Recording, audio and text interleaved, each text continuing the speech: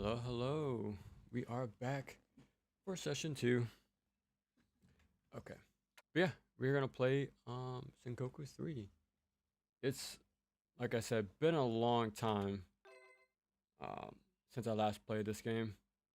I practiced a bit uh beforehand, but not good enough for 1cc, I can tell you that much.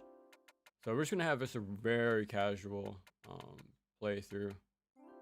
I'm gonna leave it default difficulty, but I'm gonna give myself the max amount of lives as possible. But yeah, that should be ready to go. Okay.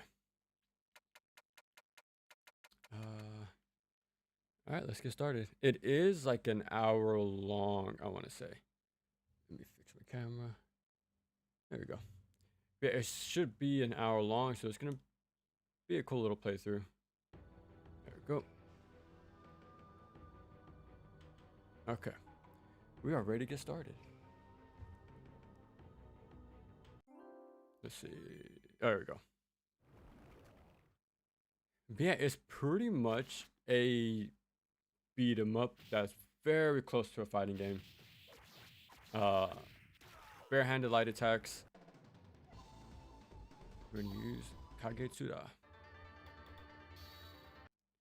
You actually have your basic punches, and then your heavies are your bladed weapon. And then you have sub weapons like projectiles to extend combos or to crowd control.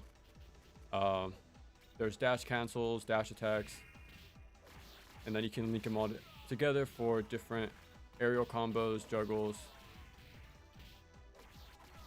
And yeah, there's a lot of moments you can dash cancel in and out of attacks to either reposition or attack different enemies. It's kind of insane. But playing it, coming back to this after playing more beat 'em ups, I think my same criticisms still stand. Like I had in the video, it was like 2 years ago, I think. Having no way to OTG and no way to like do a chemis sucks. So it does kind of like have a stop and go sort of feel. Oh, I did it a little too late. Whoa. But that's pretty much it. Like, those are way more like modern things in beat 'em ups, having those this sort of mechanics.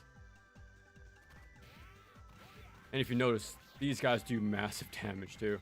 That's why I tried to learn at 1cc, but beat 'em ups aren't really my strong suit. Not as much as action platformers anyways. Like I'm surprised I got a 1cc for Streets of Rage 4, but yeah. I'm just gonna play this very casually because it's been a while since I've played this, and it's a pretty cool mix up to what we've been playing. Because we've been doing a lot of action platformers, so having a beat 'em up would be nice. Change of pace. Hey, what's up, vodka? I bought Spider-Man Web of Shadows, like a physical version. Whoa! If you bought a physical version, I can imagine that was quite the purchase. Really fun game though. That's a pretty cool one to have. Like I think 2 years ago, I bought Wolverine and Deadpool, like just for videos back when my channel started. And the 360 versions were pretty cheap. PS3 ones were still pricey at the time. But yeah, I got those super cheap. But I think nowadays they went up in price. And that's because like the Deadpool Wolverine movie brought attention to them again. So yeah, it really sucks these tie-in movie games just get delisted and then become super hard to access for a lot of people, because you either got to pay a pretty penny or have the equipment to like emulate and stuff like that.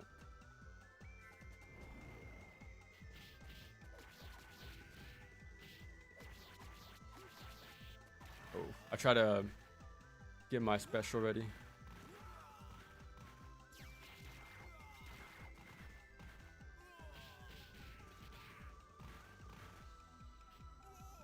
Oh.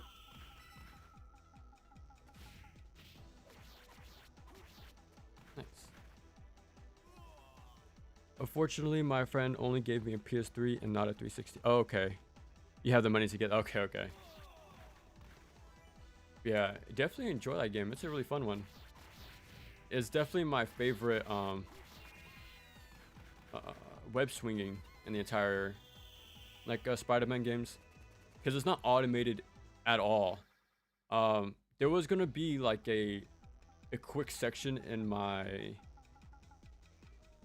I think in my Spider-Man Insomniac 2 Spider-Man video, I was gonna compare the web swinging of that game and Web of Shadows, but I ended up taking it out because I used to do a video a week back then, so I had to cut it out. But yeah, Web of Shadows has no automation whatsoever. Like if you bump into a wall, you won't automatically transition into animations like Insomniac. You can bump into it, you can use it as a way to leap off to like reverse your momentum. You can slide up the wall, you can run up it, or you can run along the wall to like reposition around corners and stuff. Like there's a lot of cool stuff you have a lot of control over, which is pretty insane. Yeah, I really like the web swinging in that game. Oh, he ended up picking up the weapon instead of attacking.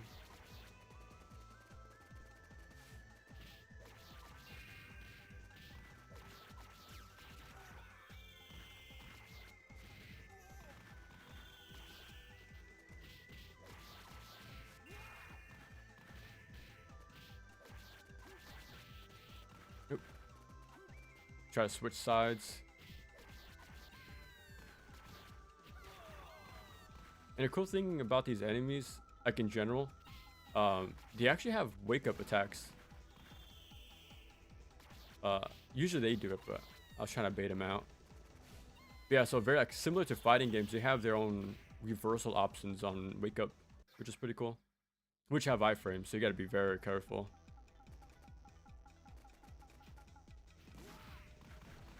Again, I kind of wish there was OTGs to like, maybe you can beat him to the punch in some way, but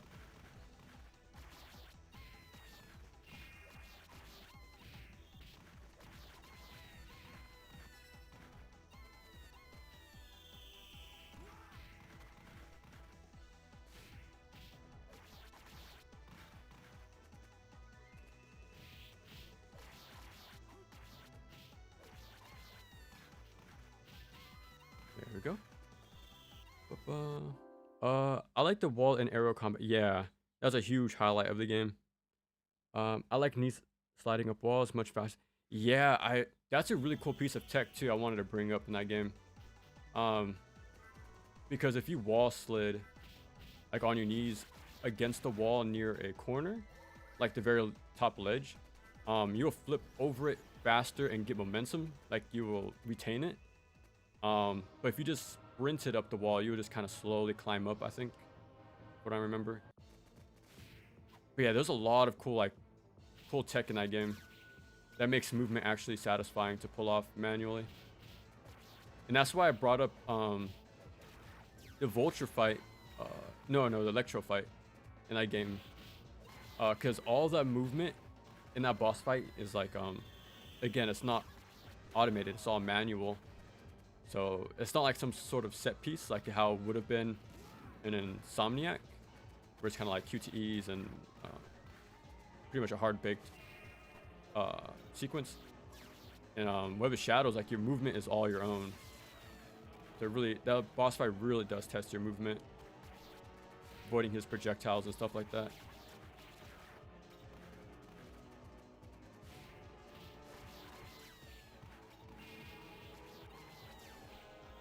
She's iframing through my stuff.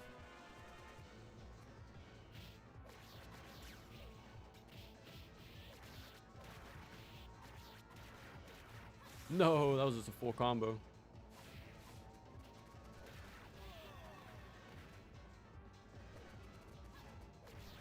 There we go.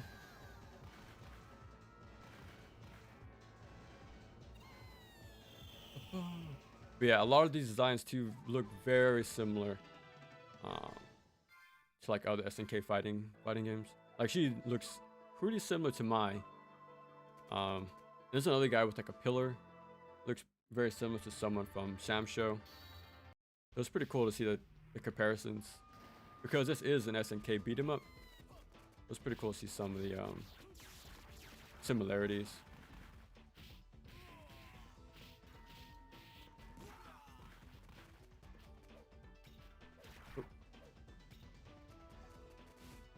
And yeah, they use weapons too, so you gotta really space yourself.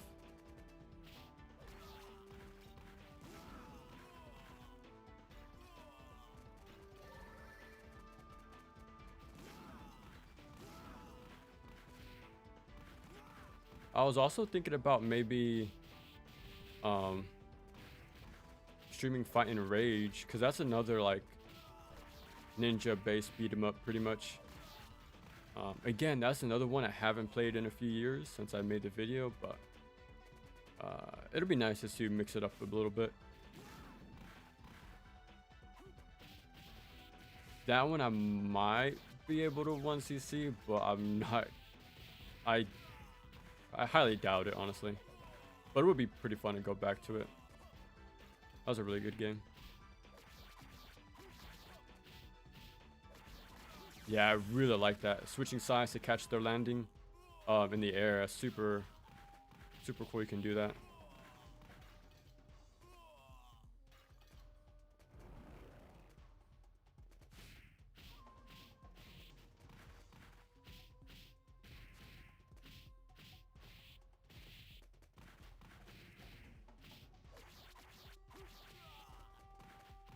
He's off screen. And that's another thing I really like about modern beat 'em ups. They don't go off screen anymore. Like in Streets of Rage 4, River City Girls, they would put like barriers on the sides of the screen, so there's rarely a chance they'll fly off. They're always like in the fight, which is good. And then it becomes like some wall bounce setup instead. It's pretty cool. That's something I kind of wish this game had too. Like, there's a lot of cool ideas in this game. I think it can definitely be revisited, especially the controls. I like the whole command input stuff.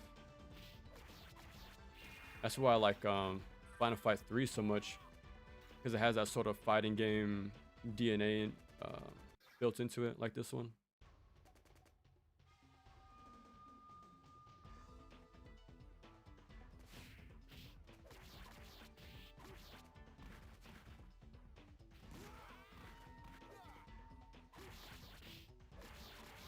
Yeah, finish off with a special since they're gonna go off screen anyways.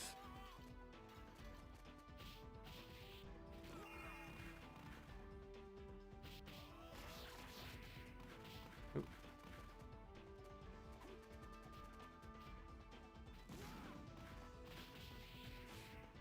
Yeah, there's another beat 'em up, ninja beat 'em up I want to get into called Zero Team. I barely found out about it like probably a month or two ago, because I was scrolling through like the arcade stuff again, and yeah, I found it on there. It looks pretty cool. I gotta check it out. I think it'll be pretty cool for a video. I definitely want to play some more shorter games now after covering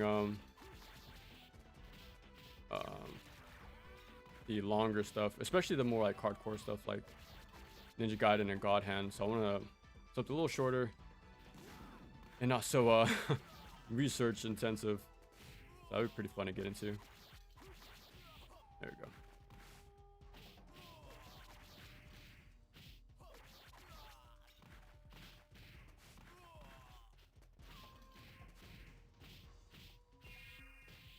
I'm trying to do the Azuna drop special, but there we go.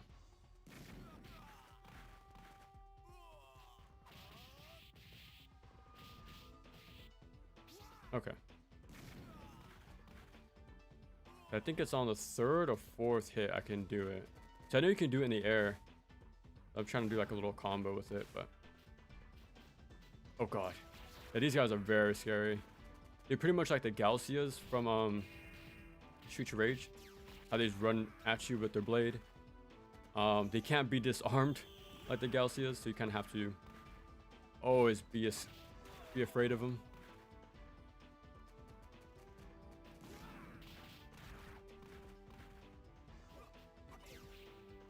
Oh, I need to get out of here.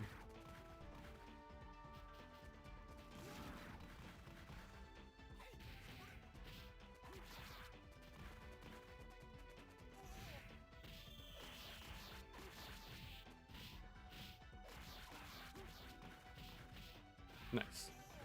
Yeah, that is the fun part of this game, like the movement, the dash cancels, the juggles. It's super satisfying when you get it down. The only game that came close to this somewhat is Fighting Rage, but even then, like, those games, these chunky like sprites and the hit effects and the how everything feels when you control is super unique. I've yet to find a game that gets close to this, especially with the whole like bare fist and weapon combo. Like, it's a totally different game than what's out there.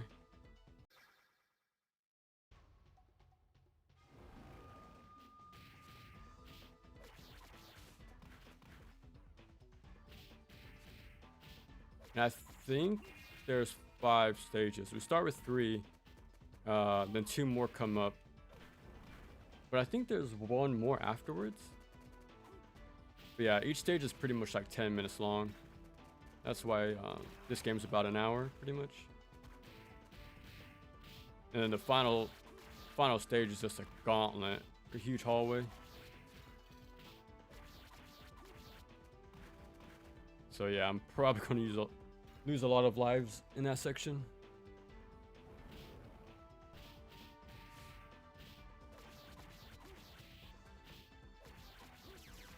That guy was about to attack me, so that's another cool thing, like trying to react to the crowd and then using your cancels to either reposition or use your iframes if you have to with your specials.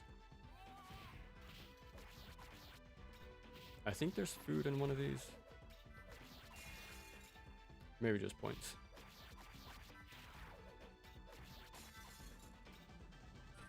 Yeah, I don't think there's even ways to get more lives either through score.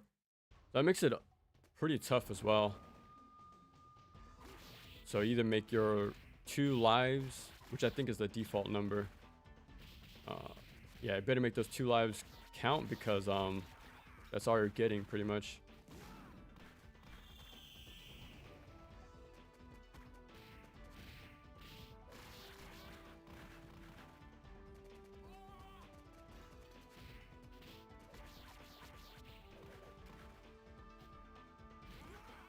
Okay, gotta let him get back on screen.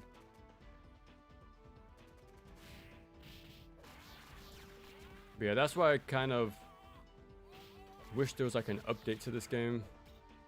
Like add barriers to the sides. Keep the flow going, add a Nukemi to lower downtime even more. Add OTGs to keep your pressure up in more areas. Oh, I attacked too early.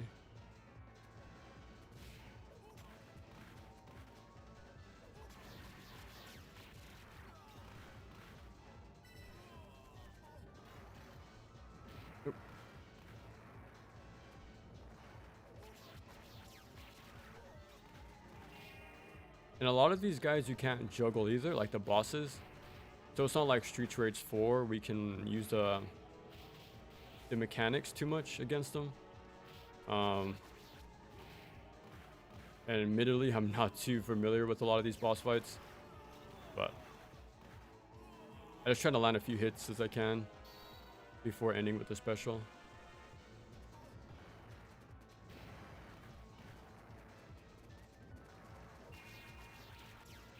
Ooh, too far.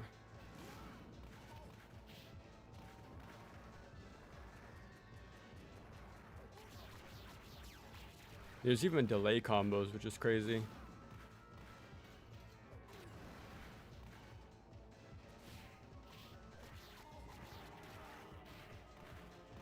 I really wish AVP got ported so I can test that game out more, because you hear that's a big inspiration for like the 3D action genre, but I still think it's Sengoku 3.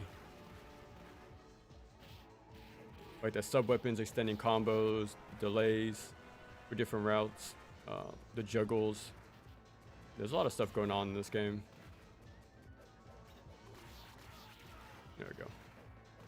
There's no powered up state, but there's some similarities.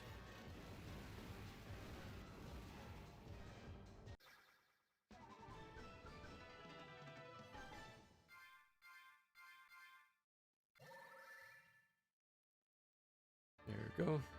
Oh, nice. I didn't even know we did the first stage, honestly.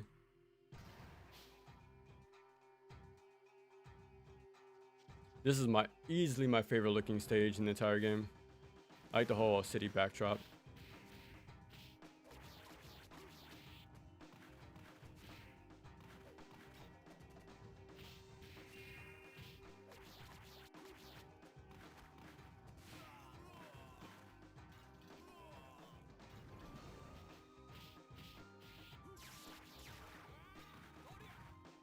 I'm still trying to do the Azuna drop, but I'm not sure if I'm doing the input too slow, too early. I'm trying to get a feel for it again.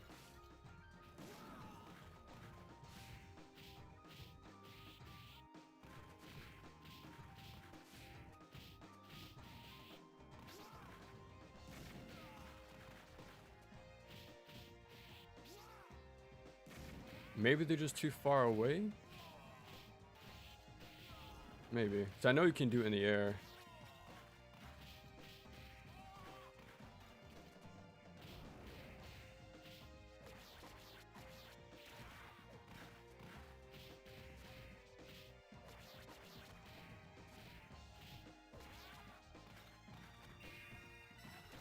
Damn, that range.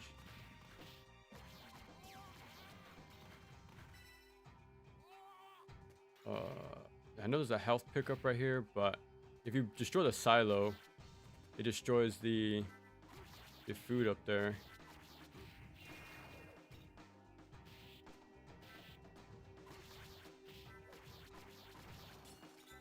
Yeah. I wonder how you're supposed to get that.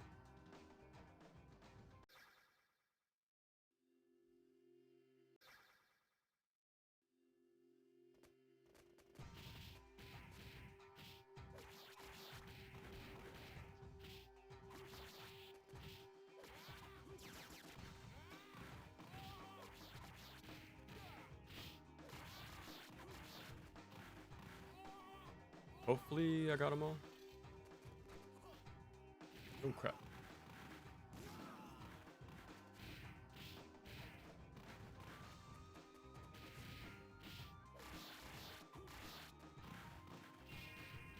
That's pretty much the name of the game right there.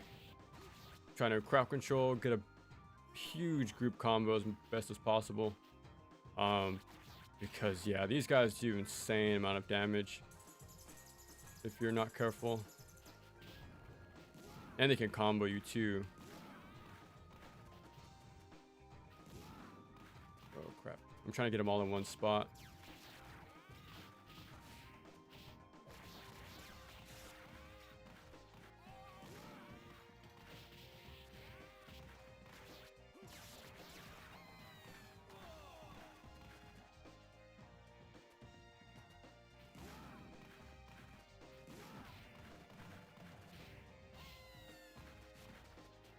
Oh crap.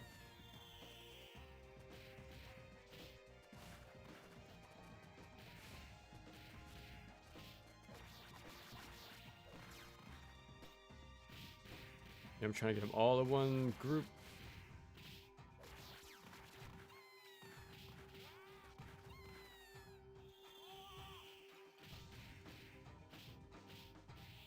Oh, okay, yeah. It was just a distance thing. They were just too far away.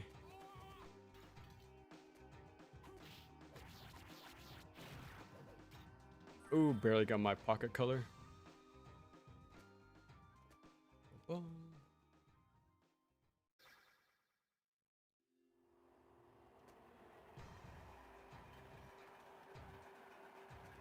You see the train once, but I don't think it ever comes back again. I don't remember anyways. Because I was playing this earlier this week, and I was waiting for it to show back up as some sort of stage hazard, but it never came back.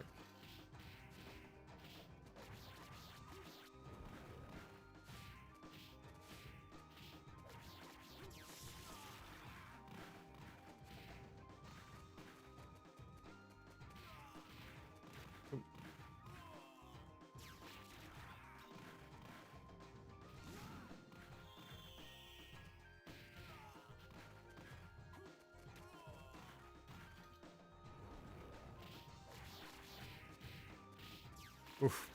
I had to get the side switch and then the iframes in time.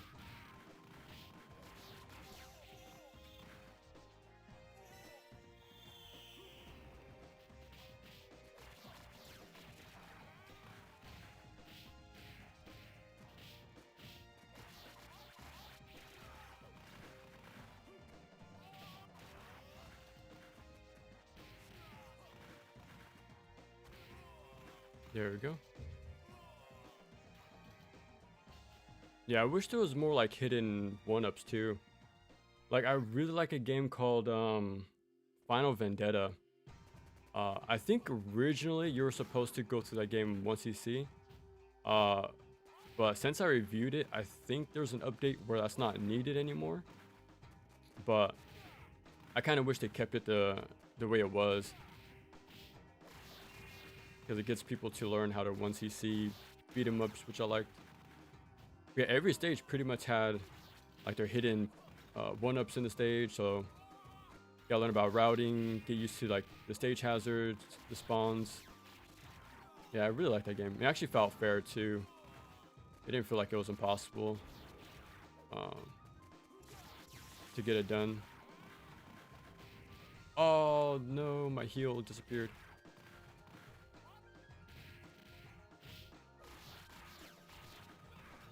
Yeah, these guys wake up with an attack, so I gotta be careful.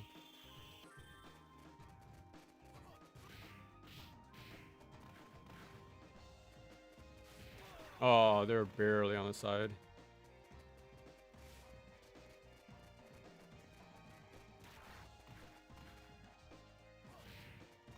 Oh crap. Yeah, these guys really like to move on diagonals, don't they?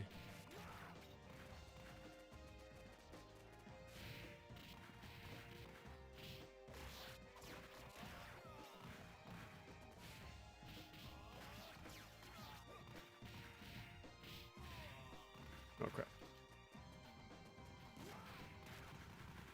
Again, if only we had Ukemi, like should I take my turn back a lot sooner? Because mechanically, this game is pretty damn impressive, especially for when it came out. It was like very ahead of its time.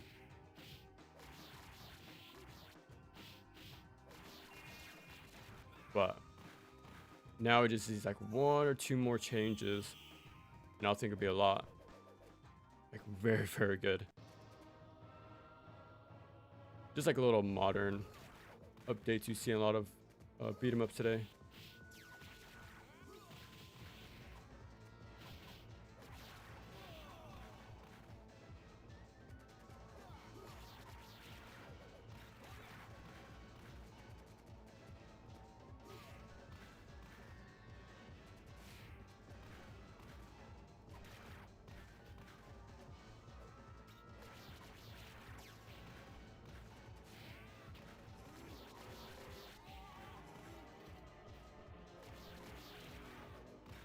Okay.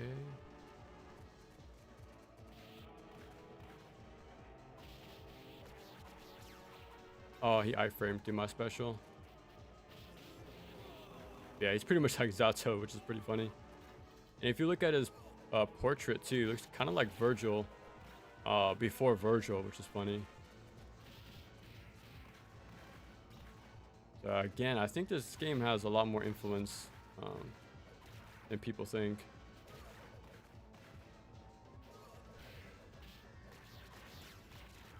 And again, you can't juggle bosses. They usually bounce back, like they escape it. So it's not really worth going for.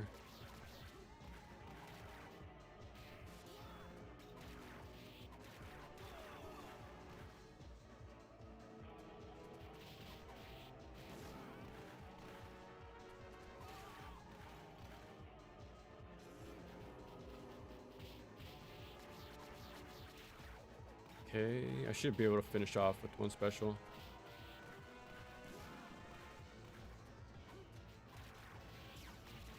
There we go.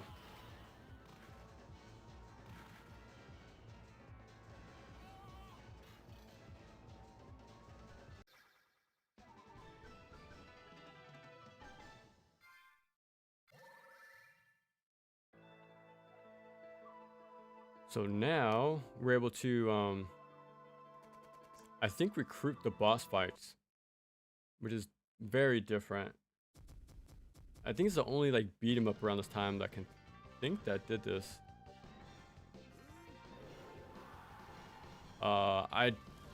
You can't do this any earlier, which sucks. Like you can't just pick them from the start. So you can only start playing as them like more than halfway through the game. But yeah, so now you can pick and choose any of the bosses now. A little later than but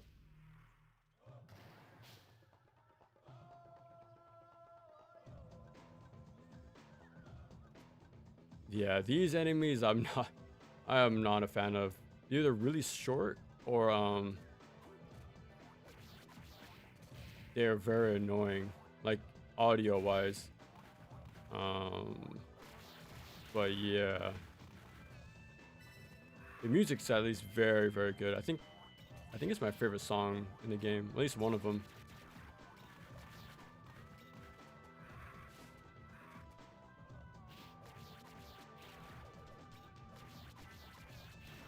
One of these has to have health. Okay.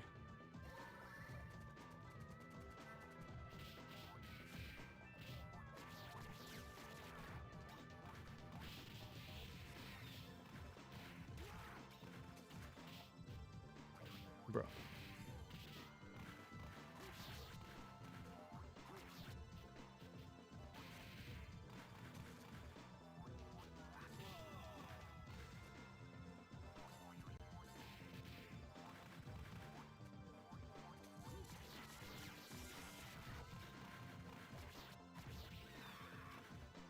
There we go. Now there is a secret area, like there's a different route, but I hate that way. I think it has one of the most annoying enemies in the game, so I try to avoid it as much as possible. But we will see the enemies later, so we're gonna have to deal with them eventually. But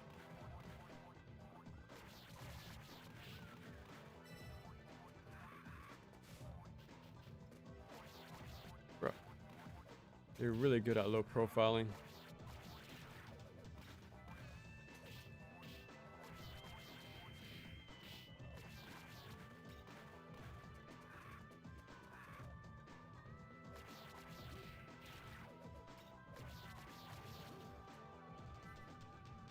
Fingers crossed.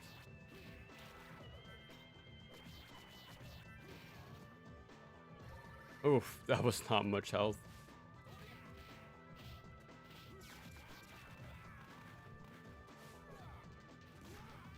Oh crap.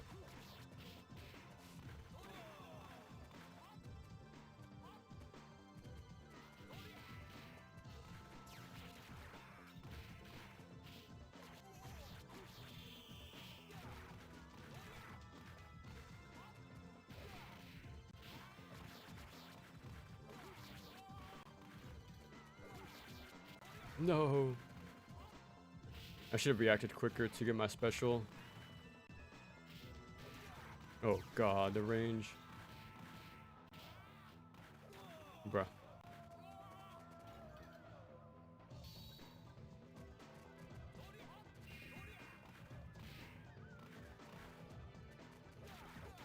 No. Luckily, you can cancel like hit stun with the special. You don't have to use health, which is this one right here, the little teleport thing. But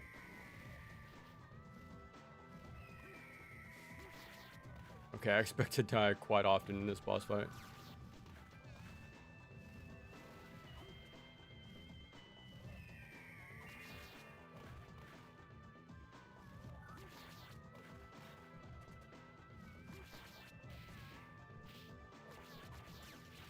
Okay, okay.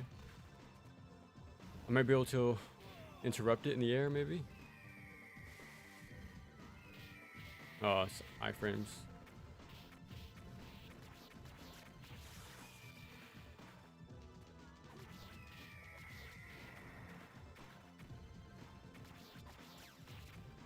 Okay, it could have gone a lot worse, honestly. I usually spend a lot of my credits on that fight. I definitely will on this part, though.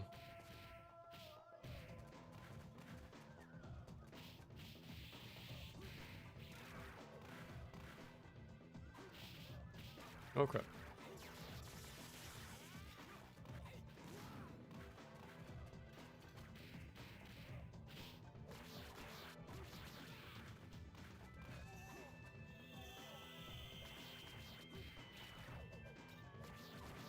Yeah, there's gonna be a boss coming up. I'm definitely gonna get destroyed at.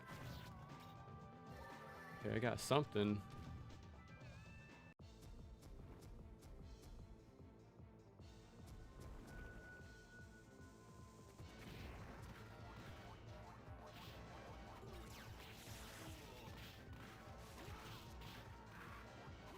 Bruh.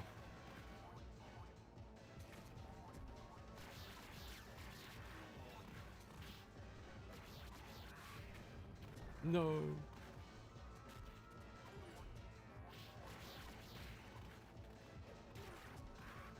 Okay. He just iframes immediately. No. He either breaks out instantly to iframe or has his full screen cannon shot. Okay, maybe I guess I just hold back the entire time and just wait for that.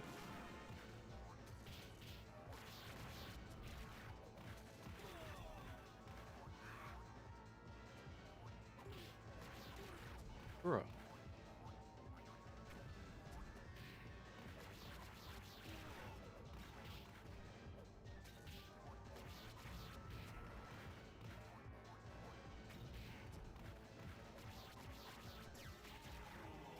Okay, well I don't have much meter or health, so let's see how this goes.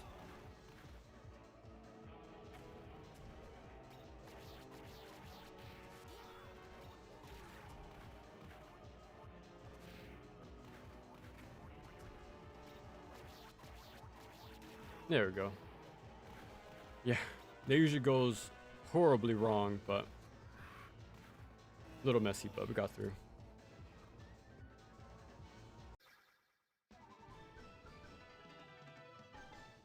Bum, bum. Well, okay, so I think we have one more stage after this, so let's see. A couple streams ago, you were talking about Castlevania 4. I definitely agree with you. I think the 8-Way Whip ruins Castlevania. Yeah, I definitely agree. Like, it's been a while since I played Castlevania 4, but that was always my takeaway. The 8-Way movement. And I did try to replay it recently, I think last Halloween. And I noticed a lot of the combat wasn't really it wasn't the issue anymore in that game. It was more like a lot of stage hazards, like the block sliding stage with all the spikes. You can like get squashed in. That's kind of like a lot of the game after a while. It's more about like stage hazards, or not like combat mixed with platforming. It's more like getting through the hazards, I feel. I definitely want to try it again though, because I have most of the Castlevania runs like already like cataloged, so I want to have like eventually I want like a full, you know, a full video set of them. But see, I'm gonna learn it myself again eventually. But yeah, just recently I reinstalled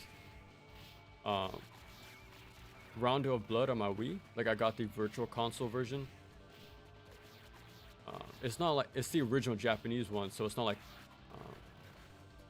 whatchamacallit, translated or anything. It's like the original PC Engine version. So that's gonna be fun to play this Halloween, because it's been like 5 years since I played it, and I want to get a better run. If you look at my playthrough I have right now on my playlist, you can tell a huge difference. I was using my mic on my laptop, like just right from whatever was on there, so it sounds pretty funny. But yeah, that was super long time ago, so I want to get a more updated run. And I do have the Requiem collection. Basoten and Rondo are the PSP ports, not the original. So yeah, so they're not like the fully faithful versions on there. Like the Rondo is pretty close, a good port. Basoten is definitely a different game. But at least Castlevania Symphony of the Night is on like the Xbox, if you have that.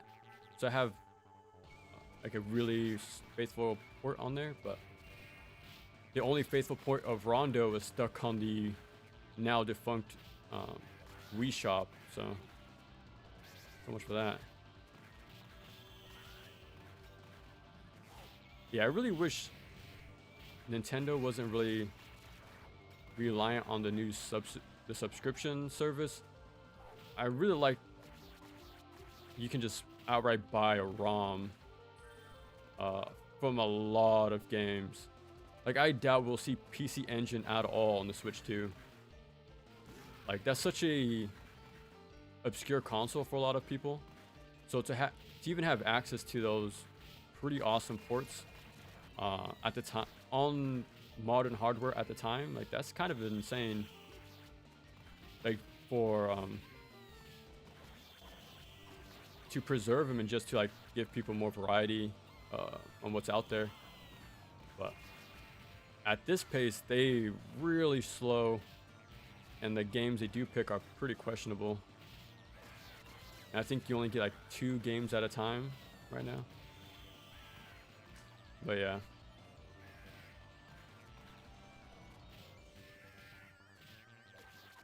What can you do? Even PlayStation's doing the same stuff. You can like outright buy the PS1 ISOs. Even PS2, like you can buy Contra Status Soldier on the PS3 store. Like you can buy Klonoa, you can buy like those really classic games. You can buy Sly now, but it took them years to get back to what they already had. And they don't even have the full classic RE trilogy either.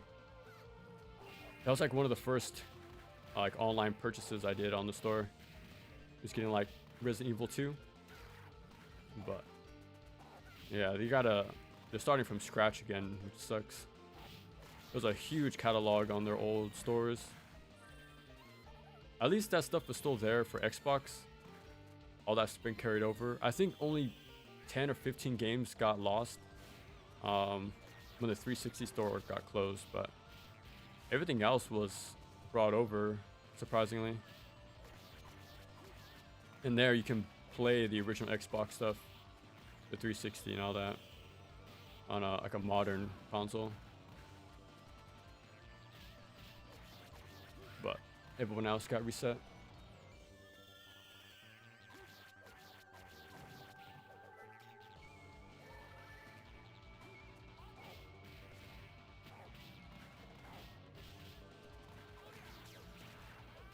For some reason, this just reminded me of Capra Demon from Dark Souls.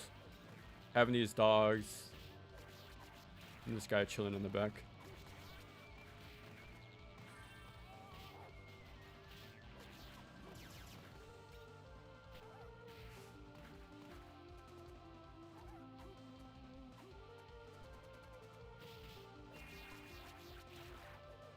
No, I was too slow.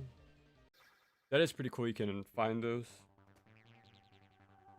Okay, okay, it's another boss. I'm just gonna spam specials and pray. I need to play more beat 'em ups. Like, I played a good handful, but nowhere near as amount of like action platformers, like 3D action games. So I'm still not 100% familiar on a lot of the classic stuff. But the golden standard for boss fights are in beat 'em ups is Street Rage 4 for me.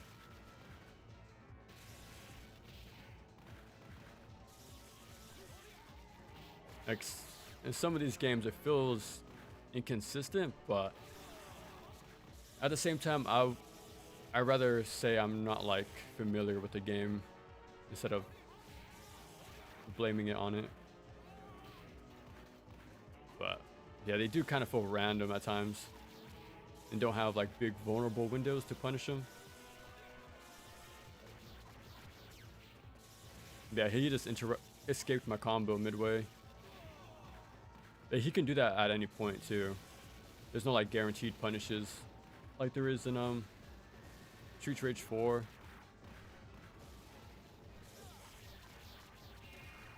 It always feels like a roll of the dice against them.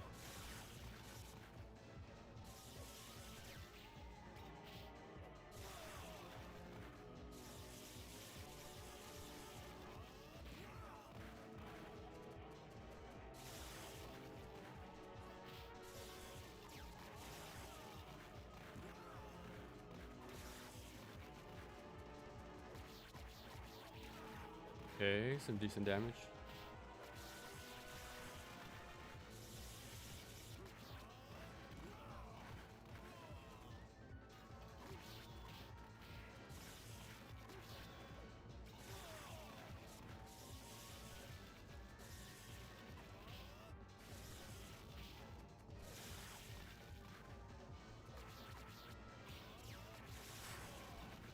Yeah, and you also can't juggle them, which kind of sucks. So you can't really do the mechanics of the game, which again, like Street Rage 4 lets you do that pretty damn well with like consistent rules that made sense.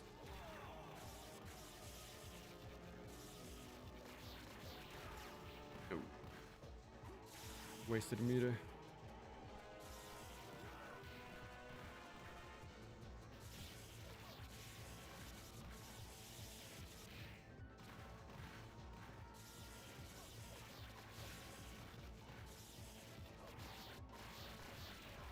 Oh, barely.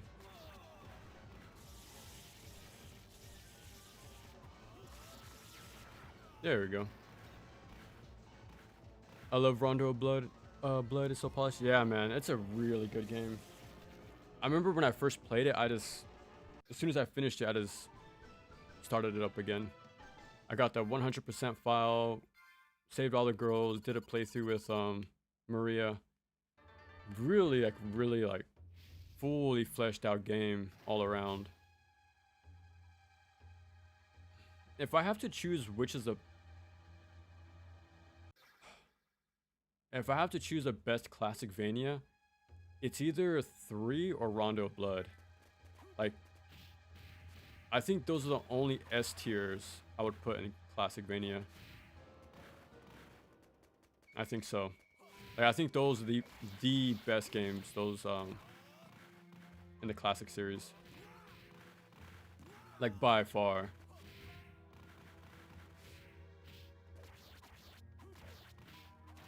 Ooh, I tried to get out the way.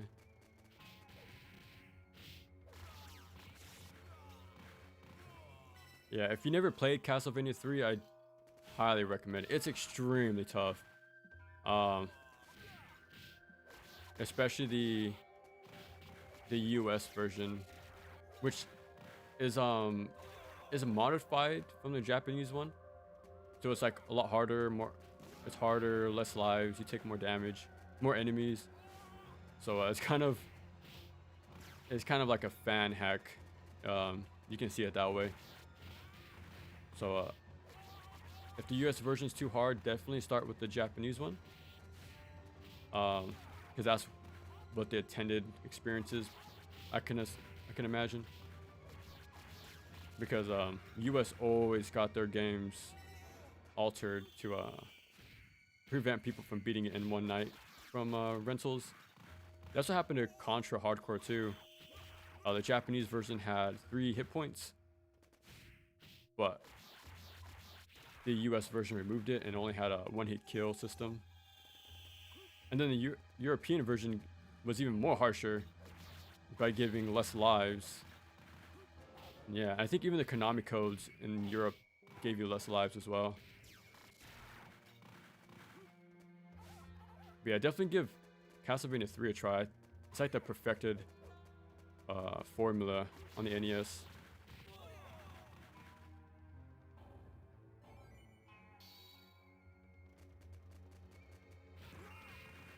We hope I can catch him. Oh crap.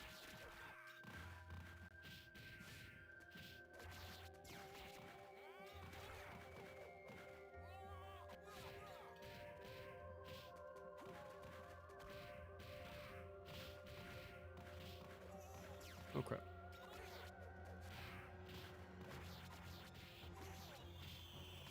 I always love doing that side switch.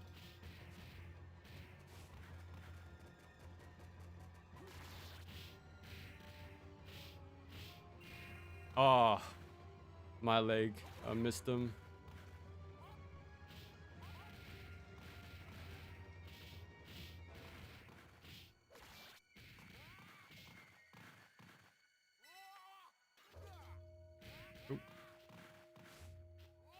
Yeah, I definitely expect a Rondo of Bloodstream this year.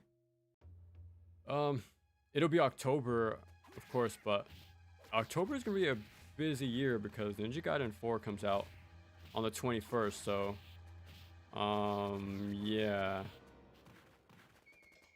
and there's some other games I want to play for the Halloween season. So I got to figure something out. I might try to start with Rondo for October. And yeah, because there's a specific games I want to play during Halloween.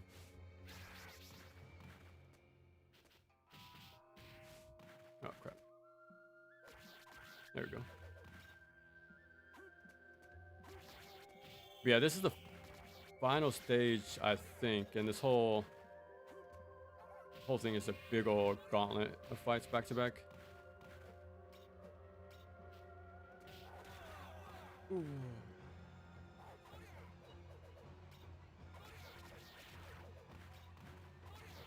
Okay, I was about to say, I'm not sure if you have iframes on your jump, and I don't think you do. No, you don't.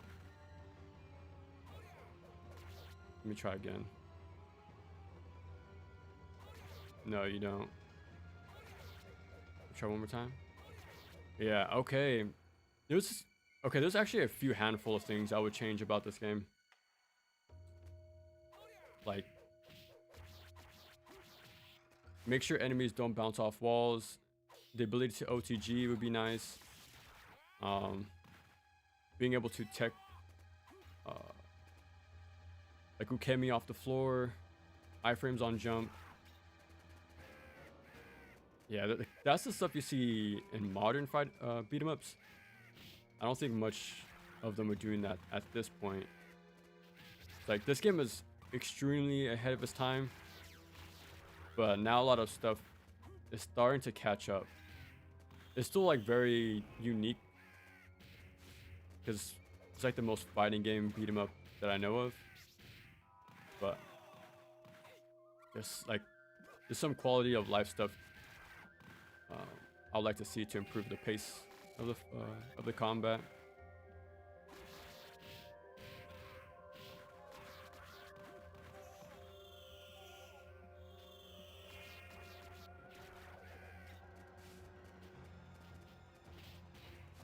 Okay. Oh no! The food disappeared so fast. Oh, and add the ability to gain lives through points, because I don't think you can. I don't think there's any way to gain lives in this game actually. There's no like secret pickups, there's no a certain point threshold. So that'd be cool too. Cause I actually learned the scoring mechanics for Streets of Rage 4. And I never do that for games. But you kinda had to for the life system. Like you want to get as much points as they can to get as much lives as possible to get that 1 CC. It'd be cool. There's something similar in this game, but because there's small things, but they do add up after a while. Oh, we are playing Sengoku 3. I think it's a beat 'em up from the 90s. Yeah, really fun game. It very like fighting game inspired, like with the mechanics and stuff. Super well done. It could use a few modern day touch-ups from like modern beat 'em ups I've played over the years. But for its time, it's pretty damn impressive. Even now, it's still like there's not much like it. I say Fine Rage is sort of gets close to that, but that game is still its own style compared to this.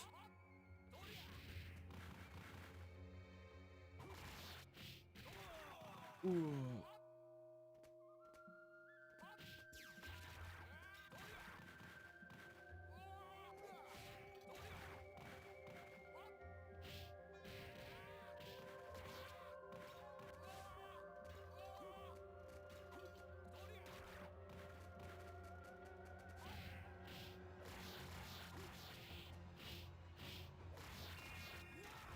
Ooh, I should have done a special instead.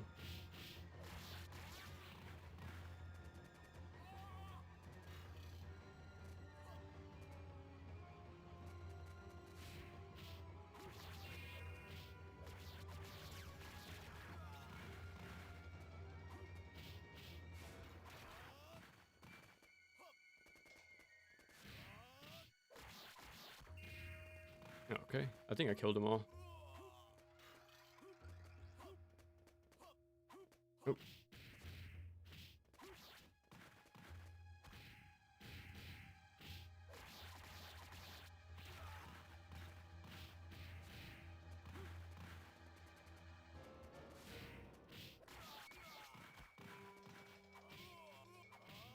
Oh god, this is a very awkward spot.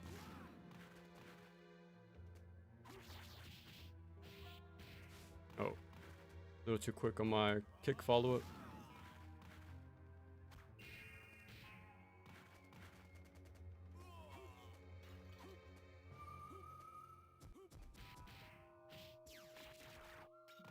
Yeah, this is like a very intense like endurance test.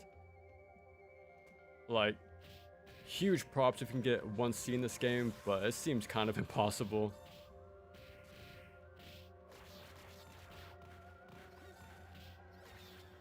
Like for the bosses, just escaping combos random with their iframe attacks. Like their patterns don't seem consistent at times, like their vulnerable windows. A lot of fighting. Well, at long stretches of it. There's no way to obtain more lives. So I think at default you start with 2. So yeah, it's kind of insane if you can make the whole game with just 2 lives.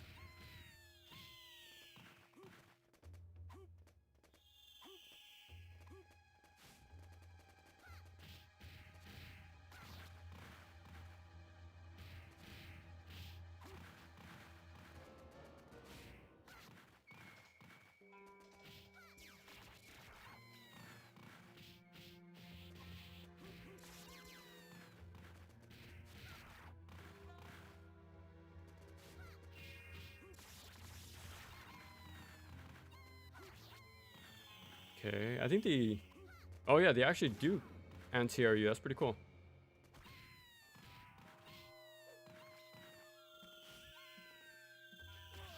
Bro, the hitbox.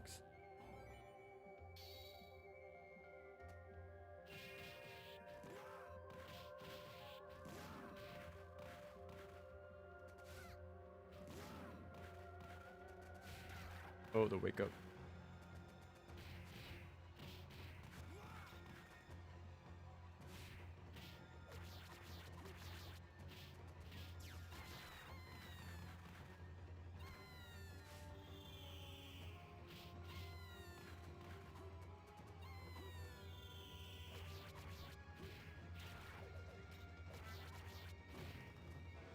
Something. Oh, we got a boss rush. Yeah. I wonder if this was done on purpose to like take as many quarters as they possibly could have. Because looking at it now, it's pretty intense. Like what they throw at you. And again, with only 2 lives to work with at most. And to like keep those for a whole hour playthrough. Kind of insane.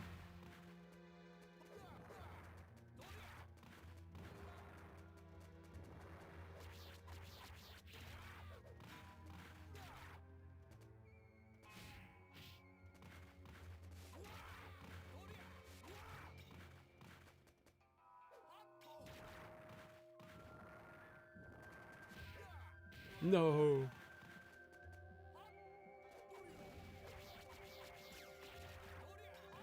Okay, one more special combo that should be hopefully good to go. Okay.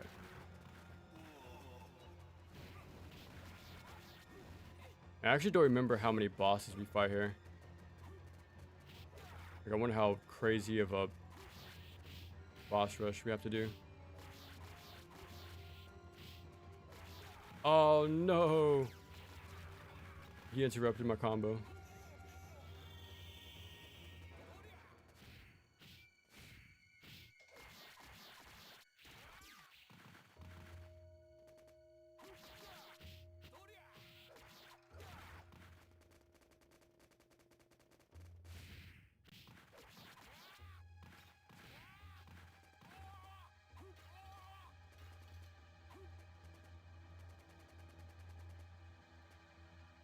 Okay, surprisingly, that's it.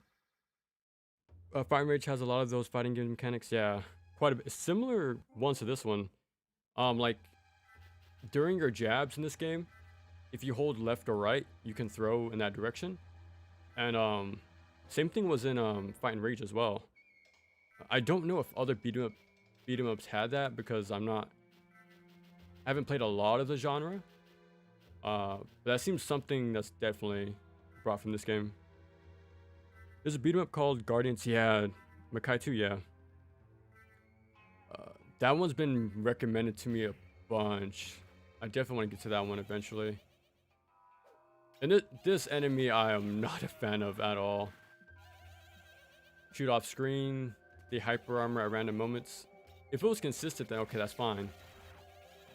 And if there was an iframe jump, then okay, we can work around it.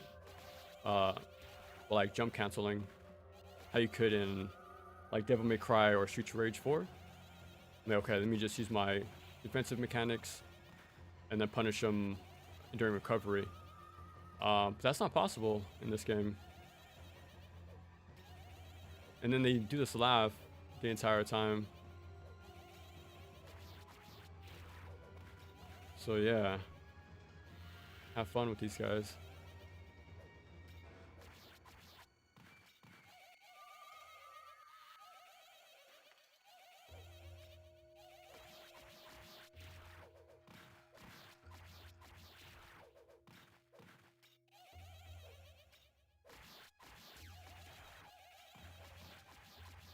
Okay. Get me out of this section.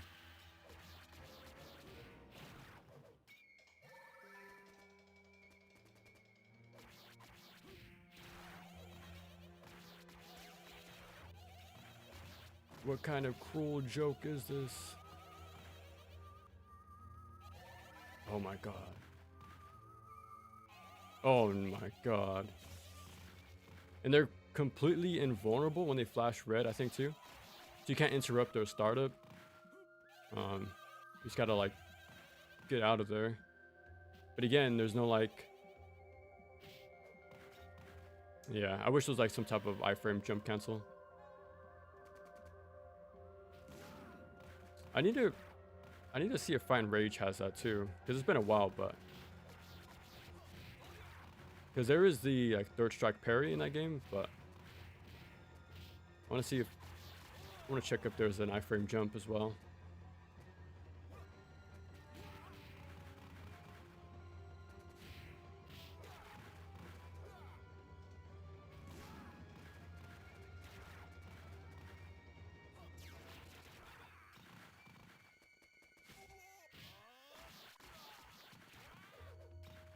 Dude, what a gauntlet of a stage. The more I play this game, the more impossible I think the 1cc is. Like, I tried at the beginning when I started, like, trying to get familiar with the game again. Just to get through the first 3 stages, like, okay-ish, but that was already kind of tough. And then, yeah, to put this at the very end, it's like it kind of feels like they're trying to get you off the cabinet as fast as possible, or make you put more credits in.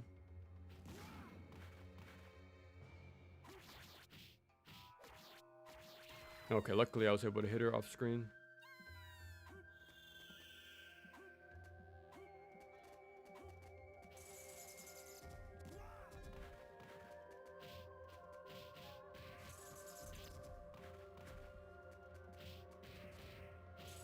No.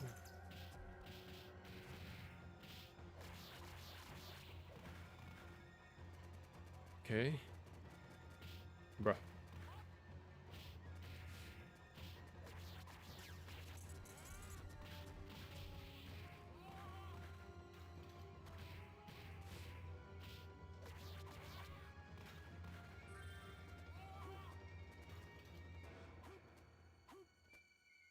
Oh man, I'm surprised that finally ended.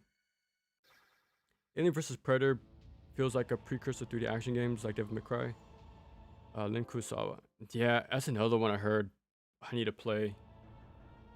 I don't think they've ever did a port for that game. I think there was like a standalone, like plug and play arcade machine, like a fight stick with beat 'em ups on it or something like that. I think that was the only time they actually acknowledged it, imported it somehow. But besides that, yeah, that game is just lost to time. Unless emulation, of course. Not like an official, no way to play it officially, which sucks.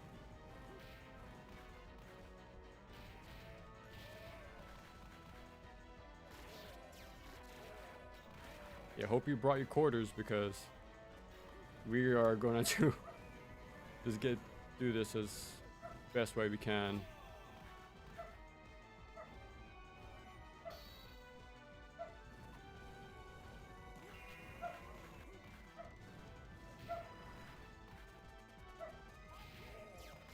No, we iframed. He just like on reaction just.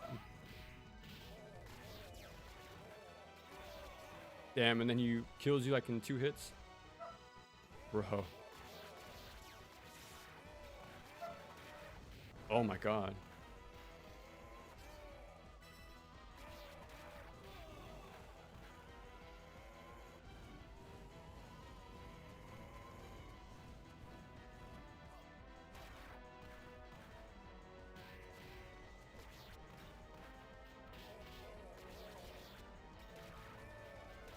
Oh my god. Only took like 2 hits.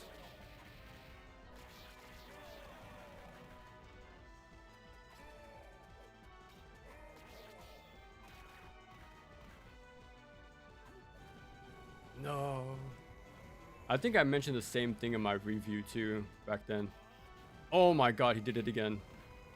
Like this guy just constantly chains iframes with like no downtime. Like there's no punish windows at all.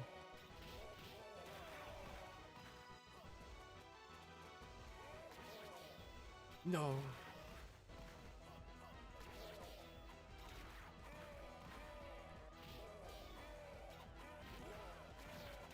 Oh my god. What a sick looking combo though.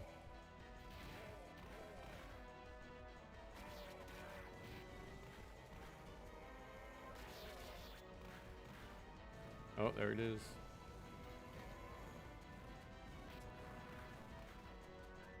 I need to look up a speed run. I want to see what they do for this fight. If there's any like method to the madness at all. Because this seems kind of oh my god, he did it again. Okay. Oh, never mind. I was gonna pick up the bomb, but okay, he blocks. Oh my god. He won't let me fight him. It's like the most uninteractive fight I've ever experienced in a beat 'em up. Okay, he always blocks constantly. Oh, he chains another iframe.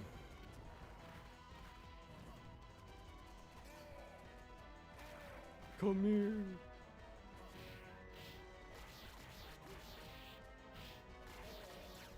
Oh, he blocked my special. Okay. Do I only... Okay, punish man leg. Do I only use light attacks then? Or like bare fist attacks?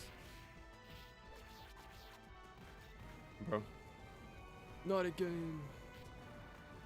And there's no iframes on your jump either, so you can't avoid those little skulls. Oh. He's off again. Is he healing? Or powering up? Like a phase 2. Oh my god, he healed. And then instantly summoned an iframe. What is this boss fight? Oh my god, he does it again. What am I playing? This is insane. Final Fight 1 has that. Okay. Pretty sure the original Final Fight had to throw off the jet. Oh, okay. Okay, like a it hit confirm into jab. Okay. It was on sale. You try to go for 1C for beat 'em ups? Not really. I mentioned this earlier, but like my expertise is like the side-scrolling games, like the 2D action platformers. Like those, I can see myself going for like 1CCs or no death on some of them. Like I think I can do that fairly fine with some practice. 3D games, I think I can do pretty alright. But beat 'em ups is definitely a weaker spot. Like I can pick up their idea of what they're going for, but the chances of me going for 1CC is probably near impossible. I got one for Streets of Rage 4, surprisingly. He did it like 3-4 times. But that's because I had like almost 100 hours in Streets of Rage 4. I think maybe 70. What boss is this? There has been no logic. He did like 5 or 6 Okay. He doesn't want me to fight him. He doesn't want me to fight him at all. And there's no punish window afterwards. Like, you know how Street Rage 4, it will be a punish window after everything? Like, it was actually fair. Not the case. He did it again! Okay. This guy does not want me to fight him. I use save states instead of core defeating, but I still haven't got... okay, yeah, for practice reasons, yeah. Last two stages of Final Fight pretty brutal. Like, for my action platformer stuff, like, I just did Strider earlier today. I've been practicing for the past week. And I will make, like, save states for a certain stage. And, like, practice it, try to do it in one go without any deaths, or be very consistent, or test for any type of setups or strategies I can find along the way. But then I'll just tie them all together, pretty much. Like, practice for that one stage, and then, okay, let me try to be consistent from stage 1 again. Let me go up to stage 3, for example, like whatever I've been practicing, and try to get my execution down. This guy does not want me to play the game, bro. So yeah, that's like, I'll use save states for practice reasons, and then I'll just tie it all together in a clean run. But yeah, I've heard Final Fight 1 is, like, the arcade version is pretty intense. Stage 5, you gotta skip a few encounters or you'll run out of time. Oh, wow. In stage 6, you have to have an extra life for particularly RNG heavy part. Interesting. Yeah, this guy does not want me to fight him. Oh, this is on the PlayStation Arcade Archives. It's just a modern port you can get wherever. Yeah. Yeah. Yeah, dude, they do not want you to play the game. They want you to take all your quarters and then send you running home crying. Yeah, I remember I made, oh my god, another one. I know I made a comment on my review. You did it back to back, bro. I remember I mentioned this in my review. Oh my god, this guy does not want to. This is completely this is all iframes, by the way. You can't attack him. I just want to let you know. And he does it again immediately. What is that, like 15 times now? 20 times? He's been doing this like non-stop. Bruh, as soon as I gain control of my character, is that okay, I'm gonna counteract your iframes with my own iframes. Enjoy. Bruh. Let's see if that heal was a one-time thing. Hopefully. What a boss fight. Oh my god. Yeah. Yeah. What a way to finish a game. What does he have to say after all that? Okay. People to misery now return to the darkness. Jeez.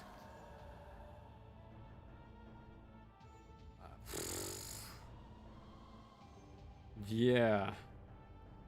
Yeah. Very wild way to end the game. Like, the whole stage is a gauntlet, which is pretty fun. But I wish there was like some way to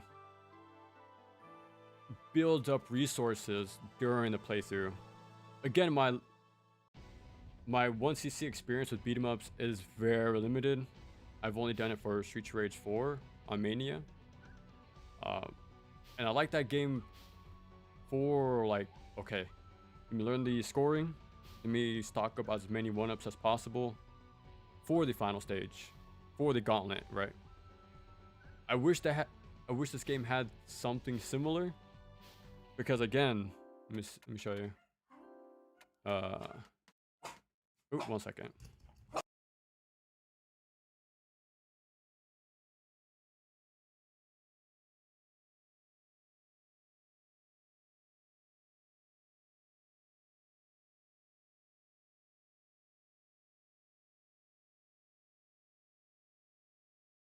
All right, we back. But oh my dogs. But yeah. Um. Oh yeah. Okay. So default would be 2 lives. So imagine trying to do all that game, the boss rush of the door, the samurai flame guy, and the final boss, and the gauntlet.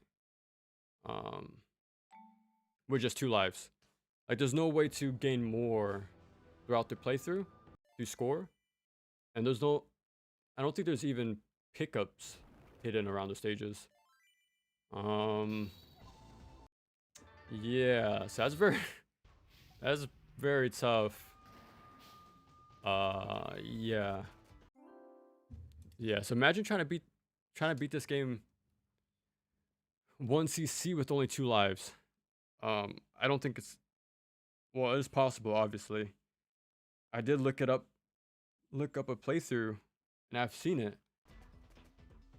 But holy crap, I need to watch it again, because now that I've played the game and I'm more familiar with it,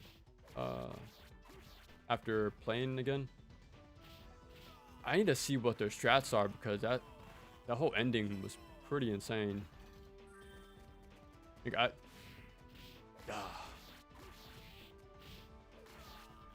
I don't want to use a term like the quarter muncher, because the arcade games are well designed, like fairly. But this is like the one time I'm like, okay, there might be something going on here. Like, something a little fishy, I feel. Because that guy was chaining iframe specials immediately, every time. Like, there was no cooldown, no window of vulnerability. So I couldn't punish it, even if I did dodge it successfully. So yeah, that ending the ending really opened my eyes on this game again. Like, I did mention in my video the final boss, but I don't remember being that that tricky, to put it nicely. Again, I want to see if there's some method to the madness, because I'll be more than willing to admit it's like on my end, not knowing something, like a pattern. So I don't want to jump to conclusions so soon, but yeah, there should be some sort of cooldown on that attack, but my man was chaining infinite specials back to back. Definitely give it a try. I still think this game is really good and ahead of its time. The final stage is killer though, I'll say that much. Yeah, what a what a strange game. Well, the ending anyways, that was wild.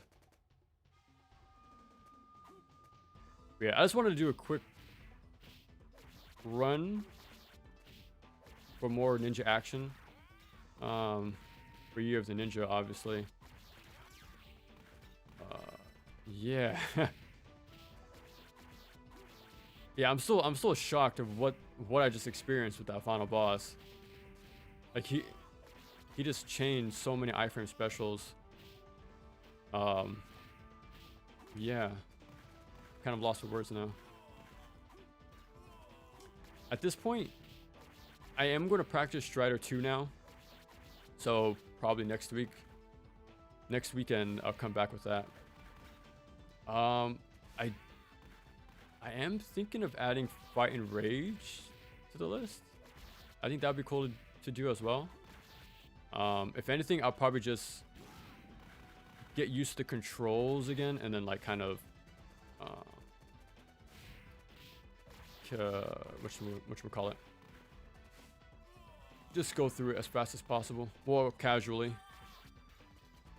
Like, I I probably won't practice enough to 1cc it, obviously, but I'll probably just get reacquainted with the game and like some of the enemies and stuff like that. I need to relearn the raft section. I actually like that stage. But yeah, you're completely surrounded by pit, like the water. So if you fall off, you take major damage. So I just need to practice that section again. And the ending. I remember having like a consistent strategy for the 2 tiger wrestlers before like the M Bison type of boss. So yeah, I just got to do those 2 sections more consistently and think I'll be fine. Because I remember all the patterns still for all the enemies for the most part. And I remember the parry window, like the third strike parry window, being pretty fair.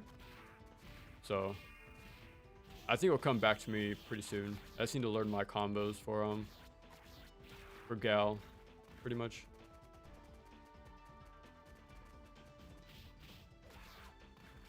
And I know there's multiple routes too, so if I can figure out one that's not too bad for me to practice like super lightly.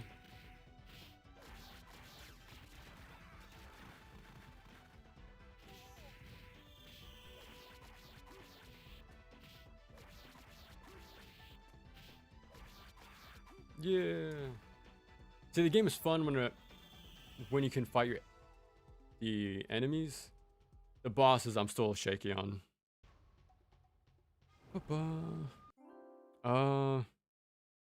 He just wants those spare chains. Yeah, he got quite a bit of it. All right. He got quite. I need to go back and see how much money I spent on this game. Well, okay, actually you can't. Somewhat.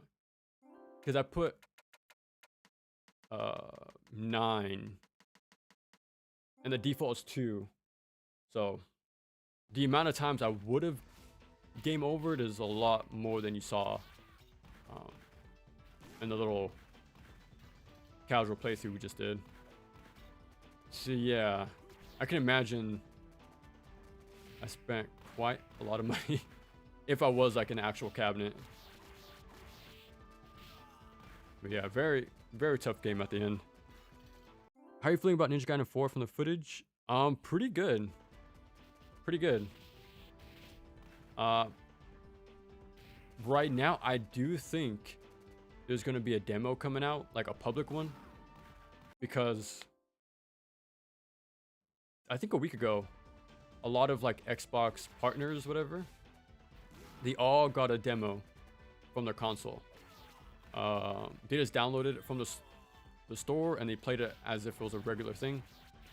So if they already have that set up, I don't see why they can't just have a public version. And I know they're going to be showing that demo at Gamescom next week. So maybe early access people get it first, and then Gamescom, and then the public. That's my train of thought anyways. Like maybe we'll get like a hands-on. But yeah. Yeah, besides that though, I am optimistic of Ninja Gaiden 4. But now we do know the weapons Ryu has is just a dragon sword and the rest are DLC, so there is that. So yeah, I'm already getting my my thoughts on that for the video. It's pretty much, yeah, either rent the game for dirt cheap and don't fully commit until like the game's complete, pretty much. So yeah, pretty much just wait until it gets a Black Sigma or Razor's Edge sort of re-release where it's all completed. But yeah, it seems like it's gonna be all through updates though. So after all the title updates are finally completed, yeah, it'll just be good to hop in then. But how long that will take, who knows? Like Razor's Edge took 6 or 7 months, but I think they're in a very strict situation on that game. So I'm pretty sure 4 might take more time, but who knows. I'm guessing it'll probably be like Neo sort of setup. Like every 2.5 months we might get like a huge update. I'm hoping it's not just weapons. I hope it's like Neo, where it's a stage, more enemies, bosses. Like imagine if each update adds more like remixed enemies, like how you would see in Ninja Gaiden Black, for example. Like 1 or 2 enemies will get a new version, and stuff like that. So yeah, I hope it's more like more substantial updates and not just weapons, and maybe like Ultimate Ninja later on. But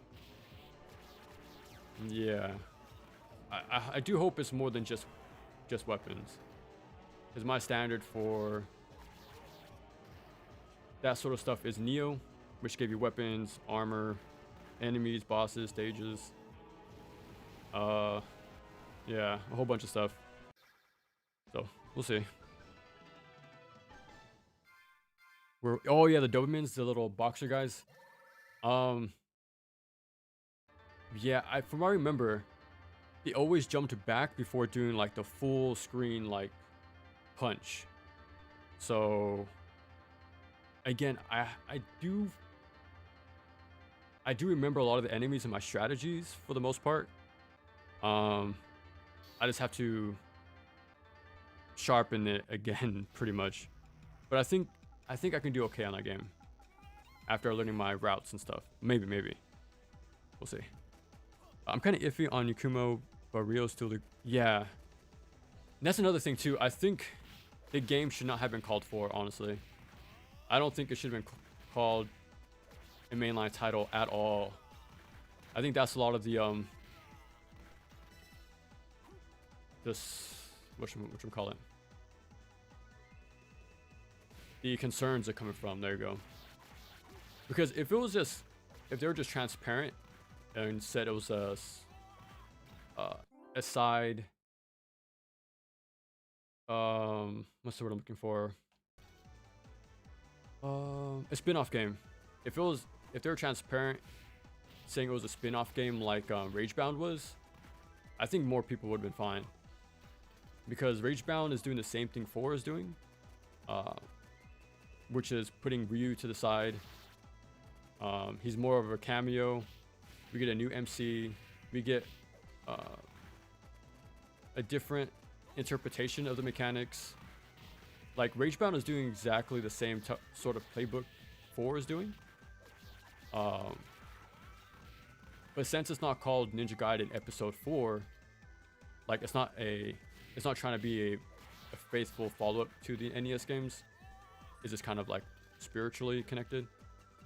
Then okay, people were more fine about that one, but with 4 having 4, it sets a lot of expectations, especially having Ryu in the game because it's called Ninja Gaiden 4.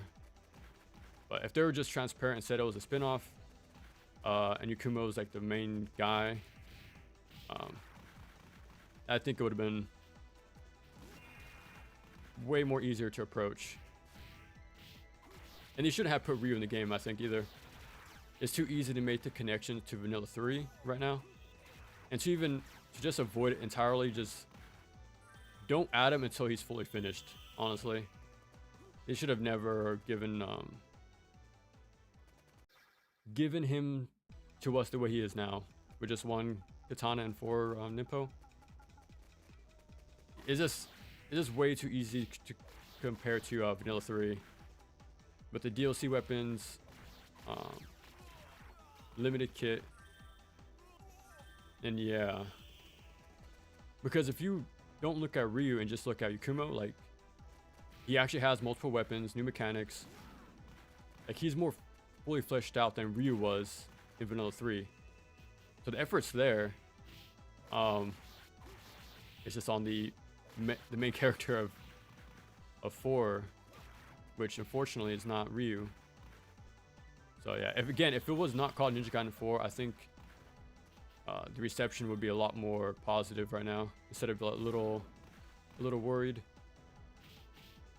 So yeah, but at the same time, I understand why they put 4 to sort of get guaranteed like hype around that game. It's been 10 years, but yeah, I think they should just call it some sort of different subtitle.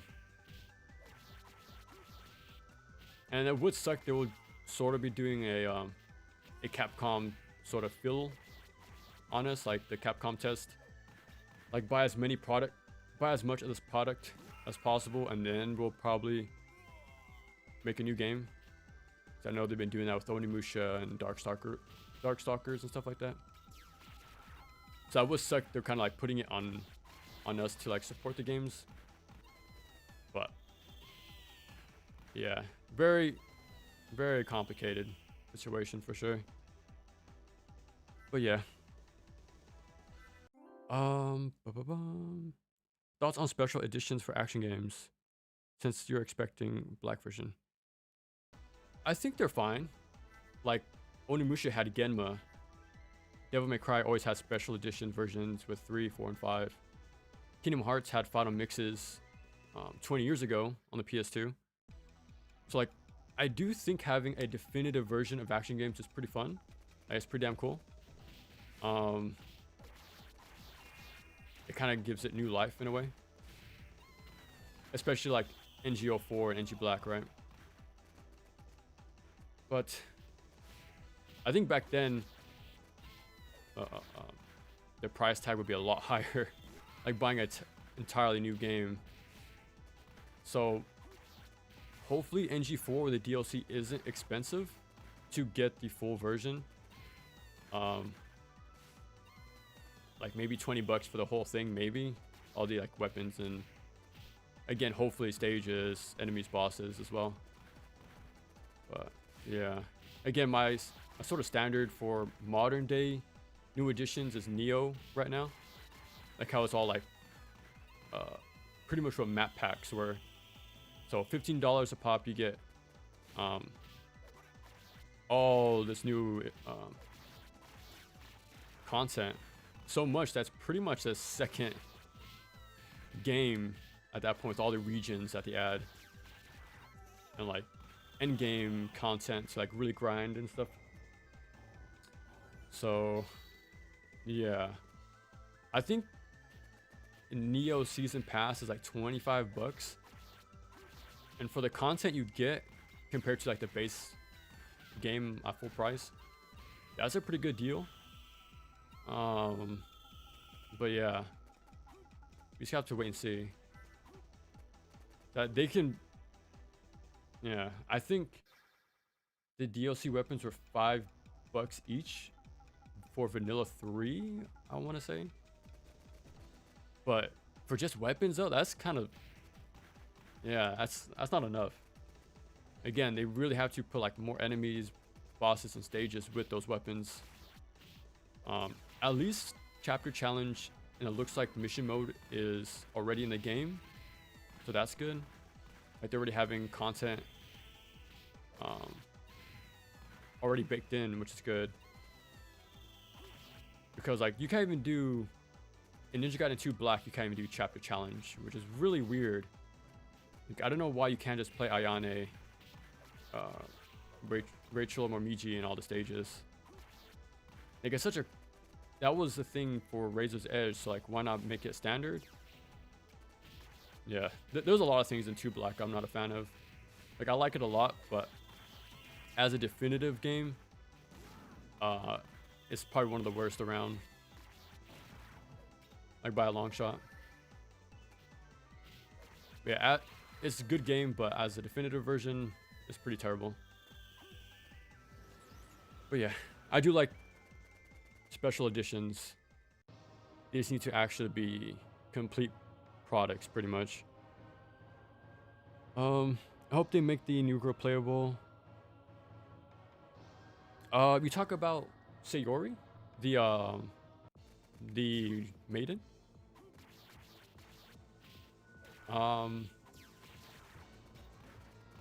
what would she do? So I don't think I've seen her with weapons. Yeah, that would be cool if she was like a playable character. Now I do remember like the first reveal trailer, they mentioned more returning characters, something like that along those lines. They did mention more familiar faces were going to show up, so again, they could just be little cameos. Like Kasumi was like, you know, 2 5-second cutscenes in Sigma 2, right? So that could be all the cameos can be a few seconds on screen with no lines. So it could either be very poorly done or pretty cool, where like they're fully playable characters, for example. Like if we somehow got Ayane, Rachel, and Momiji playable in 4, that would be insane. Like in a base version. Like, okay, that might make sense why Ryu is the way he is, but yeah. I'm hoping Ayane is in the game because she's been in all of them. Like she's always made Wait, did she make an appearance in 2? Yeah, she did. She gave Ryu the Dragon Eye. Yeah. So yeah, she's been in every mainline title. So it would be kind of weird if she's not in 4. But again, I'm not going into that game as if it's 4. I'm honestly considering it a spin-off game. But I do think that sort of title is kind of ruined because of Yaiba. So yeah, I get why it's not called 4, but it shouldn't have been called 4. Ninja Gaiden Z2. Yeah, I think they wanted to avoid another Yaiba. Yeah.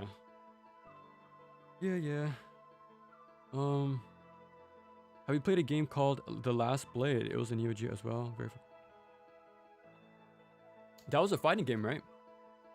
I think that was a fighting game. I played the sequel at my friend's house for like 1 or 2 sessions. That's it. I did really like playing Hibiki though in Samsho in the 2019 game. I really liked her a lot in that game. I really like the DLC in Samsho. Like For Honor is one of my favorite fighting games, and the fact it made a crossover with another fighting game I like a lot. It was like the pretty cool mix. They actually did a really good job at translating the mechanics of For Honor in Samsho. But yeah, I only played Last Blade 2, I think, if it's the right game I'm thinking about. But yeah.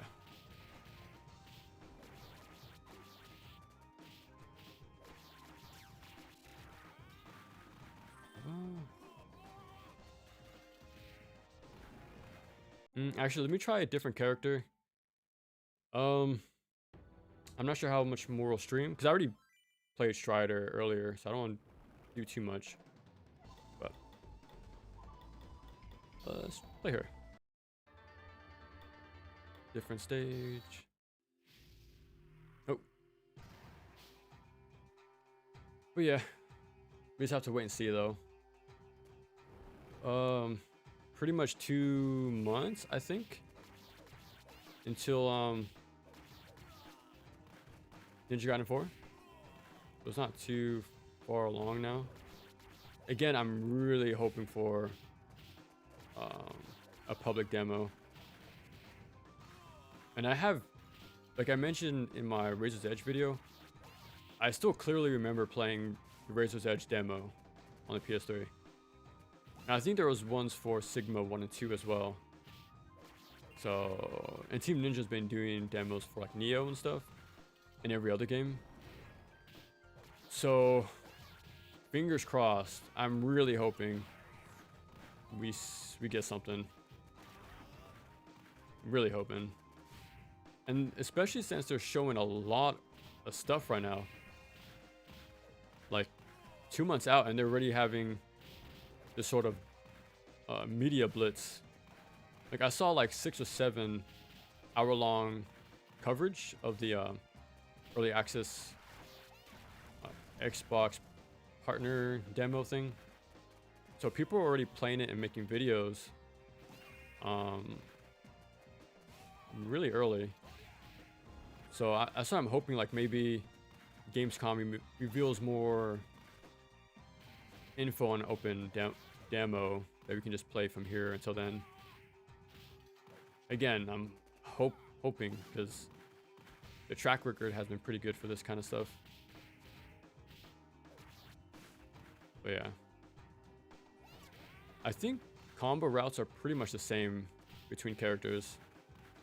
Like, do your dash attack, your dash light attack, and that juggles, and then your dash cancel heavy attack, and then kind of repeat. I'm pretty sure speed makes a difference, though. I think each character has different range and speed, of course.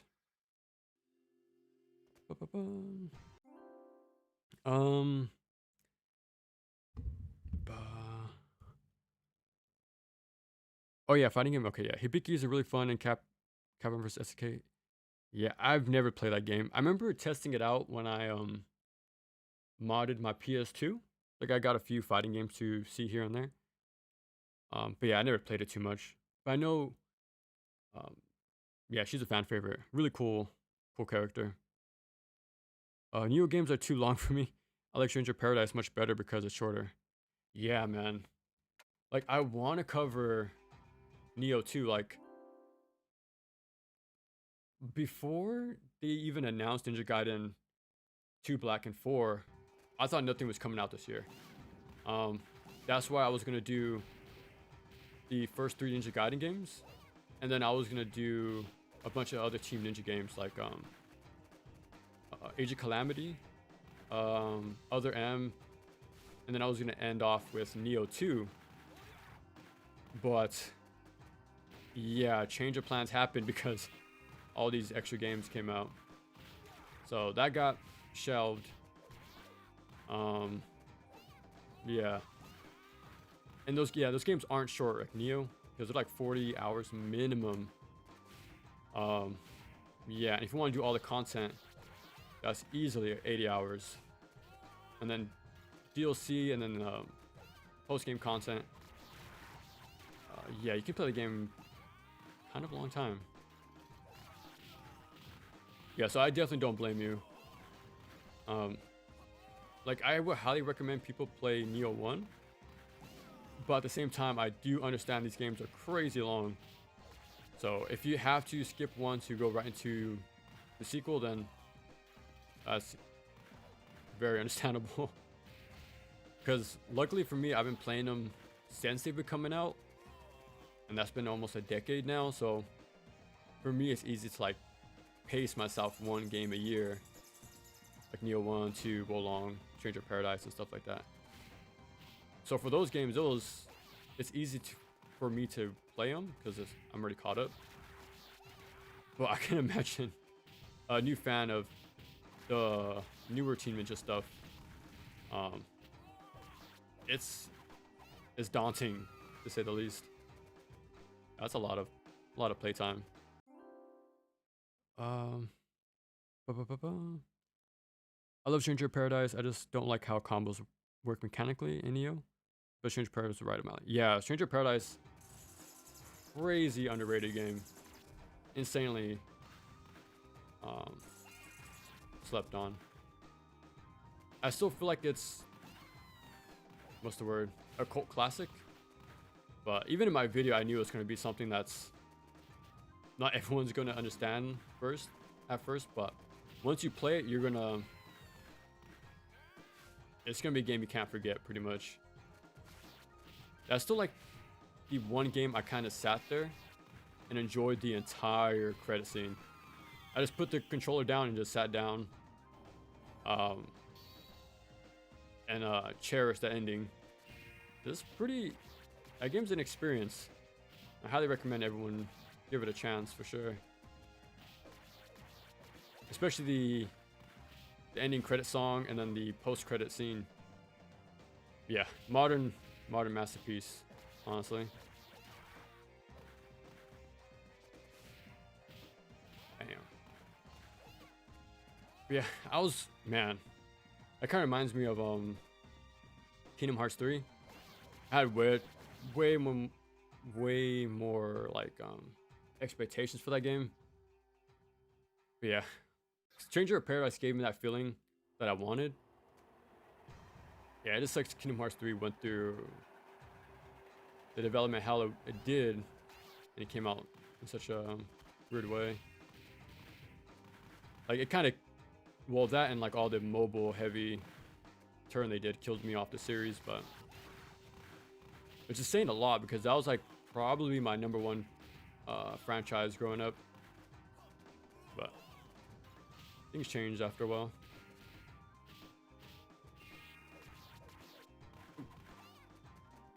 But yeah, that's what Stranger of Paradise gave me, that same what I was looking for from Kingdom Hearts 3 pretty much.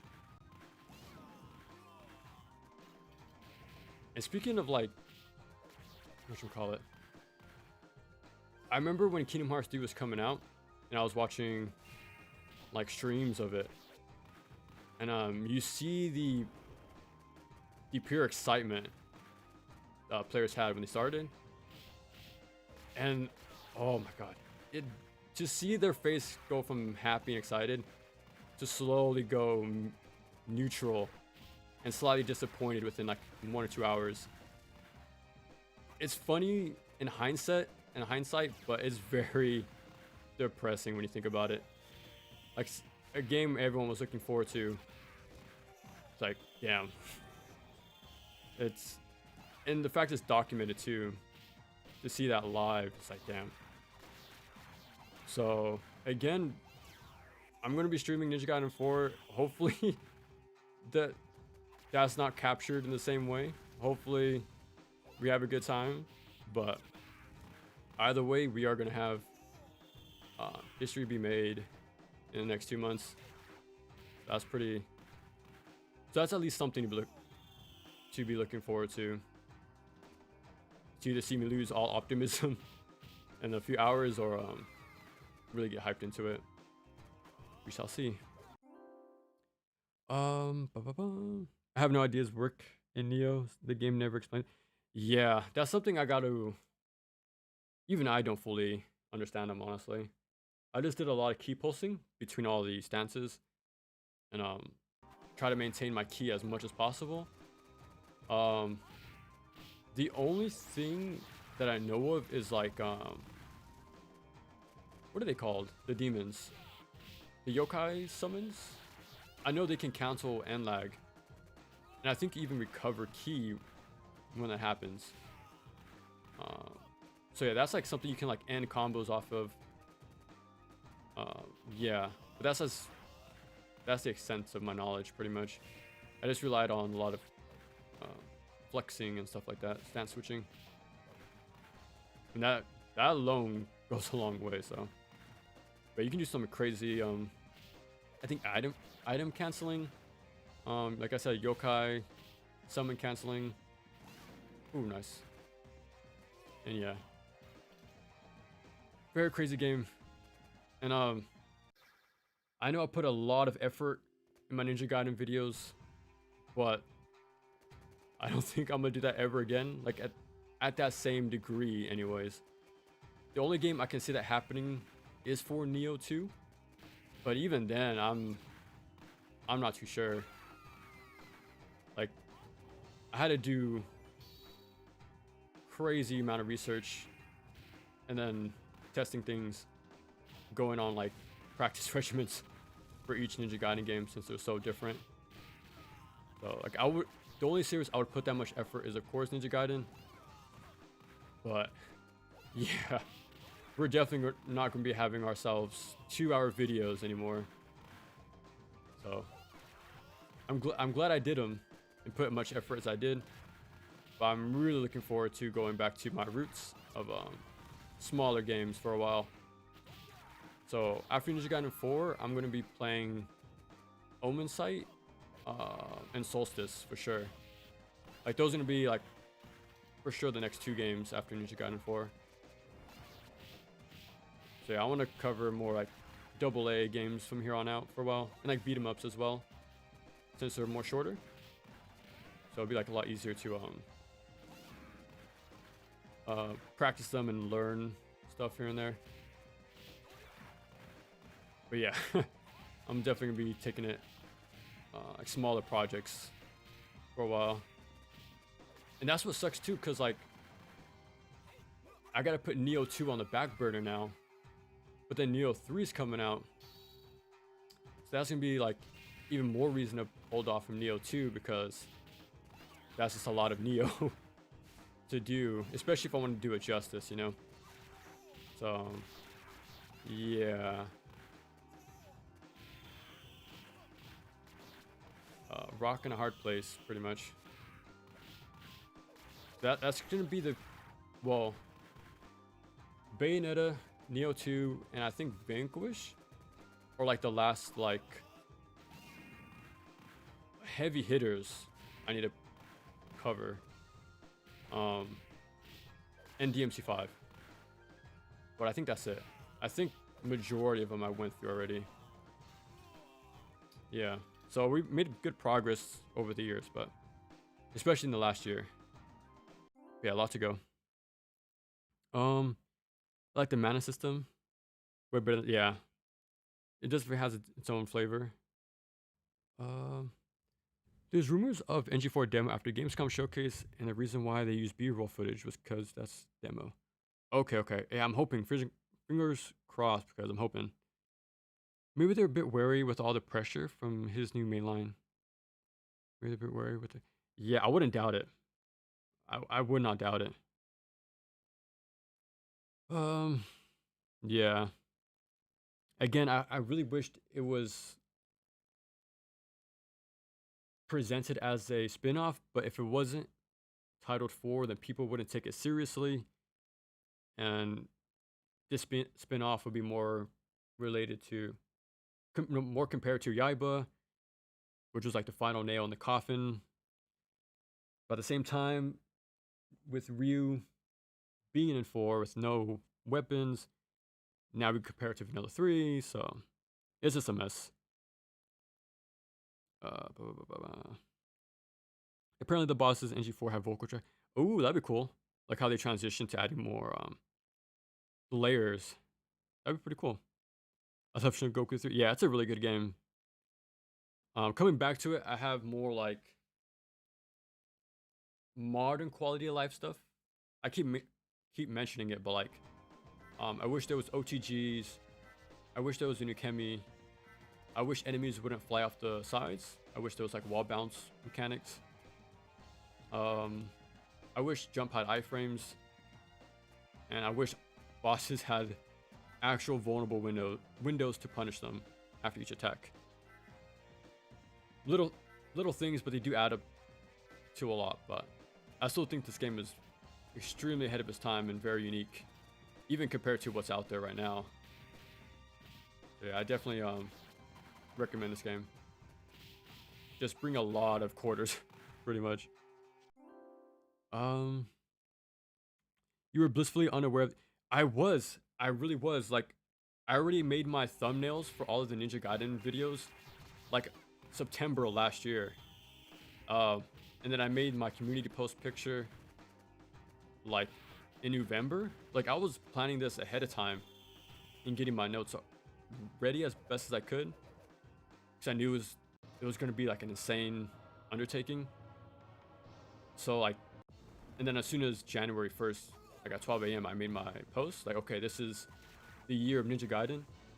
And because it was also the anniversary of Team Ninja, and also the anniversary for Ninja Gaiden Black.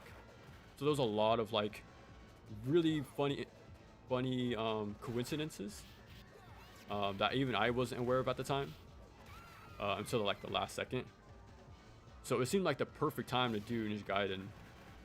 And then yeah, as I was making, I think Ninja Gaiden 2, the shadow drops happened, and yeah, and things got crazy ever since then. So, no, but now 2 games are out, 2 Black release, Ragebound came out, and now we just wait for 4. So, not too much longer. Age of Calamity is so held back by its heart. Yeah, that's a lot of Nintendo in general. And the sad part is 90 oh, okay, Nintendo has some of the best. Yeah. I actually really like Age of Calamity. I think mechanically it's very fun. Like I put it right up there with First Renewal. Like really fun mechanics, but enemies actually fight back, and they make really fun use of. I haven't played Breath of the Wild, so I'm not too sure what it's called. Like with the magnet stuff, the telekinesis, you can like hard counter certain attacks with those abilities. Like it's really fun. And even each character plays extremely different from one another. So yeah, really fun game. I'm not too sure if Team Ninja did Hyrule Warriors or the new one coming up, the 3rd one. I'm not sure if it's just the 2nd one that they did, but yeah, I'm definitely looking at Calamity for sure eventually. Don't know when now, but eventually. The credit music is so perfect in SOP. Yeah, I did not expect that theme song. I don't want to spoil it for anyone, but holy crap, what a legendary game. I hate Stranger Paradise has literally no modding. Really? All due to lack of interest from modders? Engine. Oh, okay, that sucks. It doesn't help that Kingdom Hearts 3's regular combo string feels so. Yeah, and that was a big problem I had too. Like, it didn't feel good to play. I didn't care for the art style. I think the Luminous engine looked way better in that reveal trailer. It looked way more Kingdom Hearts to me. It's 3 just, I don't know. And even Sora, I don't like him in 3. He became, that whole game feels like, what's the word I'm looking for? A caricature. Like a meta caricature of the series. Like the series was never, how do I say?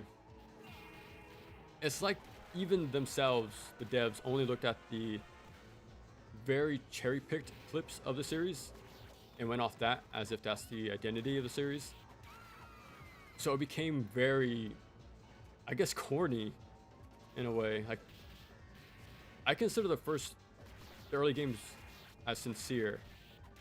I think people call it cringe, but I think I'll replace that word with sincere. And when you look at it that way, I think it's more easier to get into. But yeah, 3 just lost the tone of the first games and felt more like an amusement park of like tugging at nostalgia. Like it really felt like modern Disney, and that's the problem. It didn't feel like innovative or anything. It felt like it was relying solely on the past to raise itself up, and that's why it's a bad game in my opinion. A Kingdom Hearts game anyways. And that's why I'm not really excited for Kingdom Hearts 4 either, because it's modern Disney, and I think Kingdom Hearts 1 and 2 was made at the perfect time during like the second, or like the renaissance of Disney, right?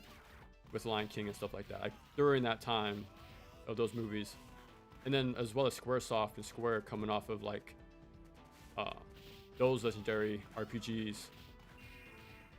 So it's like both companies were at their peak of work and like the people actually working there. But nowadays I'm not too sure. Like I honestly have no clue. So yeah. So yeah, I already went on a lot about 3. So yeah, not a fan of it. Da-da-da. Oh yeah, I went on a huge tangent. The Remind DLC.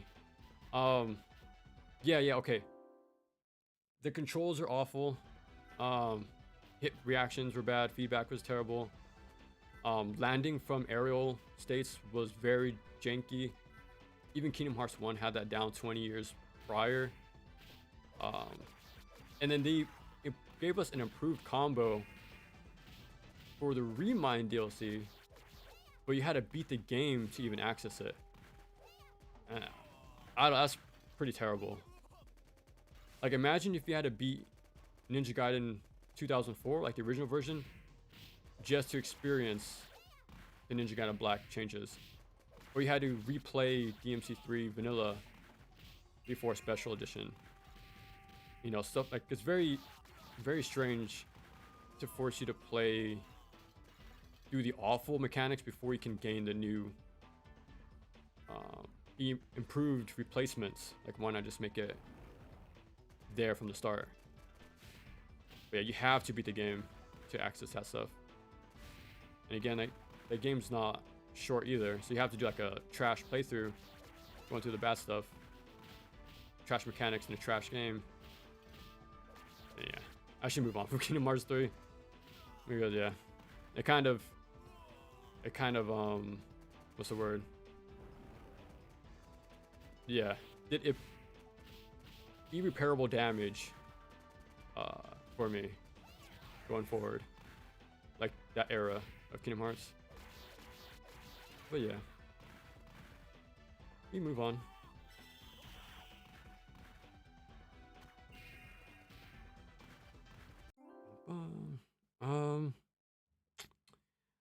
That's how I feel about Lost Soul aside. I'm honestly more hyped. Honestly, yeah. I like that it's a new game.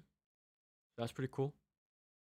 Yeah. I feel more hyped up for that than Ninja Gaiden 4 because it speaks to me more.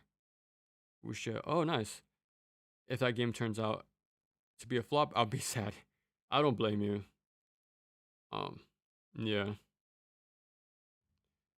But 10 years of dev hell, I think, right? So hopefully, I'm really hoping it works out for them. It turns out great.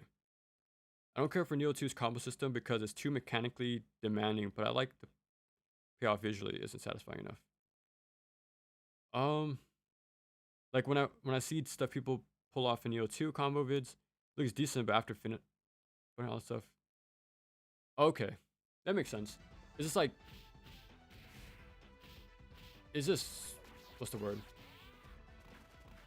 That's what I'm looking for. Is this too much for what the payoff actually is? Like what you're actually doing? Yeah, I get that.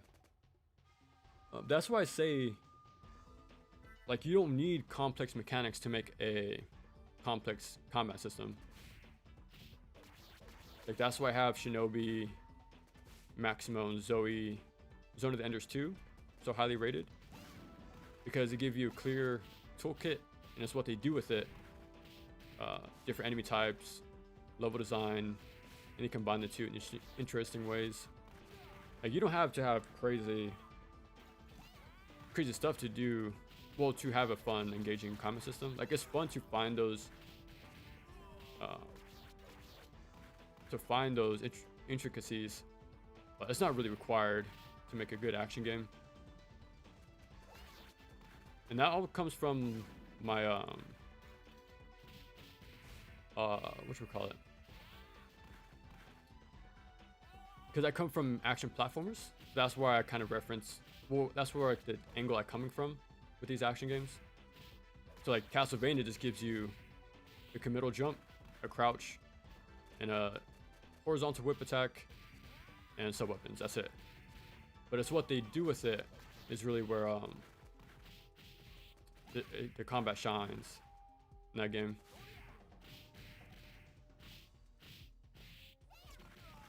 Yeah, you don't need a whole lot. Sometimes less is more. That's why I really like Maximo. Not only is it like a really faithful interpretation of 2D action platformers, but it's another good example. You don't need a whole lot of stuff to make a good action game.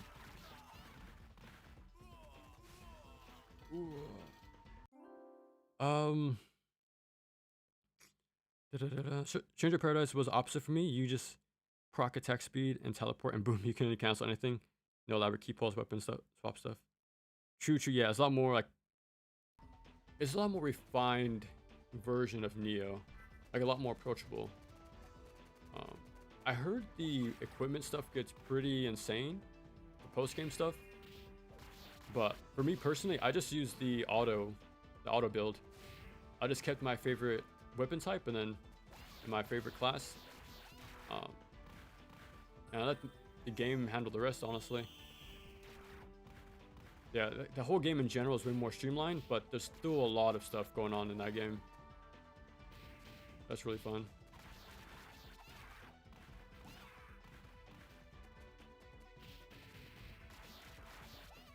Oh, that sucks I can't combo off that.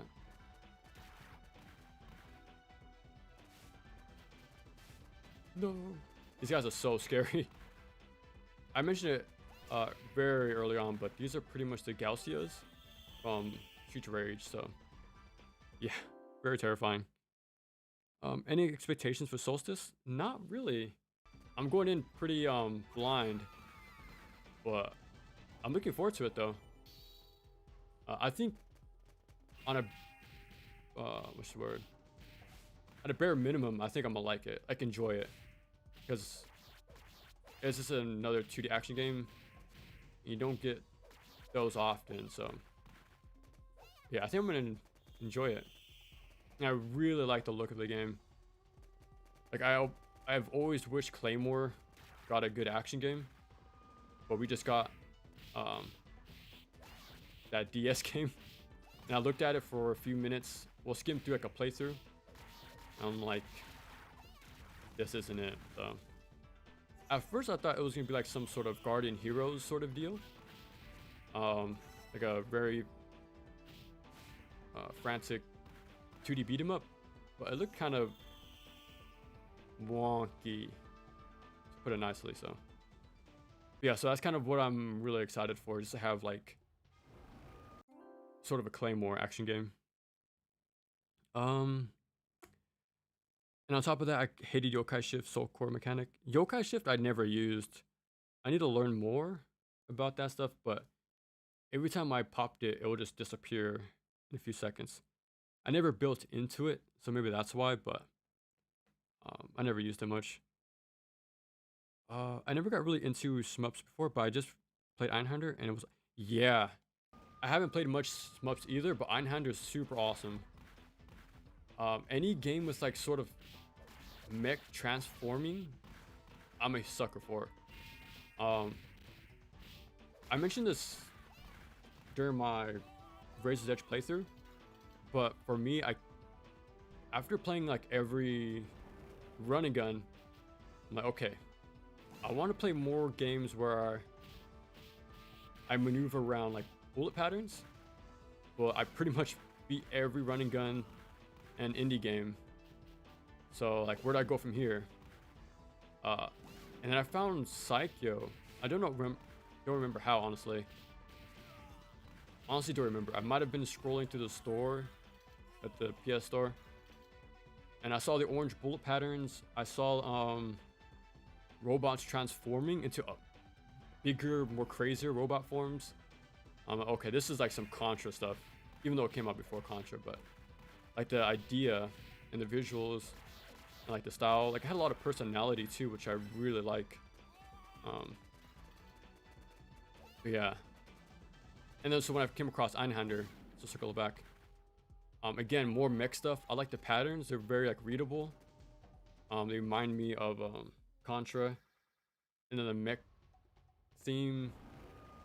And I like the breakable pattern mechanic too. Like, it actually changes up their attacks. It'll either prevent more attacks or change up the patterns altogether. Like, that's a really fun game, and you can approach it in a bunch of different ways with like the the weapon types that you want, or the ship type, things like that. Yeah, really awesome game, and I like the visual style too. And I like how like each boss would have like, we'll say something in German at the start, like very like super ominous, threatening. Like, okay, this is gonna be a serious fight. It kind of reminded me of Mega Man X4 in that way, how each boss would introduce itself in some way. So I really like that aspect of Einhander. Yeah, there's a lot of things that I like about that game. So yeah, definitely, if you never played Einhander, it's a really awesome PS1 game by Squaresoft, surprisingly. Like, they never made a shmup before, so the fact they did a crazy good job, pretty impressive. And I said I won't bring it up, but the devs for Einhander came back for Kingdom Hearts 3, believe it or not. They actually specifically made those shmup parts in that game. And they're actually referenced in the World of Final Fantasy. So Square Enix still acknowledges that game, which is cool. But I just wish we had an actual port somewhere so people can play it. But yeah, super fun game if you never played Einhander. Weapon swap, double flux flash, something that always gave me trouble. Yeah, the APM in that game is insane, so I don't blame you for that being like a turn off. I usually just stick to single weapon combos. Yeah, same for me, honestly. I only use like the dual blades in one. I think I used dual blades again in two. The split staff I became a huge fan of once that dropped. But yeah. Best characters just showed up. All hail Lord Byakuya. Kingdom Hearts 3, if like a group of people were trying their hardest to remember what me. Yeah. Yeah. And even then, yeah. That's why I am optimistic about 4. But just because it has the name, it doesn't mean it's gonna match the quality. Like, I'm still giving it a very fair chance, and I'm looking forward to playing it. But I'm not like instantly going in with like nitpicky expectations either. Like, there is some stuff I'm gonna test, right? Like from Razor's Edge, like the heavy holds, Izuna drop cancels, the wind path control. And I heard forward attacks are removed, which is very weird. So I'm very curious about that. Maybe they misspoke. That was in the IGN questionnaire that came out like 2 days ago. But yeah, so this stuff I'm gonna look into and test. But again, if it wasn't called 4, it was just a spin-off, more of these interpretations can be more accepted because it's not a mainline game. Again, just like Ragebound. Like, I didn't go into Ragebound comparing minute details between Ragebound and the NES games, because they're not trying to match the NES games. So like, again, if 4 wasn't called 4, I feel like a lot of things could have been more easily accepted. So yeah, we'll just have to wait and see though. We'll play it ourselves soon enough.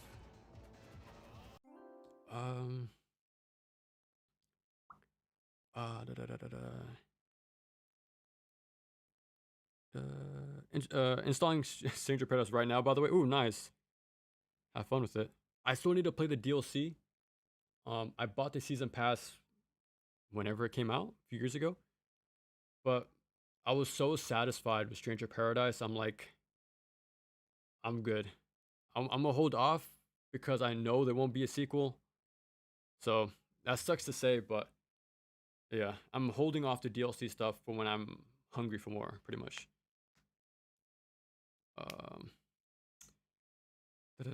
The emotions are raw for Kingdom Hearts, dude. Like, I don't have a lot of chances to talk about Kingdom Hearts. That was probably my original like fanboy um era for like a series. Like I would collect. I remember I would order mangas from like the Scholastic papers from school, and stuff like that. Like, I would redraw covers, um, read the manual front to back, even the credits. Yeah, those first two games have a very special place in my heart, ironically enough. But yeah, big fan of those games. It just sucked what happened over the years. Um, when games have mechanics when you use enemy monsters, I lose interest. Neo 1 and 2, 13. Oh yeah, huh? 13-2 did have a Pokemon like thing. I hate when games do that. Okay, so what's your have you ever played Aria of Sorrow, the Castlevania game? Because they do the same thing with the you kill a monster, you might have a chance to pick up their ability as a sub weapon. Like, it just might be RPG like games you don't like, because all those games are like either RPGs or action RPGs. So maybe like Castlevania Aria of Sorrow might be something. Even Elden Ring did that a bit with the little what are they called? The little gray summons.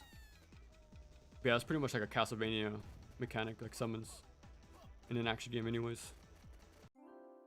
I love monster collecting. I'm a huge fan of kaiju and monsters, so it just feels right to me. Oh, speaking of which, I do want to play oh crap, what was it called? Dawn of Monsters. There we go. It's another beat 'em up, but like you have uh kaijus, you have mechs. Yeah, I've been wanting to play that game for a few years now. But yeah, and I've been wanting to play Grandizer. It's another AA action game. I think it's a very old school anime that got like a recent tie-in game, and it reminded me of Transformers Devastation at like a quick glance. Like I was gonna play Grandizer that far back, like 2 years ago, but things always change, so I just haven't got to it just yet. But yeah, Robot Grandizer I think it's called. And there's also Dawn of Monsters. So yeah, a lot of games. If it's Pokemon, it's fine, but when used in games as a way of added combat mechanic. Oh, okay, so just combat. Okay. You can also just ignore that stuff. First counts for save. True. Like instead of giving my character a new attack animation, you got me summoning that's big yokai ticket on my screen just to add an attack. Oh, okay. So it's the bloat, it's the screen clutter. So okay, I'm definitely understanding where you're coming from. It's just a mess on screen and mess to pull off mechanically. Yeah, I definitely understand where you're coming from. It's just like too much for what you're actually doing. So I definitely get that. I definitely get what you're coming from. Yeah, because screen visibility is a big thing for me. Like I don't bring it up too often because most games aren't horrendous in that area. But like stuff like One in Shambada Z2 Chaos, that gets messy. Like the blood splatters on screen, the menus are huge.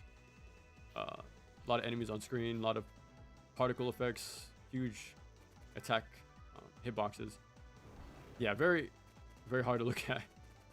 And then Ninja Gaiden 2 on Master Ninja with all the IS ninjas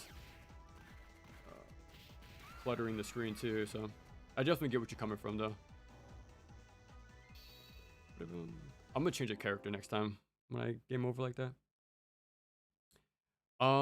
You're right. I can ignore it, but having to ignore it an integral part of the game.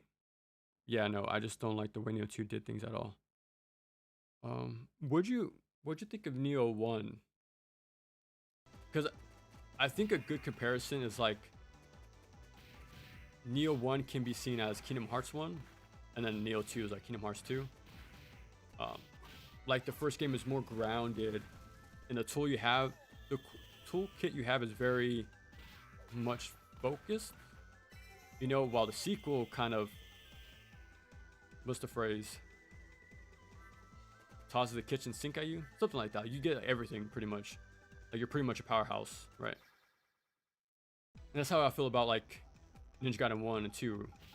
Like everything had a purpose in 1, and then 2 you only get more stuff.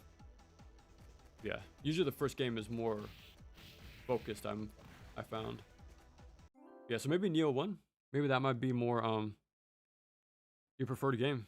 And actually, a lot of people really prefer the first game compared to the second one. And they're both great, so everyone's winning. So, and I happen to like most of what it did. Okay, okay. And feeling the need to ignore 2 of the biggest additions. See, yeah, that's another thing, right? Trying to put it like, if I'm gonna ignore the mechanics, then like, what's the point even playing the game, right? So yeah. So yeah, definitely play 1. I think you really like that game. It's a lot more cleaner, like I said, more focused. Just your weapon, your spacing. You still have to do like key fluxes and stuff like that, but yeah, it might be like the more focused version of the game that you're preferring. And yeah, I definitely don't blame me, because 2 definitely gives you a whole lot of stuff, and that's why I'm like, I want to get to it eventually, but at the same time, it's gonna be, oh, nice grab. It's gonna be an undertaking, so yeah. Come back here. Oh, have you ever played Curse of Darkness? Like that's another game, Castlevania Curse of Darkness, with like summons. I'm not a big fan of it, like mechanically. Well, actually no, I do like what they're doing. I just don't like the level design and enemy design, and that's the entire point of action games. But everything else is really great though, like the visuals, the tone. Isaac is really cool. Like I like everything surrounding the game. That's not gameplay, but I look at the gameplay, so it wasn't the most shining review, but yeah, cool ideas. But because I do consider Curse of Darkness sort of like a precursor to Neo. Same for Dawn of Dreams. Sort of like this action RPG, grinding gear, summons and stuff like that. So it's interesting to play those games after playing a lot of Neo over the years. But the second thing is about Dawn of Dreams. I played the US version. So, and I found out that version bumped all the required EXP, buffed all the numbers, bloated all the health pools. Yeah, so the game is just terrible balance-wise. While everywhere else is perfectly fine. Like, it's a way more balanced, fairly balanced game. But US version got screwed over again. With like this weird, like balance patch. But that's been a trend for action games since the NES. So yeah, it kind of sucks the US got a crappy version of Dawn of Dreams. I might have liked it more, but but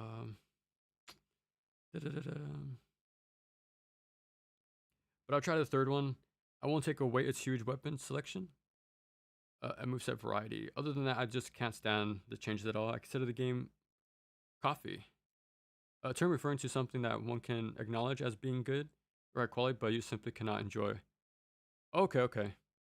Yeah, and that's completely fair, and that's like a very mature way to go about it, which we can use a lot more in game discussion. Like I said, like I prefer Ninja Gaiden Black, Kingdom Hearts 1, And DMC 1, while there's also a vast majority that prefer Kingdom Hearts 2, Ninja Gaiden 2, and like DMC 3 or 5, for example, right? So like uh I definitely like, if you like Neo 1 over 2, that's completely fair. Because I also like the first games in the series before they go balls to the wall crazy with all the mechanics, right? So yeah, so definitely see where you're coming from. I don't think you'll like Neo 3 if you can't stand 2, but we'll see. I'll be the judge. But yeah, see, that's a good thing. You're still giving a chance to find out yourself, you know? Again, that's something we can all do.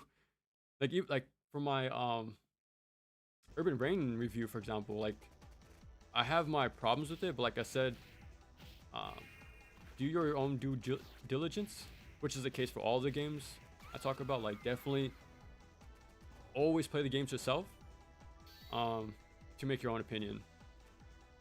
Like that's always, because we all have our own different preferences, our own different line for certain mechanics or certain implementations and stuff like that.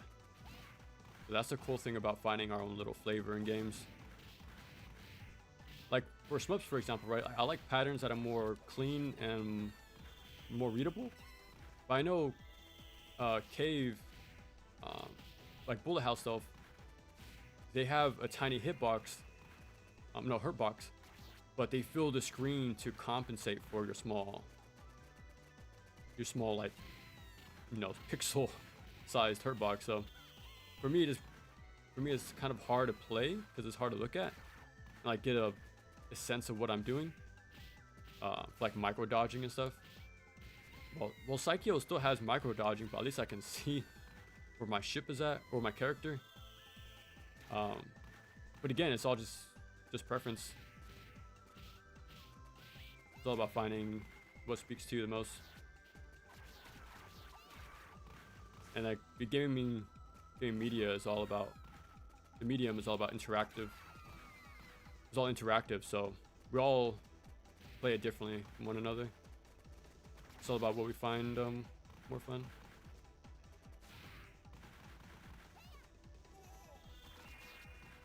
Get this bomb. The music is actually really good in this game.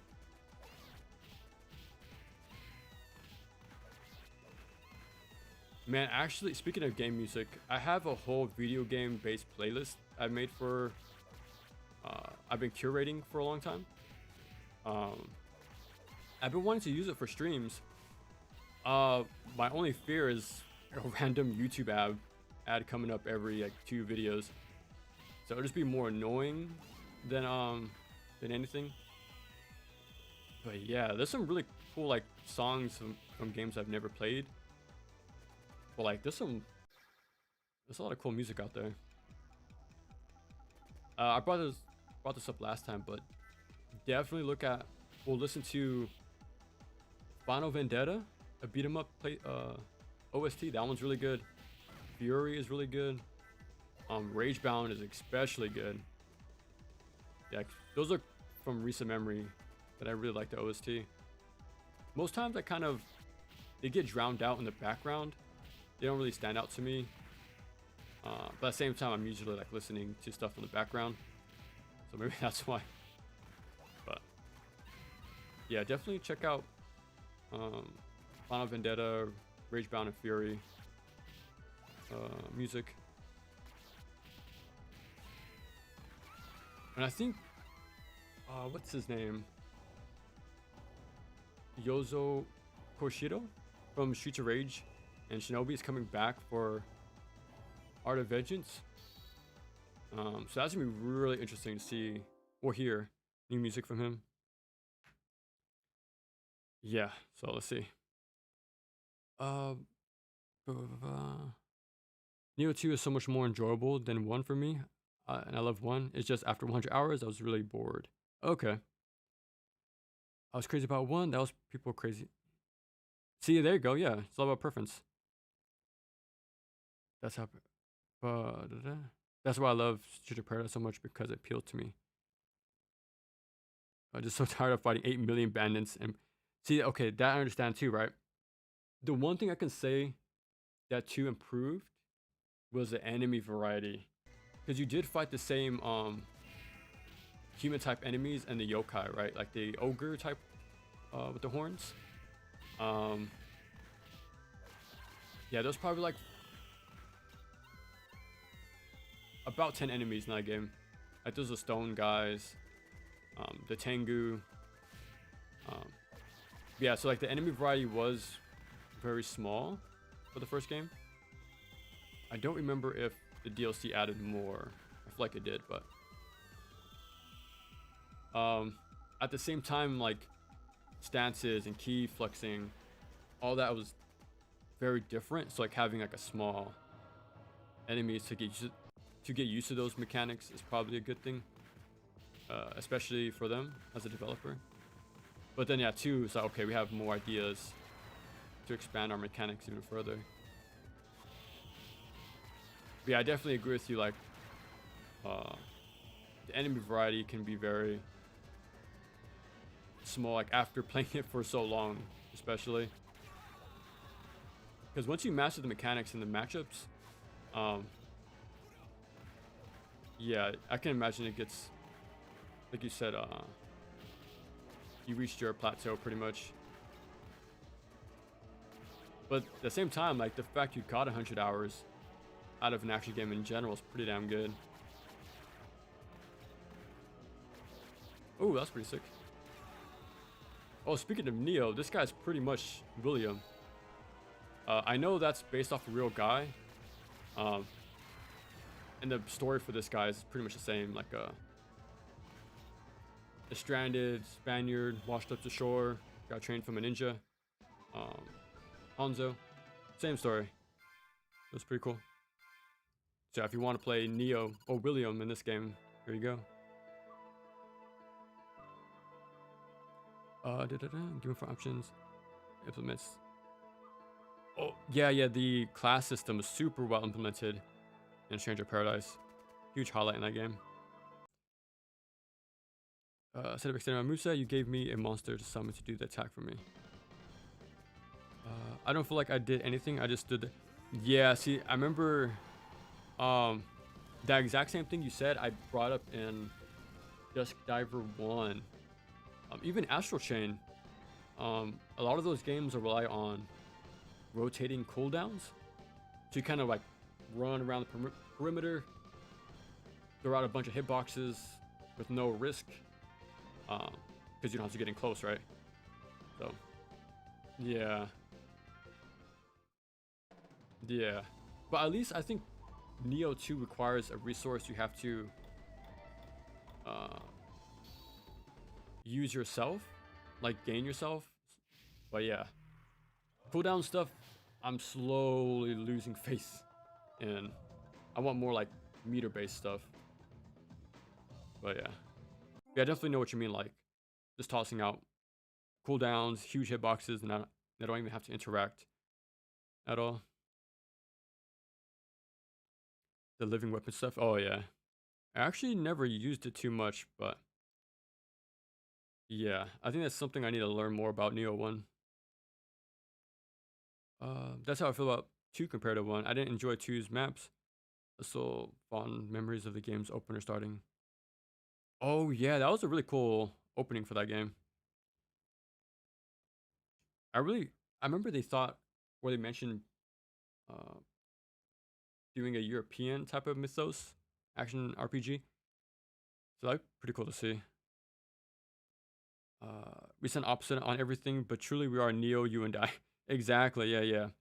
See, that's another thing about like the Ninja Gaiden fan base too.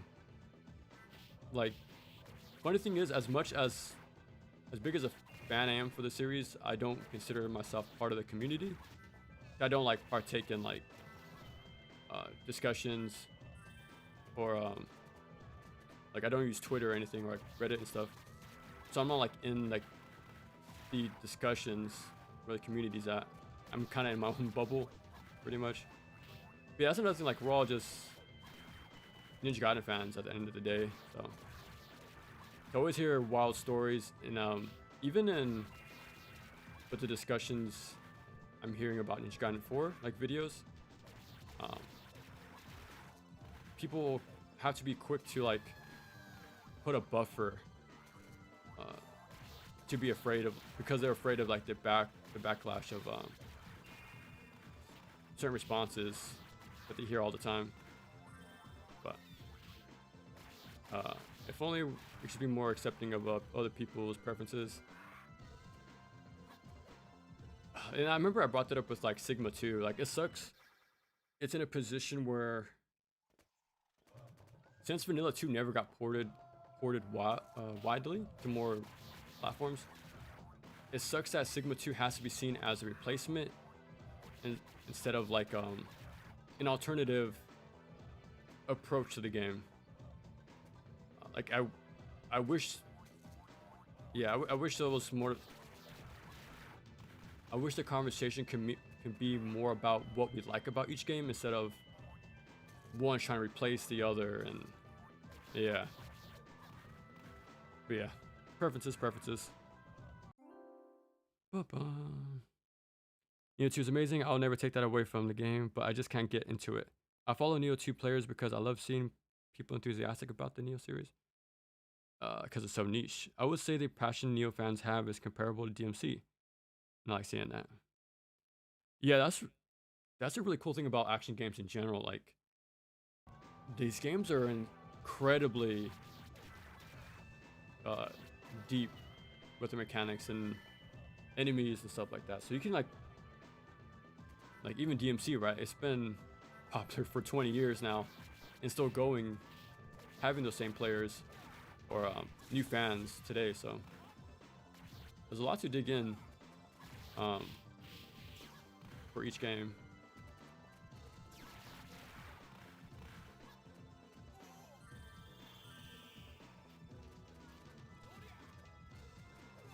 Okay.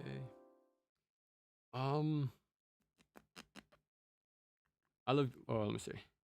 I love DMC 1, but never want to play it ever again. I've never raged more. No. Why is that? Something I really liked about DMC 1 was its short length. It's way more pick up and play. Like repeat playthroughs. Ooh, really sick grab. What the hell? That was awesome. Speaking of DMC, this is basically Virgil. Well, character design with the white, silver white hair, slick back.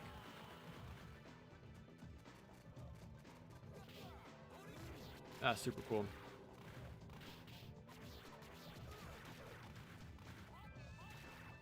Oh. Yeah, also the short length really made it easier for me to do multiple playthroughs for a video. Well, like Ninja Gaiden takes 4 or 5 hours minimum, sometimes longer, not including like prior research beforehand. But yeah, DMC 1 was a lot more easier to approach for me because of its shorter length. It's ironic because I hated Wolong for not being a Chinese Neo 2. It just felt like such a step back. Like, it's so non-combo friendly, and it punishes you if you don't play only one way. I don't know what I was smoking when they were making. I heard it got better with the DLC, but I never played it, so I'm not too sure. But I'm on the same boat with you. I platinumed all the new age Team Ninja games except Wolong. So what's another game? So I'm also another person who enjoyed it but didn't really fully like it. But I heard the DLC improved things by a lot. So yeah. I'm a huge feudal China nerd and wanted to love Wolong. The time investment required is much smaller. Okay. I gotta parry every damn thing. I was like, oh hell no. But it was nice seeing all my favorite Dynasty Warriors characters looking epic. That was the best part. I got to see an epic Centaur Lubu. Oh yeah. So what's your take on the new games coming up? Isn't Fallen Dynasty what's it called? Feathers.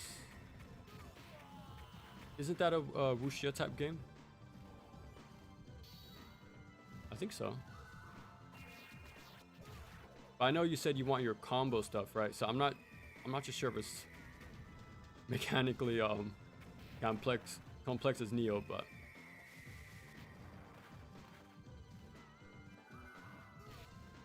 ooh. Oh wow, actually with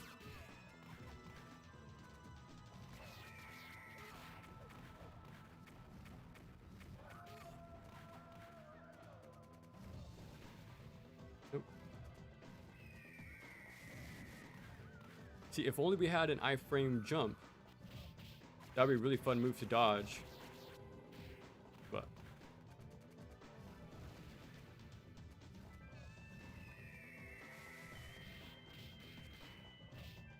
oh, I thought I could combo with the hand.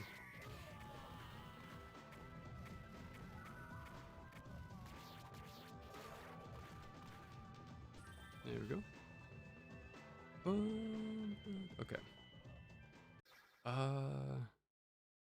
Yeah, enemy variety in 2 was definitely like an objective improvement.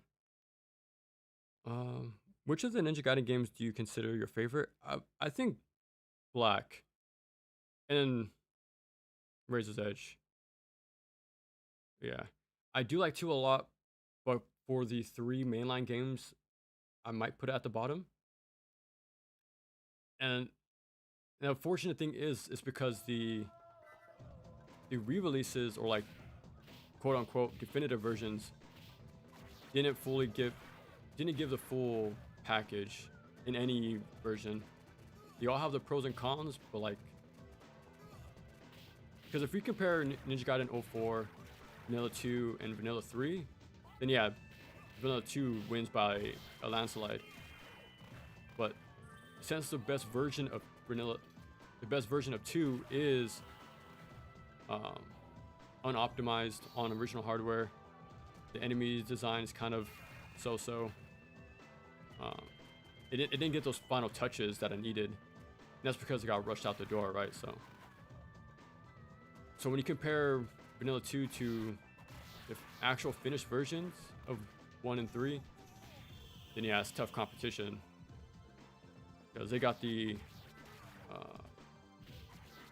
time to get the finished versions, but 2 didn't, which sucks. I really wish Itagaki was able to have his vision of a finished 2, but the world may never know, which sucks. That's why I'm extra disappointed about 2 Black. It should have been so much more, but missing content, you know, modes, costumes, just like, yeah.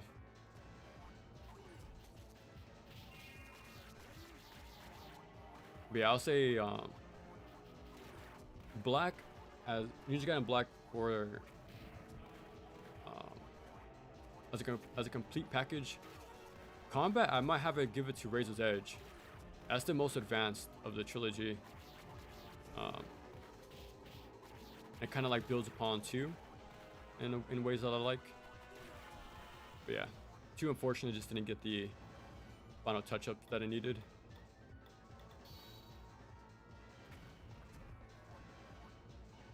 And we shall see with 4 where that stands. But again, it's not the finished version, so it's gonna be hard to tell as well. We gotta wait till all the weapons come out, all the updates. Hopefully, it doesn't take too long, but yeah, it's gotta give it a year, hopefully at max.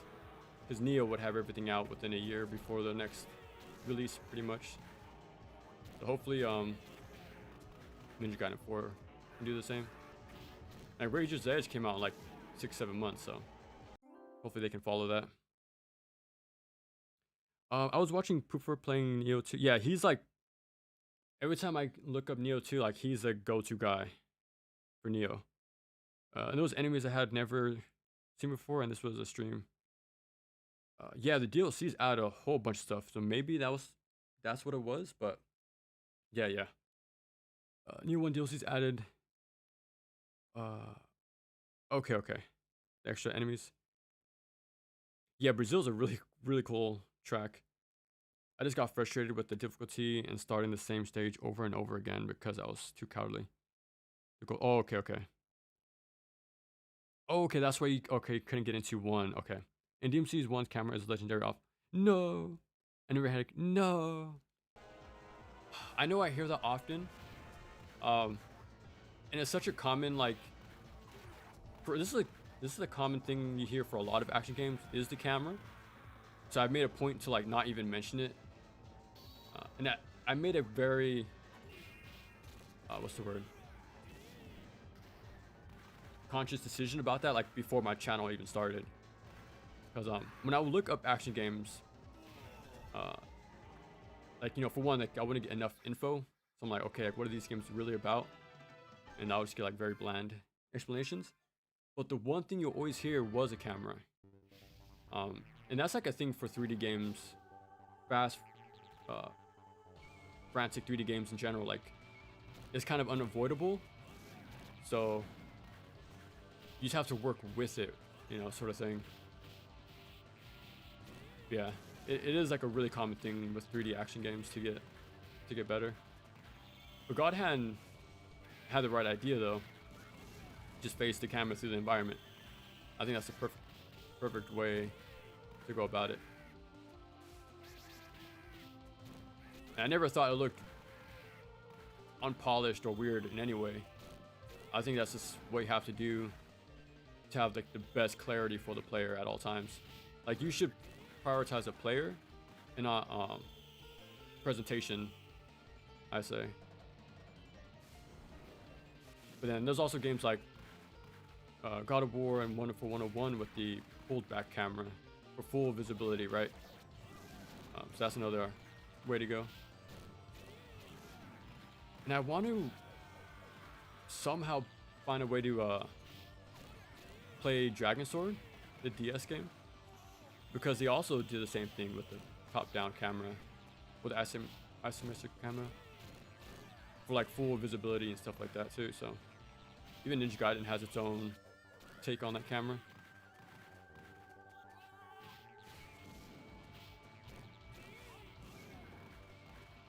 Yeah, you just gotta work with the game, work with the game, and try to find the best spots possible.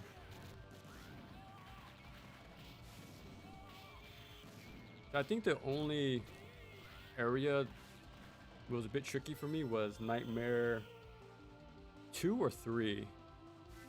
I think that's the only time the camera. We didn't go here last time. It was a bit iffy, but oh, Fallen Feathers, that's the one. I tried it. It was a chop for me. Way too slow. Way too damn slow. Okay. Extremely average, like the design and stuff. Visually, okay. It was generic. It did some things a bit different. I was a Souls fan. If I was a full, okay, I'm okay. And then there's also Wukong, right? That's another game I got to get to. It also has the same old plague plot that every other Souls-like seems to do. Okay. Same. It falls into the same sort of issues, I guess. Environments with really nothing to be desired. Mind you, this is coming from someone who bought Black Myth Wukong, knowing I would hate the combat. Okay, okay.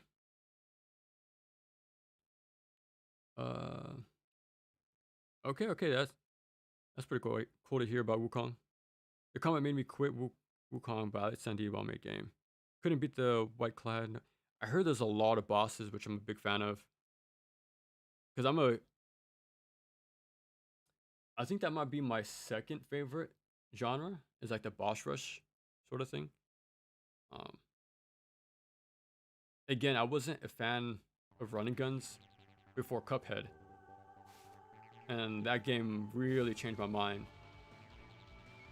So yeah, it's all because it was a boss rush game. And that got me into the genre of running guns, and then yeah. became a big fan of Contra and stuff like that going forward. Oh, why did I go here? These enemies suck so much. I don't like these guys. I think it's the laughter that's more than anything. It really tests your patience.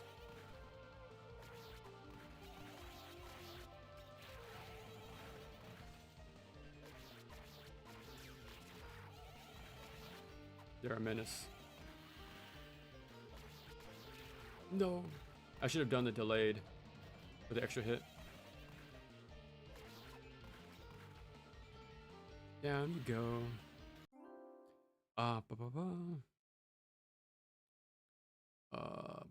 My friend actually found tech to cancel animations, and the devs. No. I think I just got used to the camera on Deep Swan, but I did play it too. Okay. Yeah, it's just something you have to get used to, and that's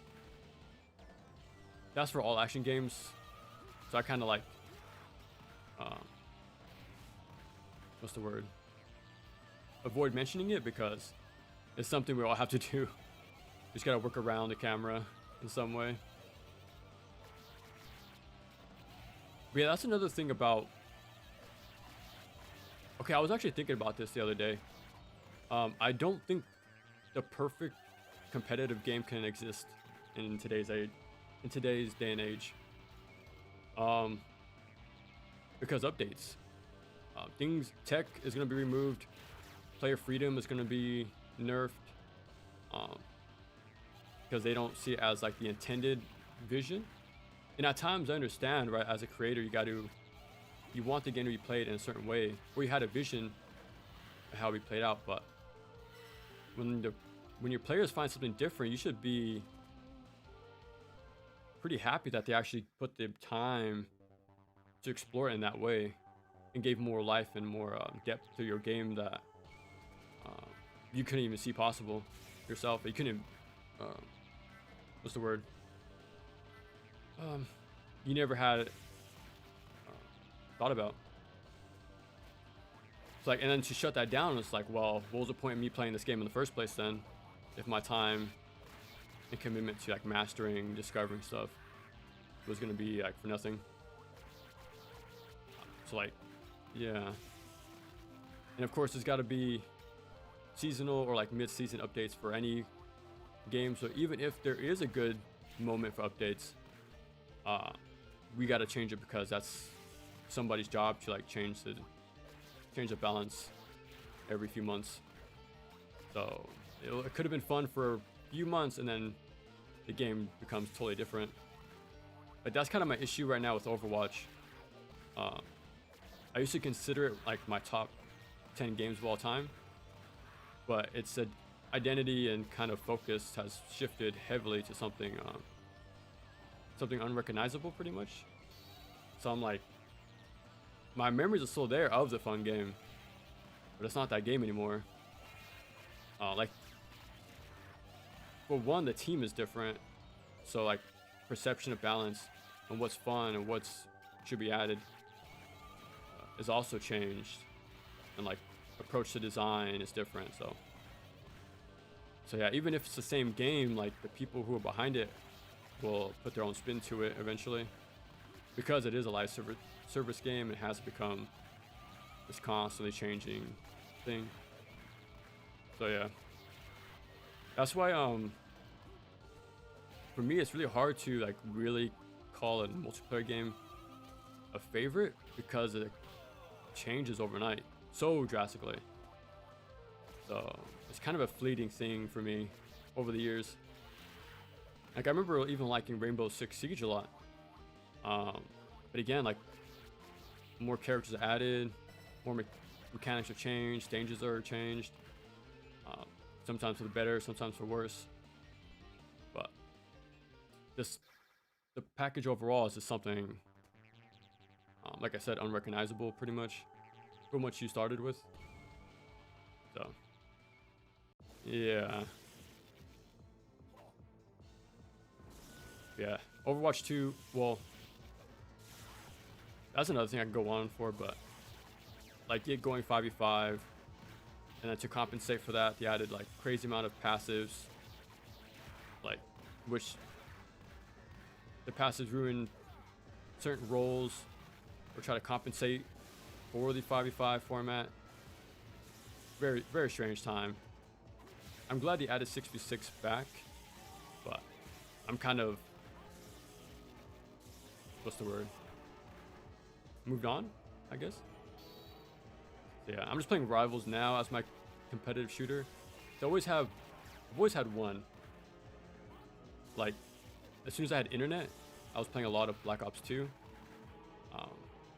And I'll move on to the next Call of Duty until Call of Duty also became unrecognizable. Or something different. And I know that's like the videos nowadays coming up. Like, the identity of Call of Duty is kind of being diluted into something else. So, yeah. So yeah, that's just the double-edged sword of live service games. They stick around for a long time, which is cool. But they aren't the game you thought they were. Even with like in 6 months, they're completely, totally different. And I remember that was even a big thing for like World of Warcraft, right? Like people wanted classic World of Warcraft because it changed so differently. Like, let's have a more focused, back to basics sort of version of the game. And even Overwatch did that. And the game kind of blew up again for once. Like, you actually had to wait in queue to get into the game. Because that's how much people liked early day Overwatch. But yeah, I know balance is messy to even manage, but yeah, more characters make it more awkward and stuff like that. So I kind of think the roster for 1 and even a little bit afterwards was pretty perfect. But yeah, they just added more and more band-aid fixes to make up for their 5v5 format, which I'm not a fan of. Yeah, I feel like if you're in the discussion for Overwatch, you heard this stuff time and time again, so it is what it is. And that's where I'm getting to with For Honor right now too. I haven't played it in a few years, but if I go back, I'm pretty sure I'm gonna be shell shocked, pretty much. Like, okay, this is not the game I remember. It's something totally different.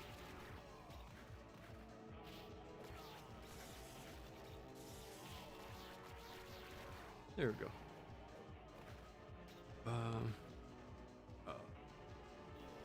I think I just got used to the camera. Okay. In those parts, a lot of the Wukong fans heavily scrutinized him for not playing the way the devs. Oh, damn, that sucks. I love the boss rush. I couldn't get to Contra. Yeah, exactly. Sadder Soldier. That's why I'm a big fan of that game. Like, I didn't know Sadder Soldier existed. Until I got to Contra, played the entire series and got to it. I'm like, damn, this is what I was looking for, pretty much.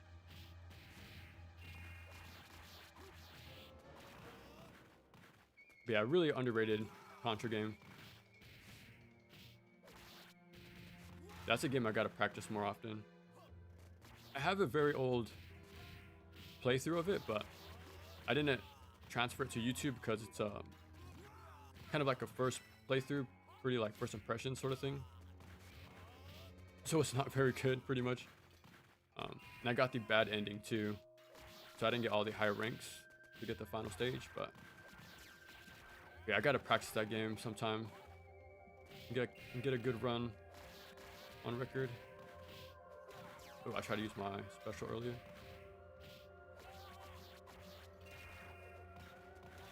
Yeah, I think that happened as well with like Penny's big breakaway. I think that was another. Well, actually, no. I think they kept the strats people found.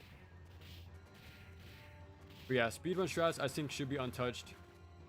Like, I really don't like the idea of patching those things, because the people who are going to use those, that won't be found casually, sort of thing. Like that's a clear difference. Like if you're falling through the ground in the intended path, like okay, yeah, fix that. But if you're doing pretty cool out of bounds stuff in very esoteric ways, like okay, only people who are trying to find it specifically are gonna see this sort of stuff. So I just let them have their fun. But yeah, what can you do? I think there's ways to like download down patches, I guess, but again, like for stuff like live service games, you know, you can't really do that. And I remember the whole, I don't want to bring it up more, but I remember when the 6v6 5v5 discussions were at their height, fan community patch came out for 6v6, and that was actually really well made. So yeah, it is possible, but yeah, most times things are gonna be lost to time for online games.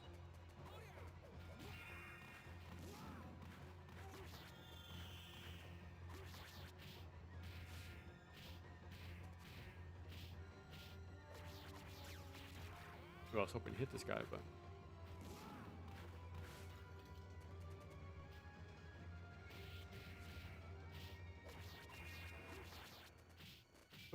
oh, I'll try a side switch.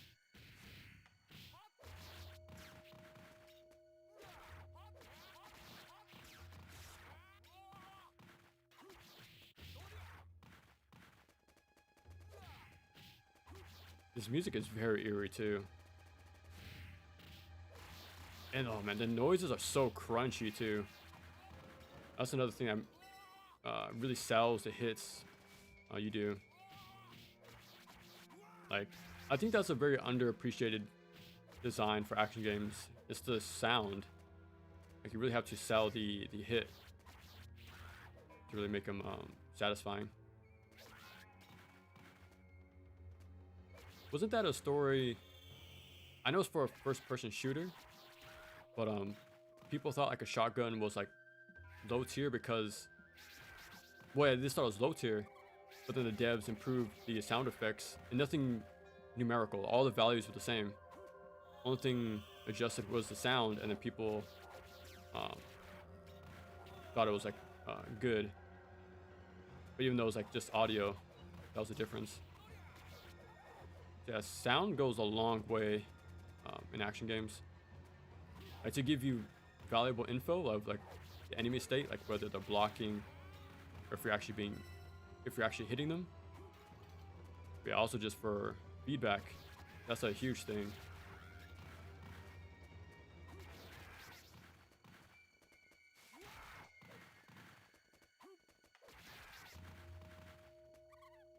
Man, it would be fun to have an iframe jump for these guys, because I think Fight and Rage even has an enemy like this. I think the flies have like a diagonal pattern to them. You can like interrupt them with like the DP stuff, like the jump. Yeah. It just needed one non-meter based iframe maneuver, like something more skill based. Yeah.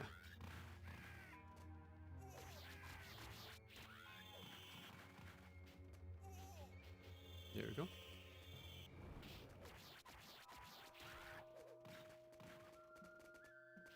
Oh no. But that's a really cool detail I liked about these enemies. To really sell the whole fighting game inspiration is the fact they do get up attacks. And they're iframe, fully iframe too, so. Now again, if only you had an iframe move to phase through it and punish the end lag. You can do that in, I think Final Vendetta has wake up attacks as well, like the enemy. I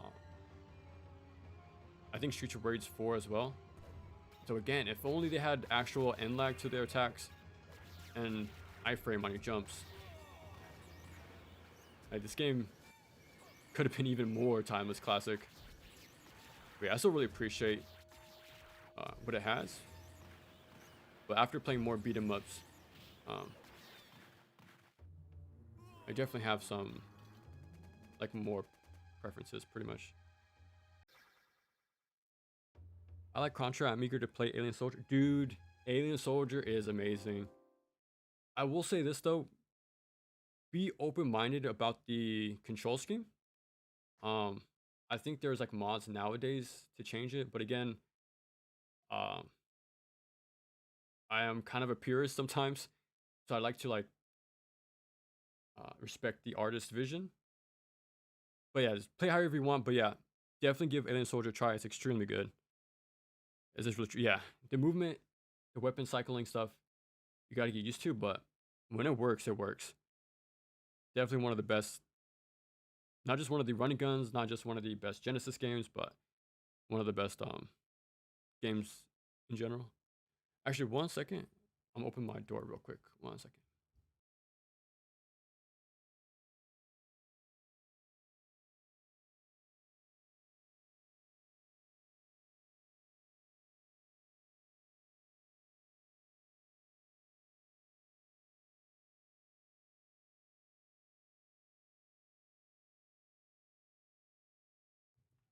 Okay, we're back.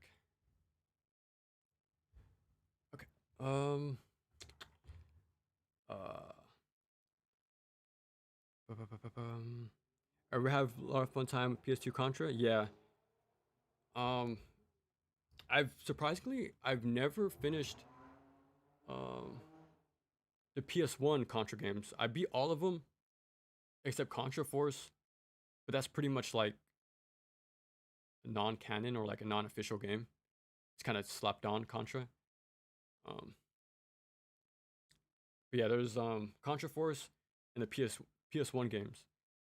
I actually was so into my Contra mood. I sort of enjoyed Rogue Core, the top-down shoot 'em up, or the shooter.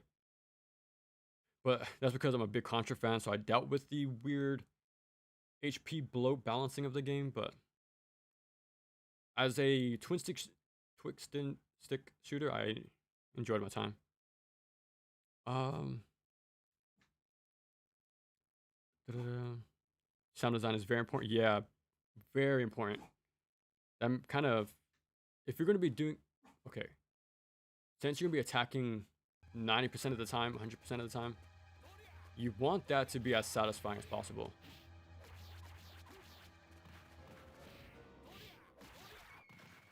As soon as I opened my door, my puppy started barking.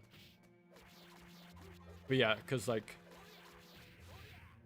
the hit effects when you make contact, like you see a little explosion on them, like that's there for a reason. Like it's in there in Final Fight, it's in there in action platformers. Um, that little, it's very small and you don't see it if you're not paying attention, but it's there. There's a bit of hit stop, the sound effect, even the like you see the hitbox of the sword like visualized. It's not just a regular katana. You see like a full wave for it. Like if you played Mega Man Zero, for example, you'll see his whole sword, like the whole Z Saber, and that really like sells the impact or like the range, but it also gives like good info for the player. Like, okay, where's the actual hitbox and stuff like that. They see the little white flashes too on hit. Like all that really goes to sell each hit. It's even in like Castlevania Symphony of the Night. Like even though that game is not very action heavy, it still has all the pure basics, and it seems so small, but it really does make a difference on a fundamental level. I think that's like first thing you need to get down. Don't look at mechanics. Don't look at enemy design just yet. Make sure the controls are the feedback. I mean, make sure the feedback is strong. Because controls can be anything. They can be committal. They can be cancel heavy. They're both good. It's all about execution at the end of the day. But the thing that all style of action games has to follow is feedback. Like audio, visuals need to be on point. Like you see all the white flashes, the little explosions on hit. Like you don't notice it until you stop and pay attention. And I'm sure the game will look way different without it. It won't be as satisfying. So yeah, there's a reason why these games don't get made often, I'm sure. There's a lot you have to pay attention to. But yeah. Because who would think having a little explosion, a little hit effect will make a difference? Like Ninja Gaiden actually goes really overboard with that explosion by doing like 1 frame flashbangs. Like they'll make your whole screen go white, for example. Doing UTs.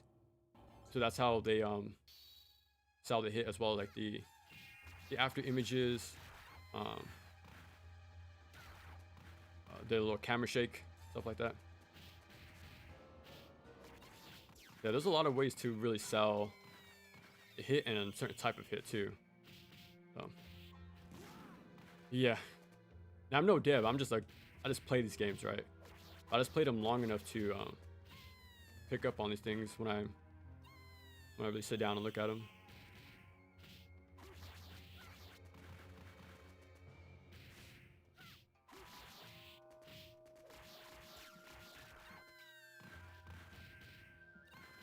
Yeah, I did mention this before, but sort of a final boss video I'm wanting to tackle one day is like stuff like this, like about the feedback stuff, visual, audio, like pretty much like what I look for a good action game. So like, yeah, but again, it's from a perspective of just someone who plays the games a lot. Like I'm by no means a dev at all. I just play the games, but this is what I look for that really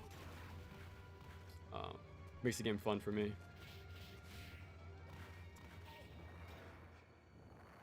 Yeah, it'd be wild to make that video.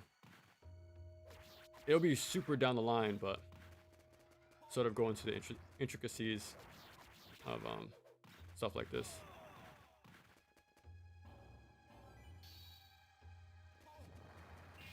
But you already get like sort of a touch of that already with like when I mentioned like level design all the damn time.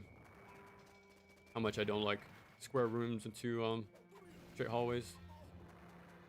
But ooh.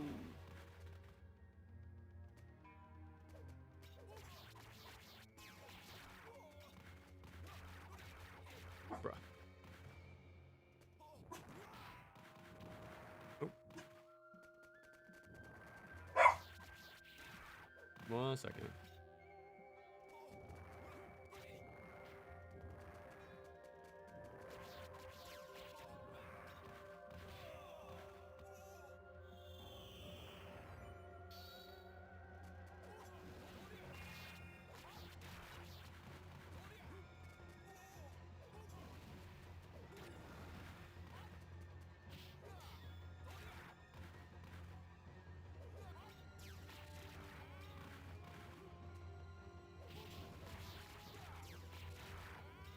I'm hoping they get it out of their system, but we'll see.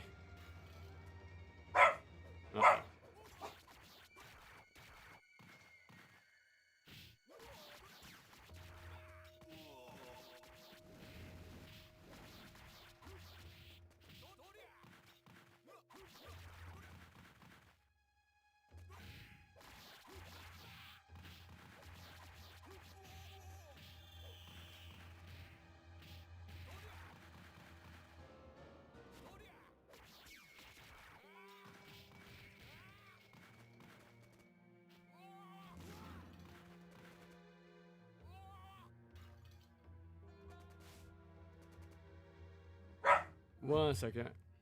Now they're getting crazy.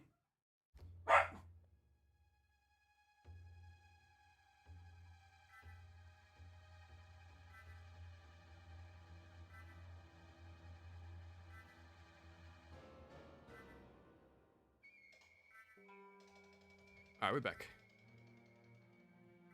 But okay. Let's see. Which is why I hate Clive's basic attack strings in Final Fantasy 16. It's so bad. Yeah, especially like particle effects can get in the way. Like some games get a little too overboard with that stuff. So like you have to find the right balance of having good info for the player, but not like pollute the screen with so much like junk with like, you know, random particle effects. Because that was like something 16 had a problem with at times. Yeah, it's a very tough balancing act to make action games. So again, I know why they don't get made a lot. Or tough to like reach stuff from 20 years ago. But yeah.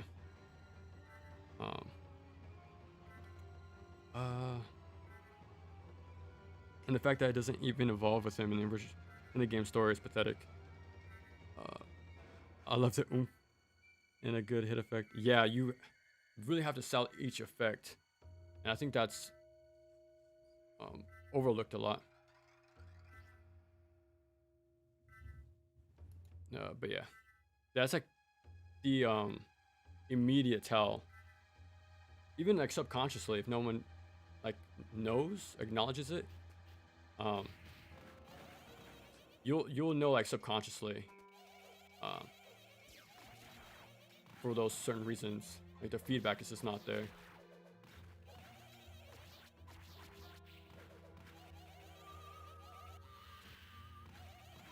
Speaking of audio design, hope you like this laughter.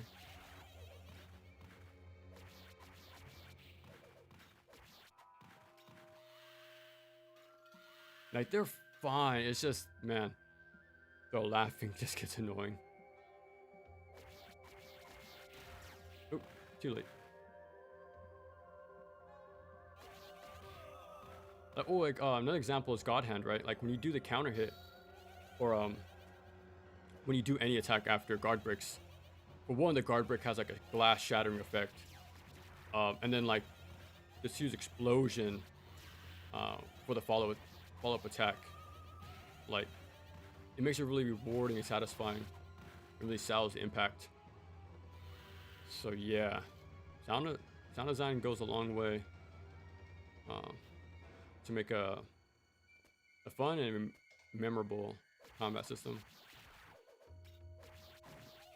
And especially the effects, right? Because like people get fly off and torpedo across the stage, so.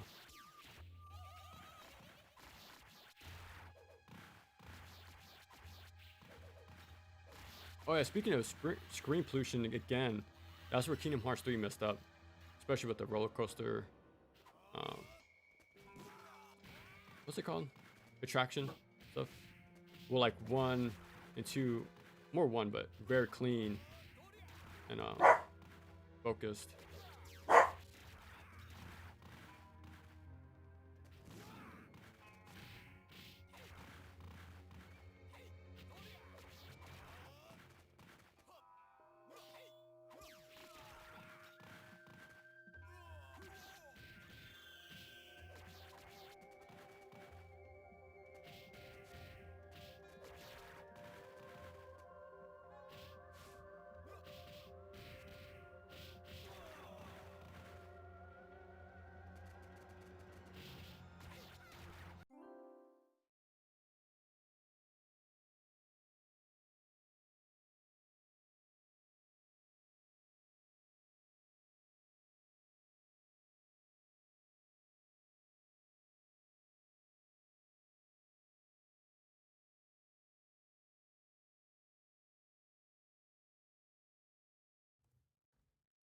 They're little puppies.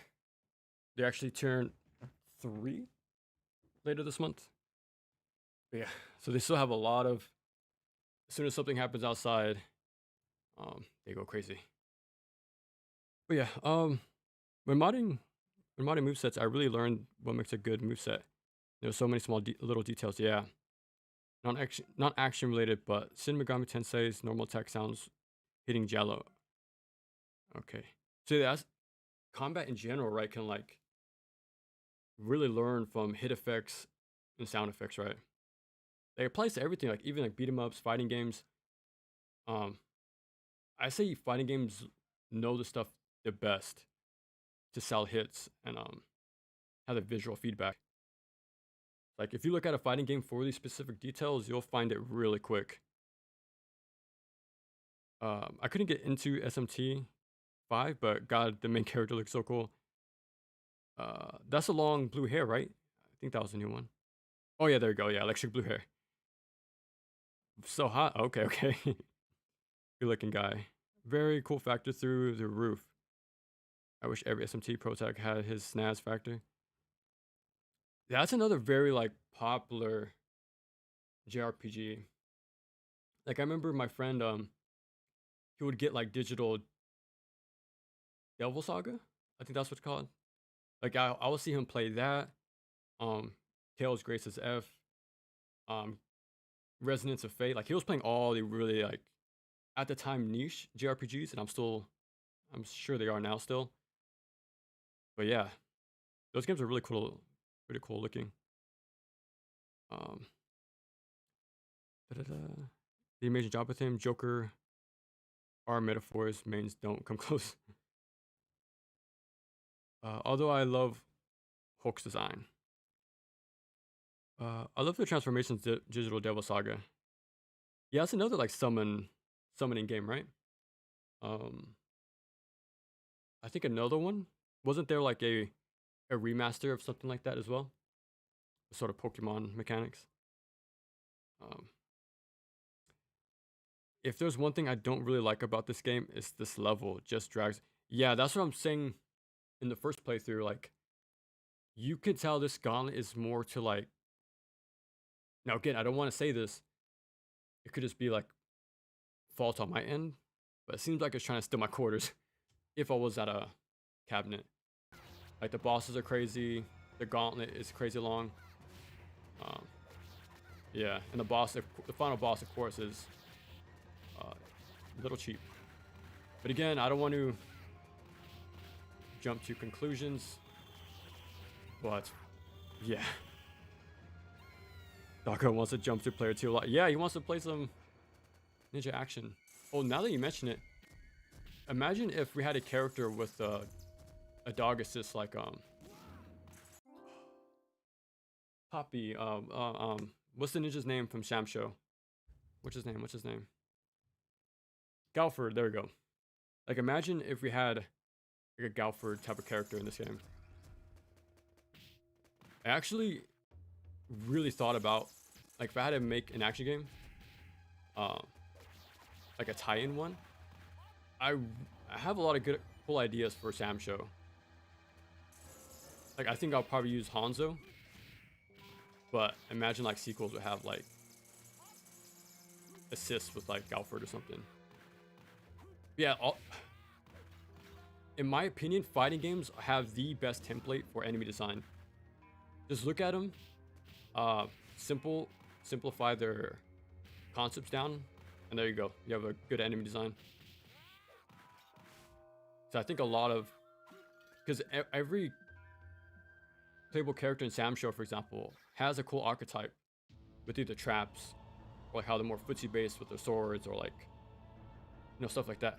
So they can be cool enemies. There's cool enemy design DNA there. Yeah. And then like the on-landing jumps is a thing. If you jump as soon as you touch the floor, you can do that. You can cancel block stun with the specials, which can be similar to reblocking in Ninja Gaiden. And funny thing is, with updates, you turn red more and more, the more block damage you have, which Ninja Gaiden 4 is doing right now. That's a cool little visualizer. And yeah, in my head, I imagine Shamsho as this more grounded action game like Ninja Gaiden Black. So yeah, in my head, I see a really cool parallel universe with Shamsho got like a Ninja Gaiden Black-esque action game. Yeah, and I know they're making an action RPG. I'm like, that's awesome. I really want to see more of that universe. I'm going in with like my headcanon sort of like dream action game. So yeah, I gotta put that to the side when I play it, because if it's an action RPG, we're gonna see like meter stuff, right? But in my head, I want to see it more like Onimusha, like positioning, side steps, stuff like that. A little bit of more movement, with like on landings or something. But I don't know. Again, it's all in my head, but it was pretty fun trying to connect the dots of like a what if sort of thing. What kind of puppies? They're Cocker Spaniels. 2 of them. One's my sister's. His name is Cosmo, and mine is Milo, my little baby boy. He looks like a bear cub, so I call him my little cub. And he's a monster. He's chunky. He's you might like. He's heavy. I'll tell you that much. He's kind of like my my weighted blanket, because every time it's time to sleep, he just like lie down on my chest, and yeah, he knocks me out pretty quick because of that. Yeah, their birthdays are coming up, like I said, so we're just gonna get them a bunch of new toys, replace the old ones, stuff like that. Get some treats. Yeah, this guy does not want me to fight again. No. He blocks your heavy attacks every time, and then when I go in for light attacks, the iframe specials or outranges me. What a guy.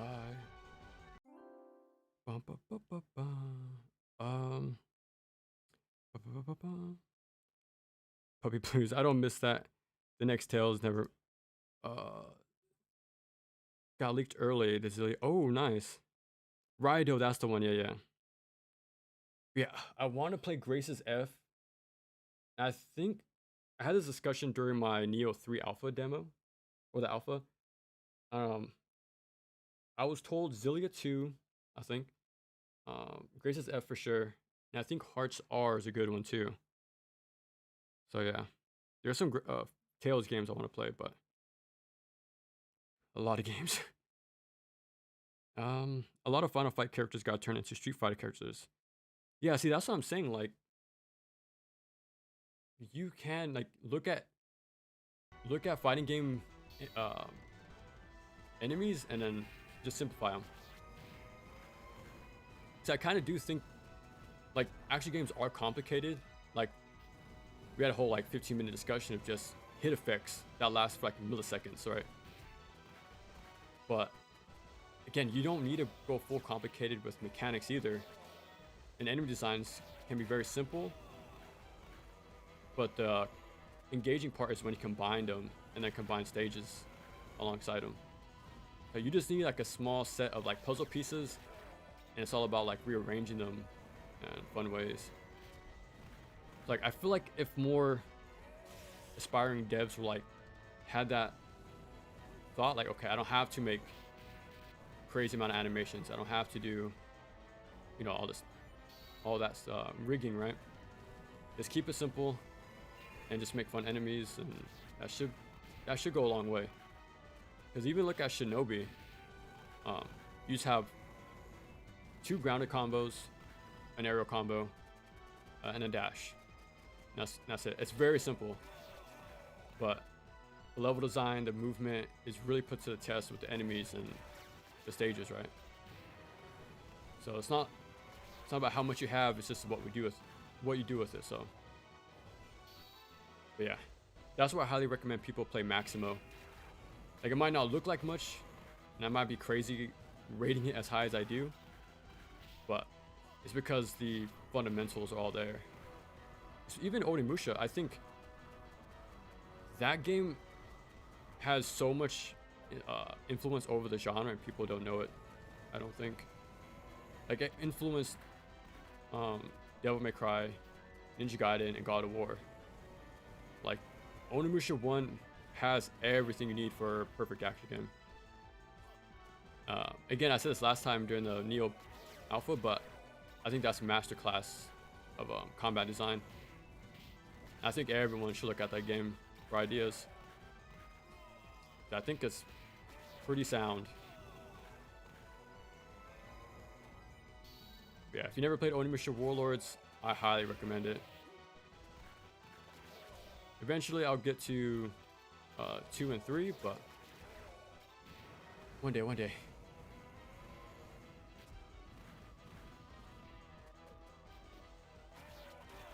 Ooh. Like, imagine if Darkstalkers got an action game. Like, bro, that would be so sick. Like, that theme is like, like that cartoony, expressive horror type of thing. Like, it would be close to like Ghosts and Goblins, but even more like out there. Like, I would love to see Darkstalkers action game, because this guy reminds me of one of the characters on there. Forget his name. But yeah, I feel like it's complicated but simple at the same time for these games. But yeah, Onimusha is kind of like Sam's show. Yeah, that's why I like it so much. Very easy to pick up and play, tricky to master. Exactly, and that's why I'm saying, like, you don't need complex mechanics. It's just,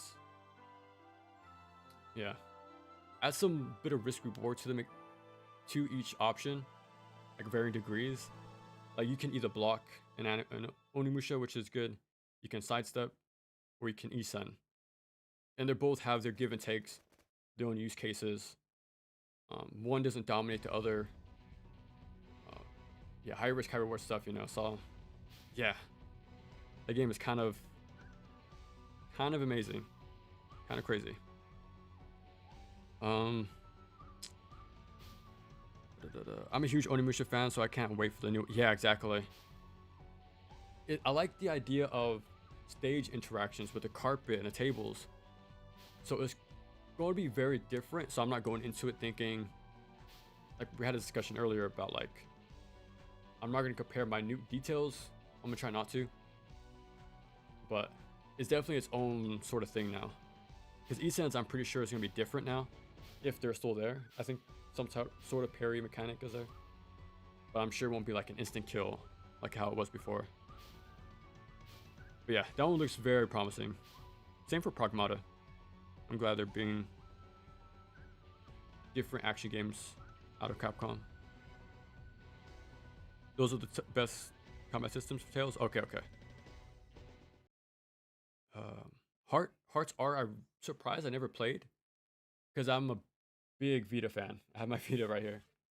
If hopefully the camera can pick it up. But yeah, I still have my Vita and use it constantly after 10 years. And Hearts R was a exclusive to that, right? I don't think it's ever been ported. But yeah, I could play it whenever. Is just getting to it. Morgan Dimitri really needs to come back in some form. Yeah. Like, I wonder what they were doing back then to have so many active fighting game franchises. Like Darkstalkers, MVC, you know, the Street Fighters at the same time, Rival Schools, Power Stone. Like, they were doing stuff insane amount of output. And that's just for one genre. They're doing Final Fight, Mega Man's, and all those spin-offs too, right? And like, I don't know.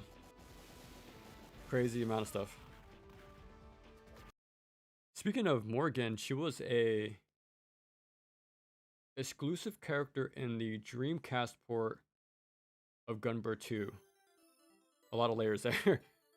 Yeah, I've always wanted to play that version to play Morgan. So I really like Gunbird 2. I like the style, personality. So I like to see Morgan in that. That sounds pretty fun. I'm sick of Monster Hunter and Resident Evil. Yeah, man. That's like their, what's the word? bread and butter. And I saw the sales for Wilds, Monster Hunter Wilds, and you can't deny why they will continue to make those. Continue to make those games because they sell. Like, why won't you make more? But I just wish there was more side games like Kunutagami. I'm glad it exists, but those type of games were more common back then, or at least more flavors of multiple running series. But with dev cycles being longer, more riskier, I doubt they want competition in their own development, I'm guessing. Yeah, I think this day and age we have less options from big developers, but indie scene is where it's at for the novelty and fresh ideas, which is good. Tales of Destiny R's combat. Okay, there's another gem. Oh, okay, nice. Very good combat. Definitely add that to the greats. What do you guys think of Arise? I know it's like a very different take on Tales game. Feels like more streamlined. I feel like. Definitely not nowhere near the heights of like Grace's F, for example. It's kind of like a reset to the series. It feels like. I just need to buckle down and actually play a Tales game. I keep bouncing around the franchise. I just been an appreciator from afar. Because like I've said, I've only seen my friend play it 10 years or so ago. I always like the visuals of the game, the style.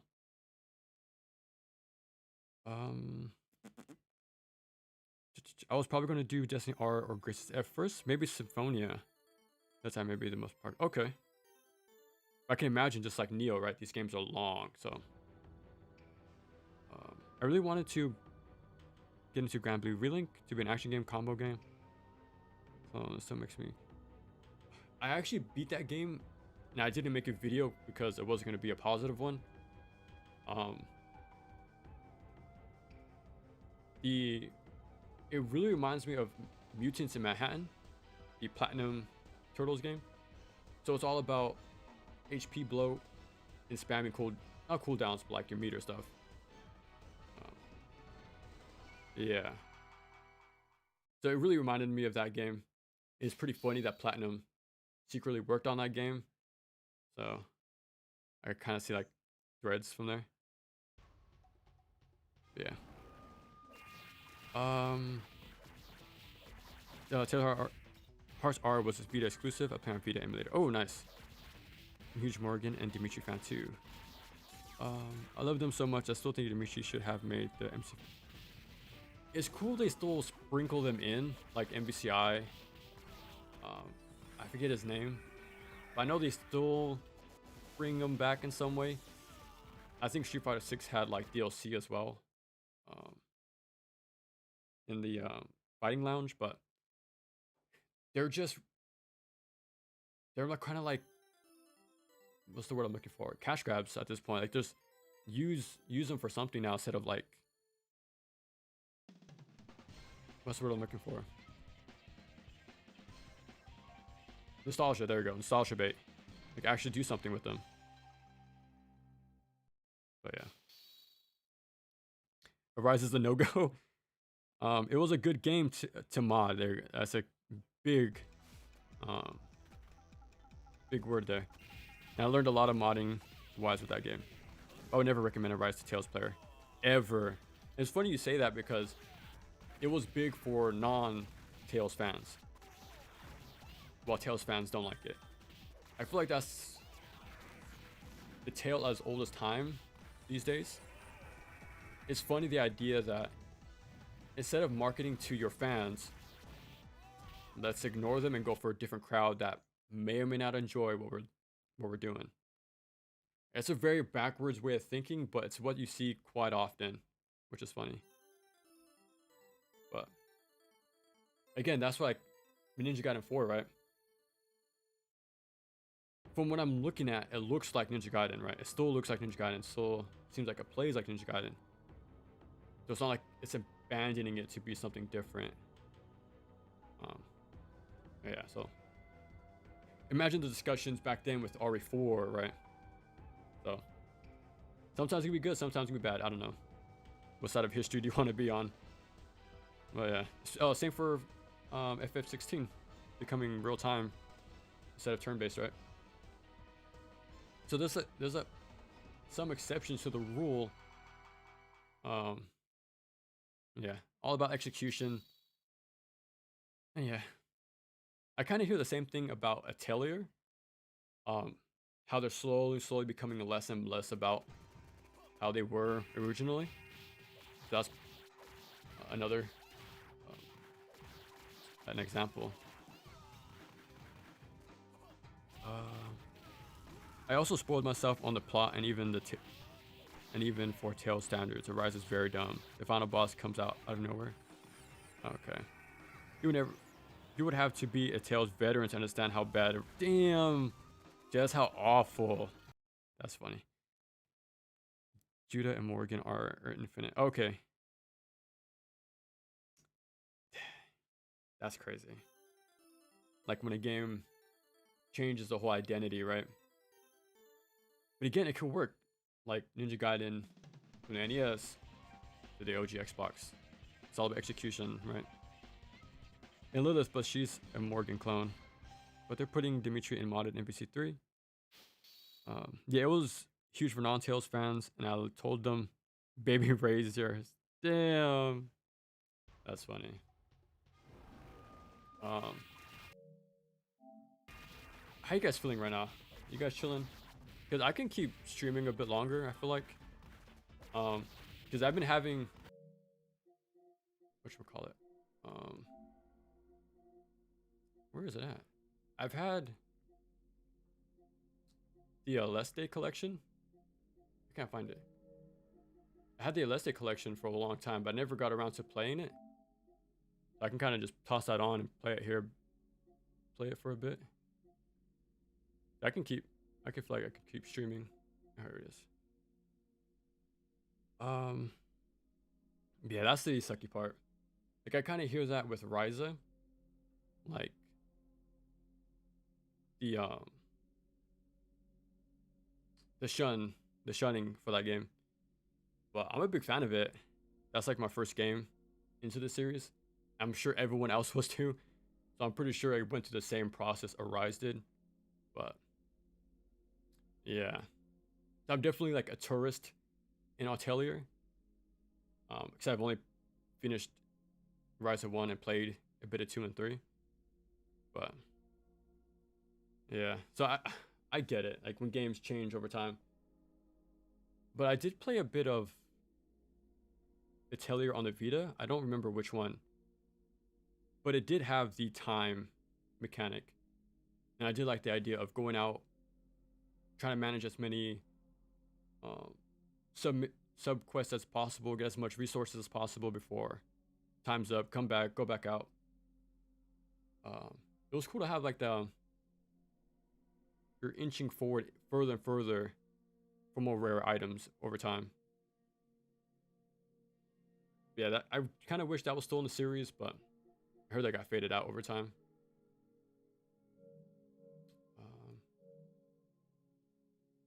I'm interested to see what you have to say in your combat overview for a lot of the Muso games that came out, like Warriors, All Stars. Eventually, I wanted to do All Stars and All Stars, Orochi 4, and Abyss. Again, they will all have the Ryu face, but there might be a saturation, so I might hold off. But I do want to get to them, especially from someone who's not like, I'm not familiar with the games. So yeah, they're definitely different, and I appreciate what they're going for, but I'll definitely be different for me. I wish I bought Zilla 2 on PSN before I went down on PS3. Yeah, emulation, that's the way for a lot of these games, unfortunately. If they're not going to give us an official way to play these games, then by all means, play however you need. Play these games however you see fit. That's how I see it. But yeah, actually, I'm going to go to grab the Aleste Collection real quick. And we'll try that out.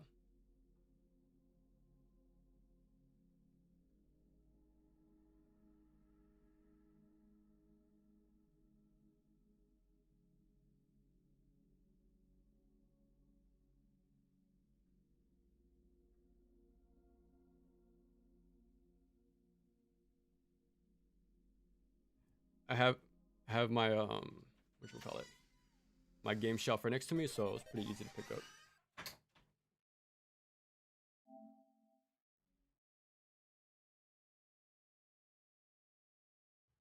Okay. Let me see here. But yeah, I'm probably just gonna first impression stuff on what should we call it? The Game Gear games, because that's the reason why I bought this collection. I really like I said, I like cleaner presentation with my patterns and stuff. And I'm a huge sucker. I'll put it right here. I'm a huge sucker for my handhelds. So playing like a handheld sort of game, I'm looking forward to. So we'll check this out.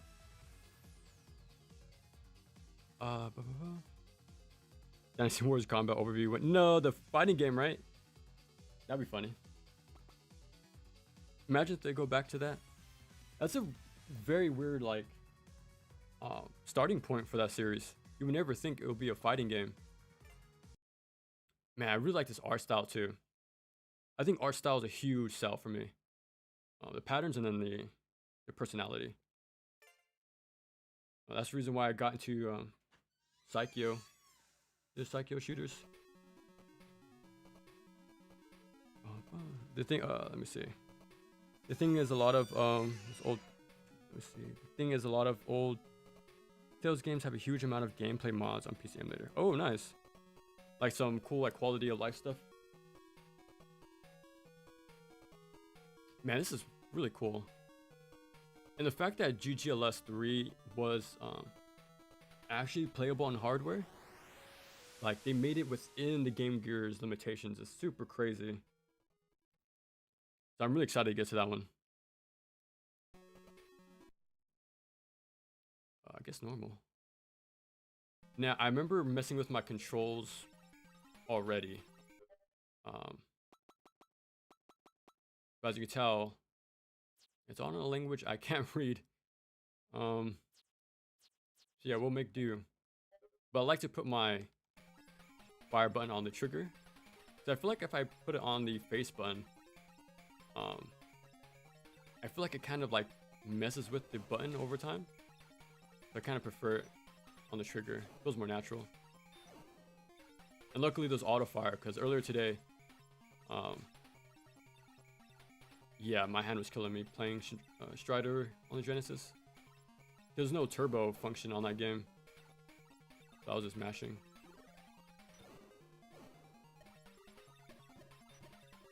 Another thing I really caught my eye was the upgrade mechanics, like getting more of them would get like a better version and stuff like that. I don't think they degrade like Psycho. I think they're permanent, which is cool.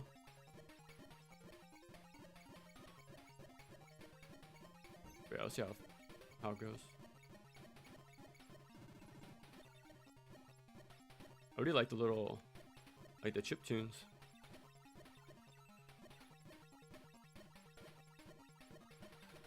I have a few shmups from my Game Boy, and I try to give them a good chance, but I think that D-pad is not the best for that type of snappy gameplay. It's cool that Game Boy actually has quite a few shmups on the console. So I want more simpler, straightforward sort of shmups. That's why I was really interested in this one.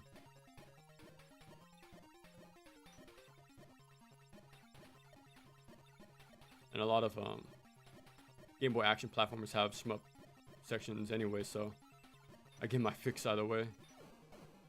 Is that an enemy? Oh yeah.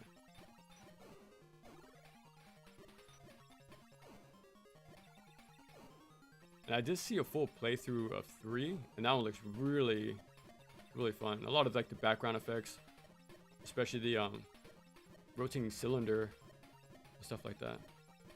So I'm really excited to get to that one.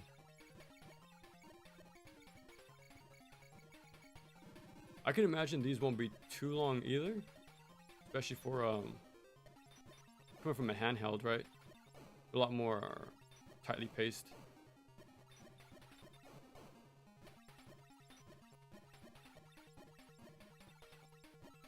Again, a big reason why I like Psycho games, because they're only like 15 minutes long. Like, they're very easy to pick up and play. And just get started. Okay, this kind of reminds me of a Contra boss.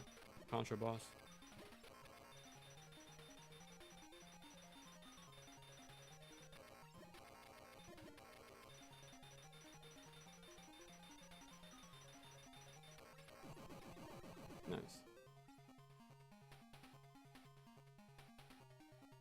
Okay, I like it.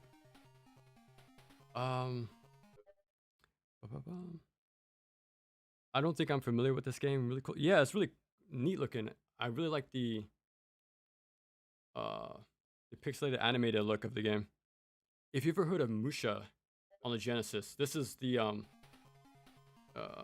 related to those games. I know Musha is very popular on the Genesis. It's like one of the most common shmups you hear about in general, honestly. I want to play that one as well because I really like the design of that game. Like the sprite work and the art direction.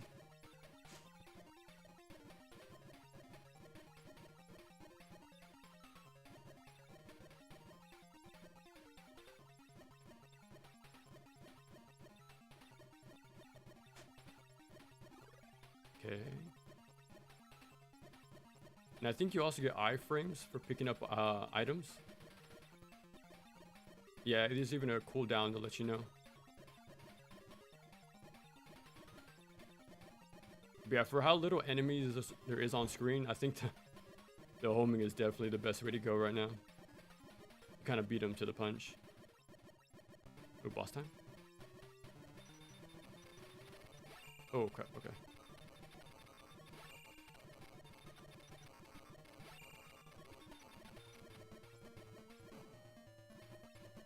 Oh, getting transformation? Nice.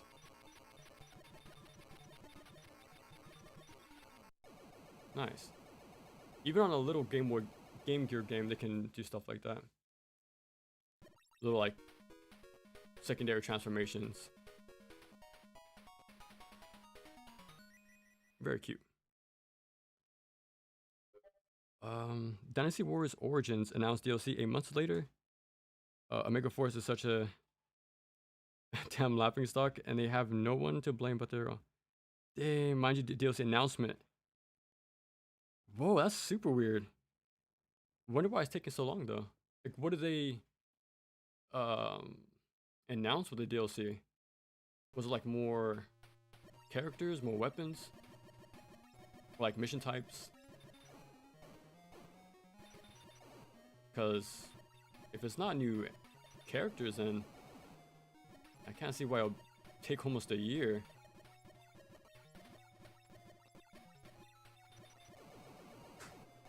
Ooh, I almost got hit.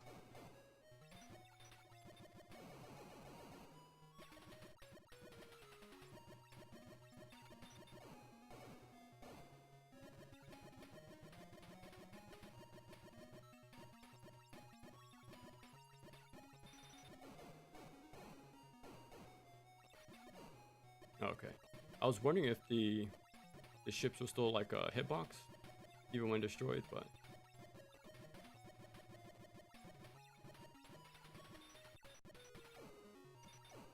man, I'm glad the water effects are not painful in the eyes. if you look at Mega Man 2 water level, man, that over the years it's become more and more stressful to play that game because that water level. I think even Pocky Rocky 2 has a very harsh looking water background. I think Sonic 2 is the best one to date, especially with like the sort of low opacity of it.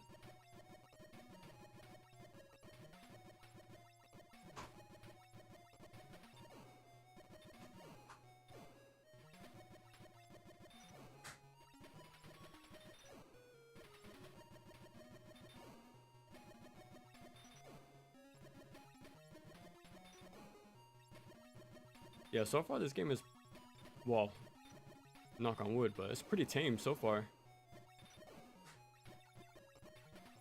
I'm sort of waiting for like a sneaky ambush, but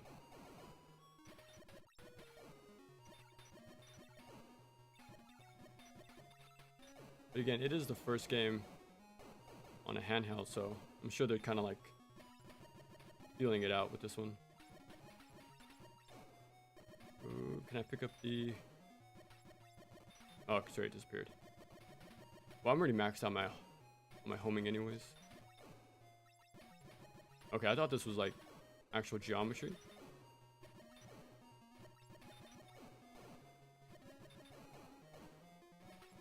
Yeah, really cool like Game Boy shmup I've been wanting to play is called Aero Star, I think. And there's sort of like a platformer aspect to it. Like you can follow a path on the floor and then jump up with a glider mechanic with like sort of fuel and then come back down. Really interesting looking game. Okay, so it looks like I can destroy green projectiles. Okay. Nice. Nice little patterns. But I noticed the green shots from the second boss I couldn't destroy, but they didn't announce anything, just some text on screen. No. They're working on it. You gotta be patient. They're working on it. They're working on it. Trust them. Trust them. I'm so over. Damn. The game looks super good for Game Gear.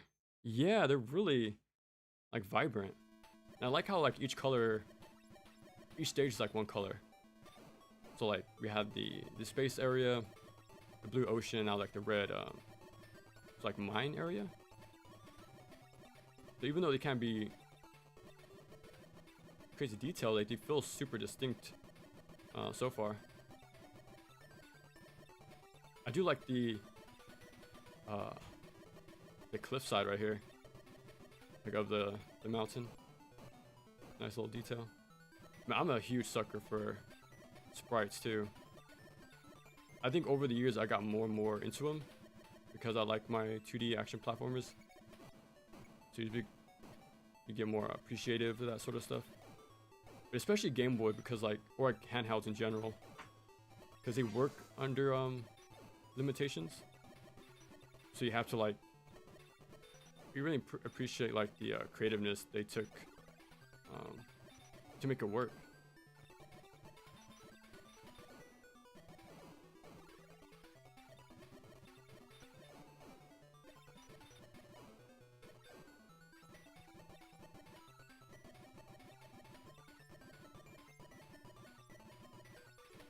Okay. Yeah, this guy's sneaking up from behind, but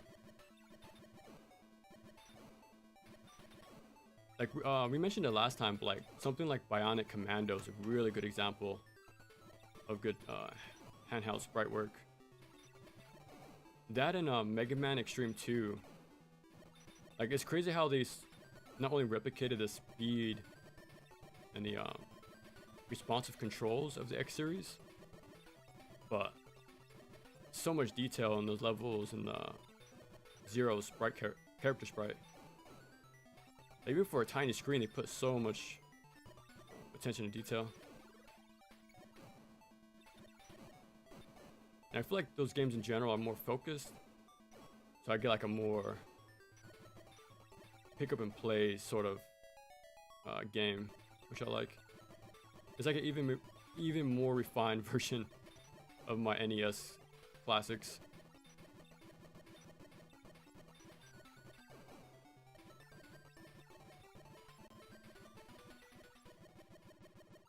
Okay.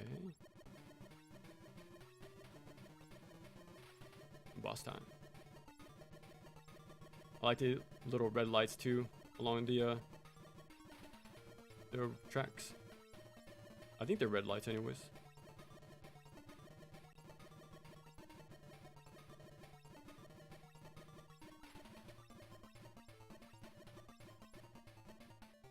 Okay, I wonder if there's... Oh, okay, I just had to wait for it to appear, okay. For a second, I was wondering if there was like a secondary bomb button. Like Gradius, I think, has something like that.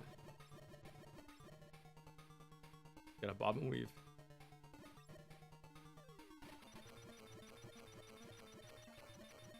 Yeah, even like, I think the best NES sprite work is Batman 1 by Sunsoft.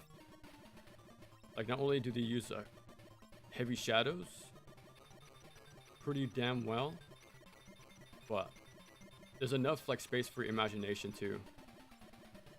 And I actually like the purple look for Batman's suit. I think it's just as iconic as a game. Nice.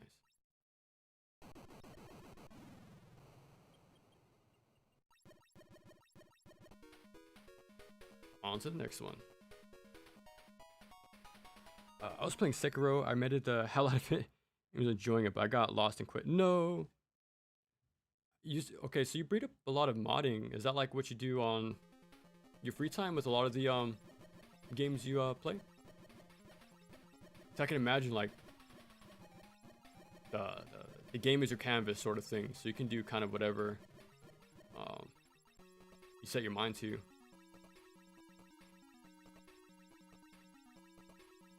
But yeah, I remember I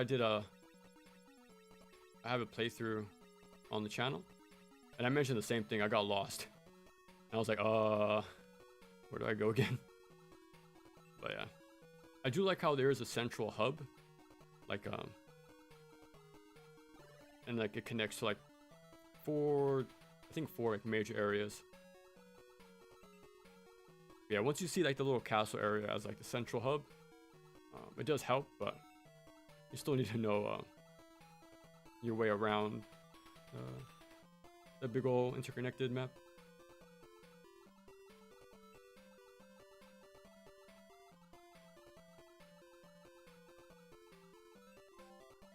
Ooh, max power.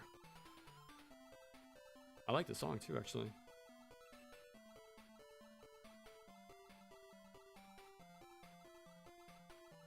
I want to grab the power up, but I don't want like a fast enemy to snipe me out of the air. Ooh. Oh my god, what are these movements? Holy crap. I think you do a triangle movement too?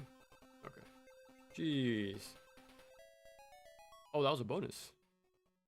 We'll take it. Now look at that effect. Like that for a Game Gear is... Oh, the city. Wow. That's pretty cool. Yeah, that's really cool.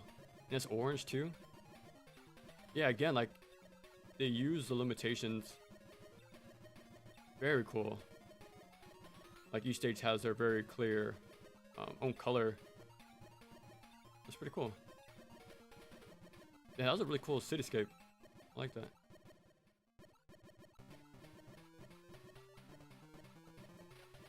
No, I don't know where to stand. Oh my god.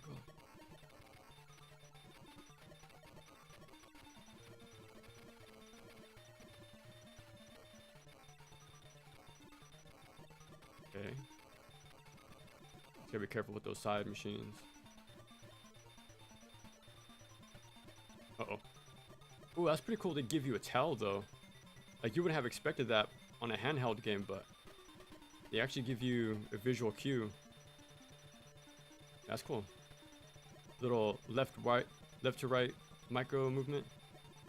I like that.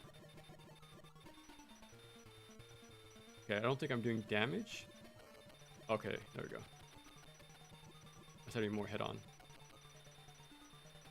There we go.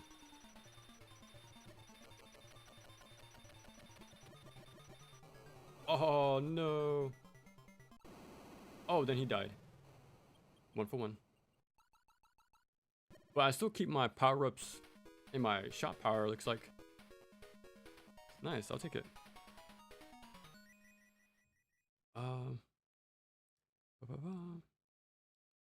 Let me see. Yeah, I love modding. I like the creative control. Yeah, I can imagine having that freedom. Do you remember what's your first game that really sparked that passion? I need to play more Sekiro too. It's a fun game. Like it goes back to the discussion about you don't need a super complex toolkit to make a fun action game. Sometimes being more simple and focused is good as well. It's like painting. It's a creative process where you imagine something and have the yeah, okay, it makes sense. So, with that idea in mind, have you ever thought about like game dev? Yeah, I can imagine that's a different undertaking in general, but you got bored with Sekiro. Any specific reason why? I could imagine like because you do get the gist of what the game wants from you pretty quick. But yeah, so I do understand that. Uh-oh. This might be like the big ship is the stage sort of thing. That's always a pretty cool trope to see.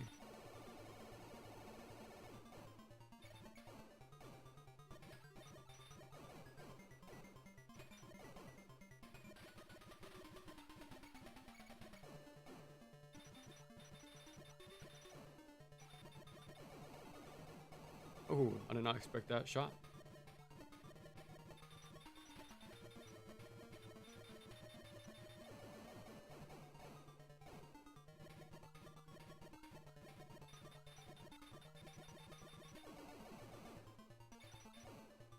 Okay, it's getting a little more serious.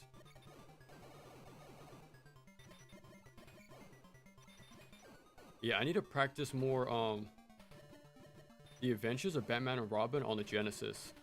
Because there's a stage just like this. So like it starts out as a run and gun shooter like Gunstar Heroes. But then you do have a pretty sizable section for a SMUP, which is pretty cool. I like the switch up I did. It's a very tough game though. Like I practiced it a good bit, but not enough to be like proficient at it. So that's another one I get to practice. I actually think I'm trying to think if Batman has the best like comic book video games. I don't know. The ones I played anyways, I really like a lot. I like the NES one. I like the Arkham series a lot, especially Knight. I have the Game Boy games, so it's gonna be fun playing those. Yeah, that run and gun Batman game is surprisingly very well made.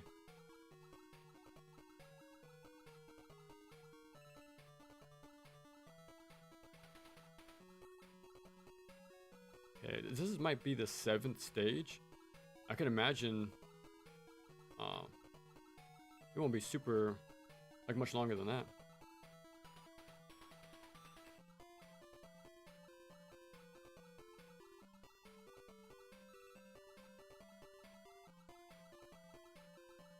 In a sense, we have 7 ships left too, so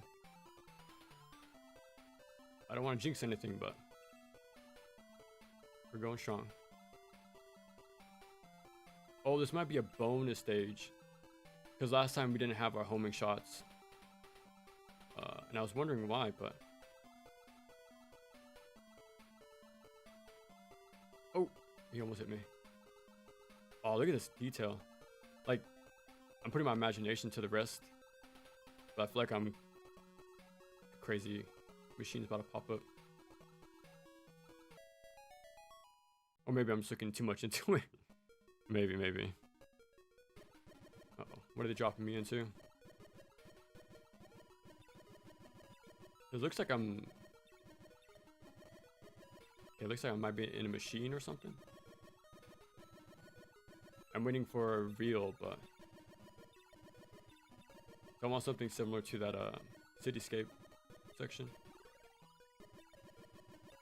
Oh, one hit and you're dead. That's fine though. I got... That's very... very friendly. Like the recovery. Because I did try to beat... what should we call it? Nemesis 1 on the Game Boy. Which is pretty much a Game Boy port of Gradius. And... if you die once, that's pretty much it. You gotta reset. Like, there's no such thing as recovery in that game. It's kind of a very strict game. It is short, which is cool. But yeah, if you die, it's pretty much a done deal. Yeah, I'm glad this one's not so harsh like Gradius. I do want to play the NES game because I know Origins just came out recently. And I played a lot of the classic, well, a good handful of the Konami stuff, so I gotta give Gradius a shot at some point.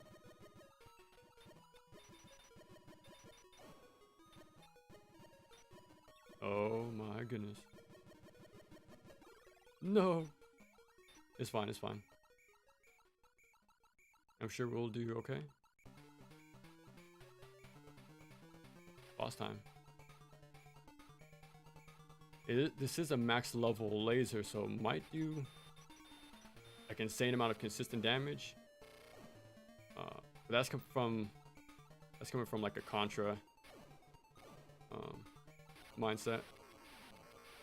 Jesus. Yeah, that might have done a lot of damage. Let me see. That's why I love moveset modding so much. I can edit and change things to my liking. I was in a pretty small area and beat the centipede guy, but the door behind him. Oh yeah, you had to get the living sword in the monk area, I think. Yeah, you had to do... I'm sure it was a long time ago, but yeah. You do the monkey boss fight, come back. But yeah, I know what you're talking about. That happened to me too. That happened to me. I'm like, what the heck? What's happening? But at least you like the area though. You described it as pretty, so. Which sucked because I was feeling so immersed into the game's world. Okay. Maybe one day you can pick it up again. They're pretty cool. Kingdom Hearts 3 sparked my passion for the moveset modding. I really learned a lot of what makes a good moveset. Oh, okay, nice. Now, is that because Kingdom Hearts 3 at a base level was missing something? So, like, when you got your hands on it, was like, okay, now it's actually good once I'm done with it. And now when I see action games, I really appreciate the attention to detail with movesets. Particles, yeah, exactly. I feel like that's the final stage for action game appreciation. Like looking at the small things like that. Because again, I think that's the most overlooked aspect of action games. And those really, really small details.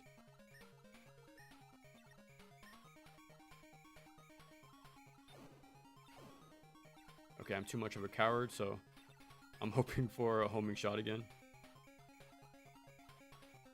Let's go. Ask and you shall receive.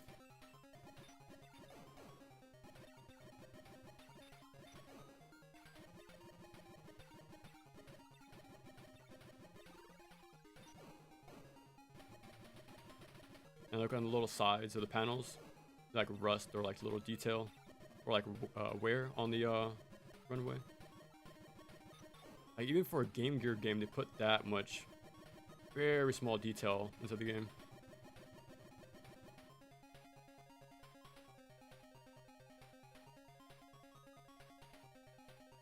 Invincible.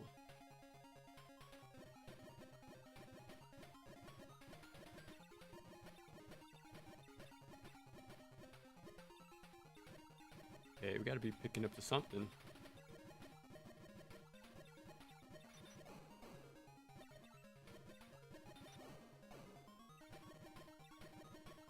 Even for the controls as well, it's very snappy. I can imagine on a very small D-pad, it might be hard to do those fast movements, but it seems like they designed the game with that in mind, because it is very tame so far.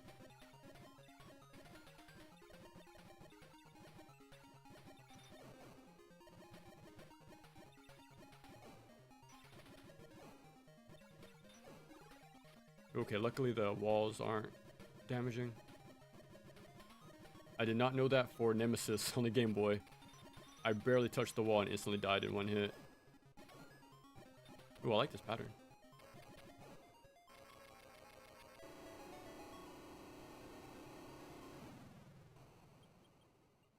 Nice.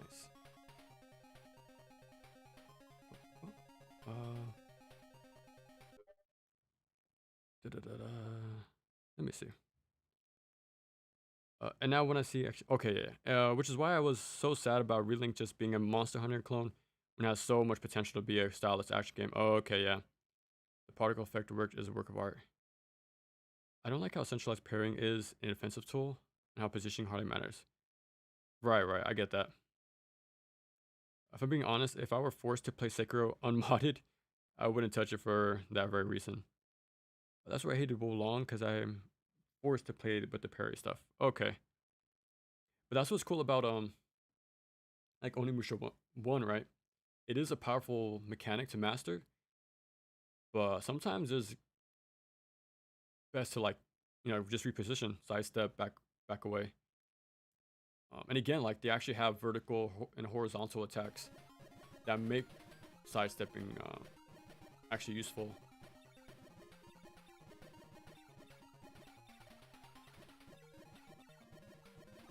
Yeah, that was kind of a bummer that Soul Calibur, what was it called? Sword of Destiny, I think. It had those mechanics, vertical, horizontal attacks, even enemies, but it's on Nintendo hardware. You know, everything pretty much has to incorporate the gimmick in some way. Yeah, waggling the Wii remote was not fun. I want you guys to check out the Mad World speedrun on AGDQ. This is years old at this point, but look at how fast that guy has to mash, like the waggle, and that's how much you have to do on a casual level. Like, that's how I looked playing Mad World. Like, I was playing on real hardware, so it's not like some emulation stuff going on, but yeah, like the requirements for a basic waggle mashing is insanely strict for no reason. Is even in the speed run, the guy's getting like tuckered out, like he is, you know, losing breath playing that game. How fast you gotta mash.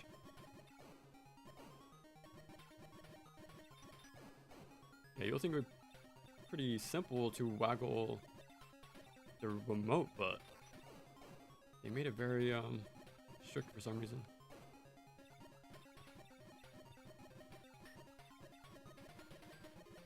Okay, I'm gonna keep that for iframes.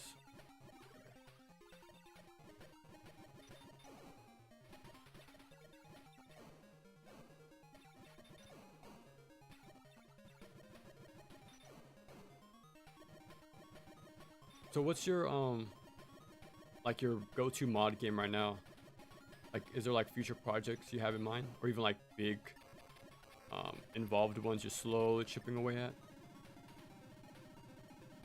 So I can imagine, like, when you have that much control on any game, like I can imagine it's hard to pick just one game to edit.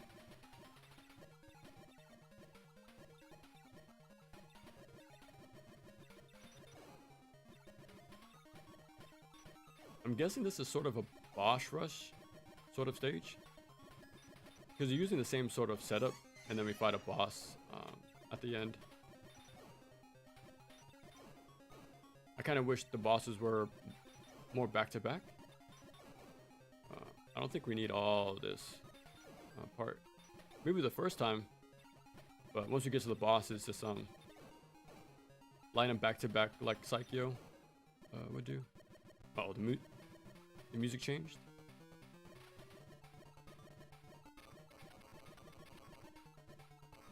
Oh god, it's actually going to the bottom of the screen. Oh, we're not done. Oh my god. Did I trap myself in the corner? Okay, we're good.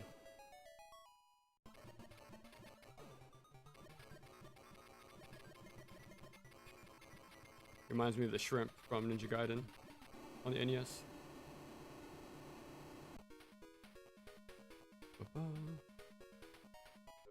I'm a huge Armored Core fan though. It's my favorite From Software series. And I think PS1 and 2 Armored Cores are very precision. Ooh. Yeah, I remember we had the conversation last time about like even the components you put on really matter. Like your movement speed, even how you turn, right? Like all that affects your controls and stuff like that. So as a long time Assassin's Creed Armored Core fan, what do you think of 6 then? Because remember how we brought up like Tales of Rise, like it was good for non-fans, but different for actual veterans. So was that sort of the case for Armored Core as well, or was it well received from like new and old fans? I never actually got around to that one, surprisingly.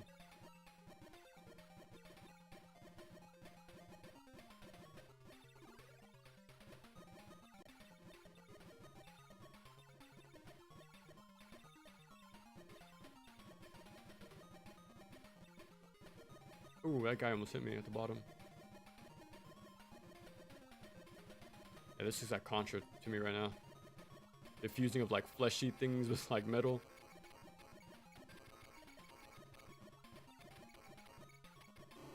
Playing Breakout.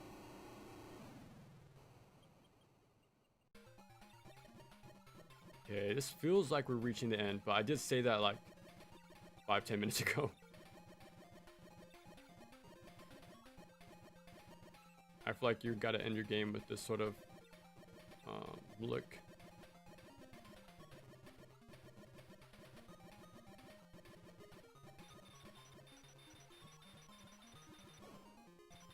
Ooh, I did not see that.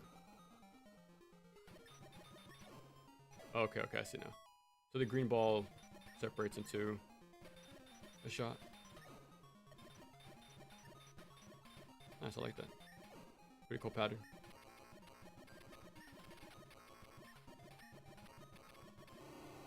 Oh, nice. 16 ships on the side. It says 16, but it says 9 at the bottom. That might be like maxed out. What am I looking at? It's like a wolf face with a doll on the top. What in the world? Oh no. It's gonna expose something else. Oh god.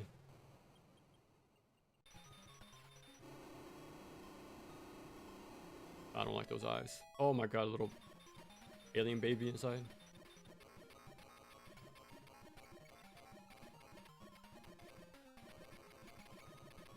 Oh. I think I keep my power levels, which is nice. Okay, just don't be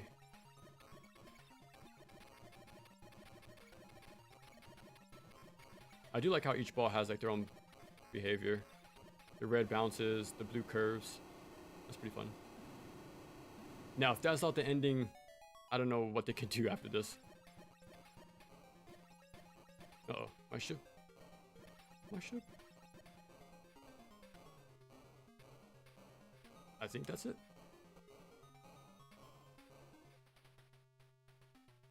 Yay, nice. That's pretty fun. Very simple, straightforward game, but I definitely enjoyed it.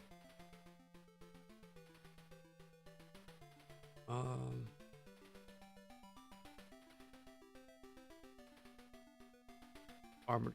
Dang, I played AC6 mod that has for answer movement. Ooh, I've only seen videos of that in action. For answer movement, so I can only imagine. In Spliss. I love Mech Warrior as a kid. Yeah, same. I actually had that on the original Xbox. That's the only time I've had like experience with mecha games, but it was like that one.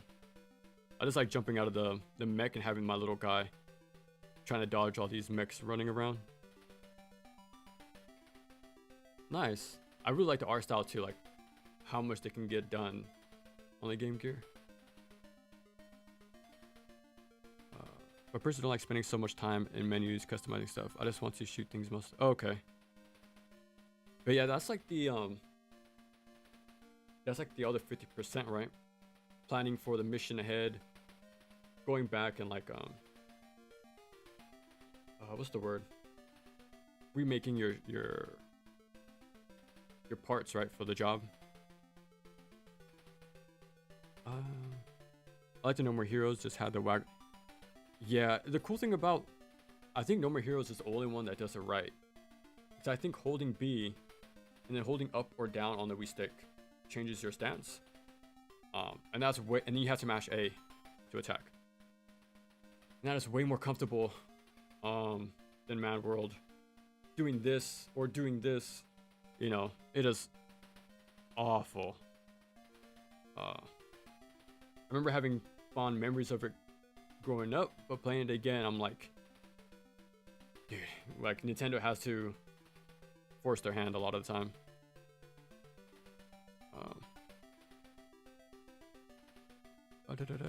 Currently working on Final Fantasy 16 modding. At least the first half in January, but I'm working on. Ooh, nice. There are particle changes that make him moveset more brand new. Okay, I'm working toward moveset changes that ooh, Final Fantasy jobs. So far I've done Paladin, Dark Knight. Wow, that's sick. That's cool. Funny you mention that because another dream action game I've always wanted was one based off Cecil, Final Fantasy 4. I always liked the idea of like the light and dark movesets. He was actually like a main for a while in the Sadie NT. I really like that mechanic of like light and dark form, each with their own like pros and cons. I guess Neo 3 is getting to that, but I like the whole Final Fantasy look to it, you know. Okay, I might have to get my cord. But yeah, I like AC6 personally, but it's pretty divided with the community. I also think it's really fun, but it's missing some of the mechanics. Okay. And that's the thing, the mechanics is what is the big difference, right? Like, yeah.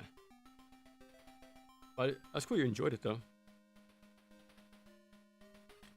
From my side, Ninja Gaiden, I think that's gonna be what I gotta. It's gonna be interesting for me to see how things turn out with 4, with the community, especially. Like turn rates and going into debt. You can go into debt. That's funny. Does dying in that game give you like money penalty and stuff like that? Okay, direct menu. Okay. But I currently have writer's block in terms of new moveset ideas, so I'm currently taking a break. Okay. Yeah, that's what I'm sort of doing with videos, so I kind of get that. Well, that's terrifying. I have AZ4 and 6. GG. Yeah, it was a pretty fun game. I like it. We're gonna start 2 right now, but I am gonna get my cord because my controller's dying. But the set piece in AC6 kick. Oh yeah, I heard about that. Like they're the best. for like culmination of what FromSoft started from the Storm King. Yeah, yeah. What's the most complex and technical action game? Um, okay, I'm gonna grab my cord and I'll try to think of an answer by the time I come back. So 1 second.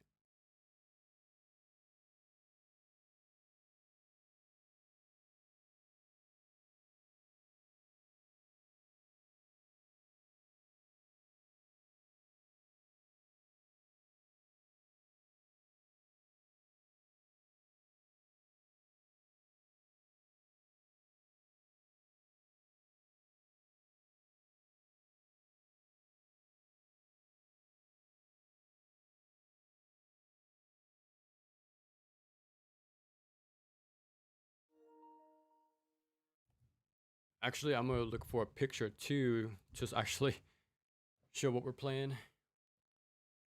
But the most complex action game. I guess Neo would be up there. Neo 2. But I also want to toss in Onimusha Warlords into the conversation. I'll always bring that one up. It might not look flashy, but it's the amount of it's what the decisions you make and the risk reward that are different between each of them. Like each decision you make actually has some weight. I'm just grabbing a quick picture of GG Aleste.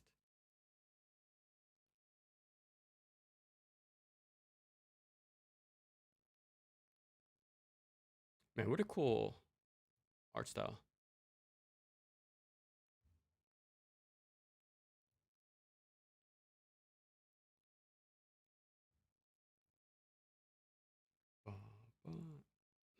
I feel like I'm a really like 3.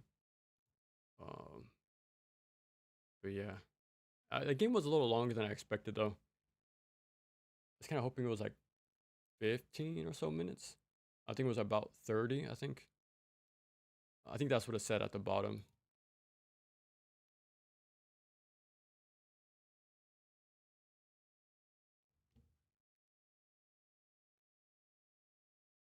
Let's see.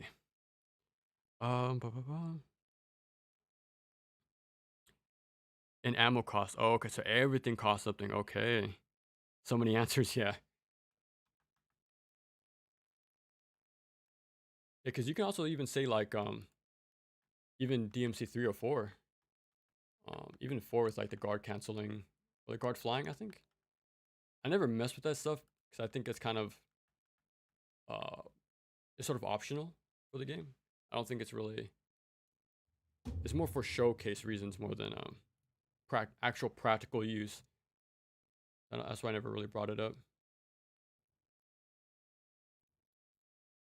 I got this general picture. This was the actually the reverse cover slip on the collection, which is pretty cool. Let's put that there. Okay, on to 2. Holy crab crust, thank you. What the heck? Just found your channel recently and been binging everything. Holy crap. Dude, thank you. What the hell? I'm just having fun. Dude, nice. Really appreciate it, man. Yeah, thank you, thank you. Holy crap. I did not expect that. But yeah, I'm glad you're liking the stuff, man, and yeah, enjoy the stream, hang out. We're gonna be playing more Smups. Well, GGLS anyways, but yeah, thank you. That's awesome. Do you think the new Onimusha game will be complex? In its own way, I think. I think it will.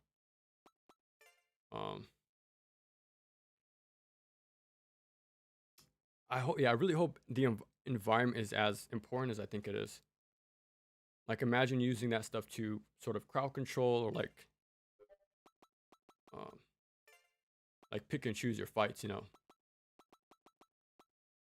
R2, I like for it to be the fire button. Maybe this one. Okay, as long as my trigger, I think it is. Or was that my bomb? Okay, let me switch R1 and R2. Okay. Gotta reverse engineer. Okay, and then this is 2. Okay, that should be good. I thought DMC4, yeah. DMC4 is for the style, as you expect. DMC, yeah, everyone's saying DMC4, yeah. You don't really have, yeah, exactly, you don't have to use it, but it's there. It's not practical, but like I said, it is possible though. Yeah, again, Crust, thank you. So just cringing the stuff. Have action games always been your main genre? I think so. Um, actually, now that I think about it, um, see, growing up, what did I play? I played a lot of like Tony Hawk, for example. I wouldn't say that's an action game, probably like action game adjacent. Um, very tactile, like quick reflexes. Really, oh wow, look at this opening, the menu screen. I really like the gradient on the letters, the sort of like shine effect. That's pretty cool. Yeah, so I played like Sly 2, Tony Hawk, Lego Star Wars. The Suffering was a big one I always liked too. Like a little bit of everything, I'll say. Jet Set Radio Future was one of them. Okay, so this is a little tutorial for the weapons. Okay, we already got a quick rundown from playing the first game. But yeah, I like even Family Guy game actually. Played a lot back then. And looking back at those games, I noticed a lot of similarities, like the variety, for example.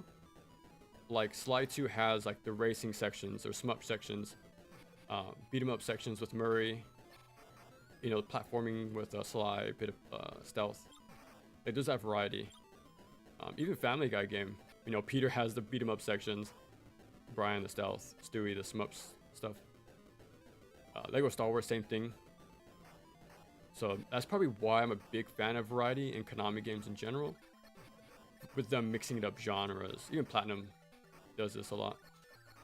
I think that's why I defend it a lot of the time. Like, I don't think it's the sole way to make an action game. I think all versions are worth making, but that's why I stand up for Platinum more often with the variety, when it's done right anyways. Like Astral Chain, I wasn't fully sold on that sort of variety, but like if they did a shmup section with, but they sort of did a motorcycle, but I did like the Korra, like auto scrolling sections and stuff like that. But yeah, a lot of those early games I played had like a lot of variety, so I got a bit of everything, I say. For gaming, what was out there. And then around 3rd grade, I got caught into the Guitar Hero craze. Like my neighbors had all the newest games. I'm like, yeah, I would go over all the time to play. Yeah, so I really got into the music genre, but I think everyone did at that time with those peripherals. I'm still hoping they come back officially, but I did hear it got sort of revived through Fortnite, but I want an actual Guitar Hero game. But yeah, it's pretty cool to know it's surviving in some way.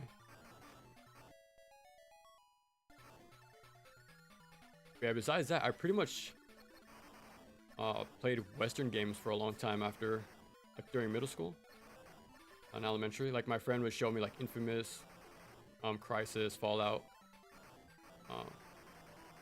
So I played a lot of like Western games because of him. And then my other friend showed me a lot of the Japanese stuff like Yakuza. He even showed me what Ninja Gaiden was. So if it wasn't for him, I wouldn't have been a fan, honestly. I remember him telling me about how he beat Ninja Gaiden 3, the NES one, with the limited continues and stuff like that.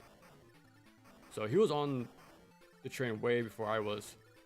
And that's the one I mentioned in the Razor's Edge video too.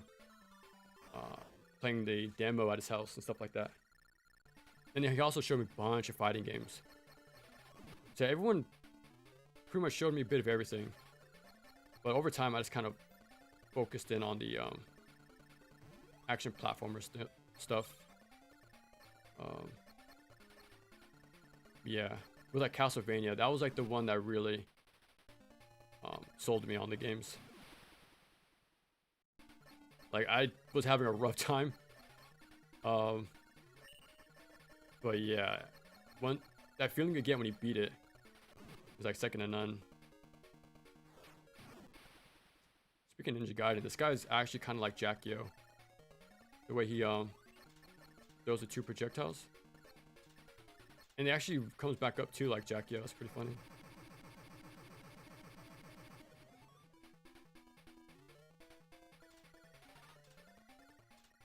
But yeah, all my friends really had like a good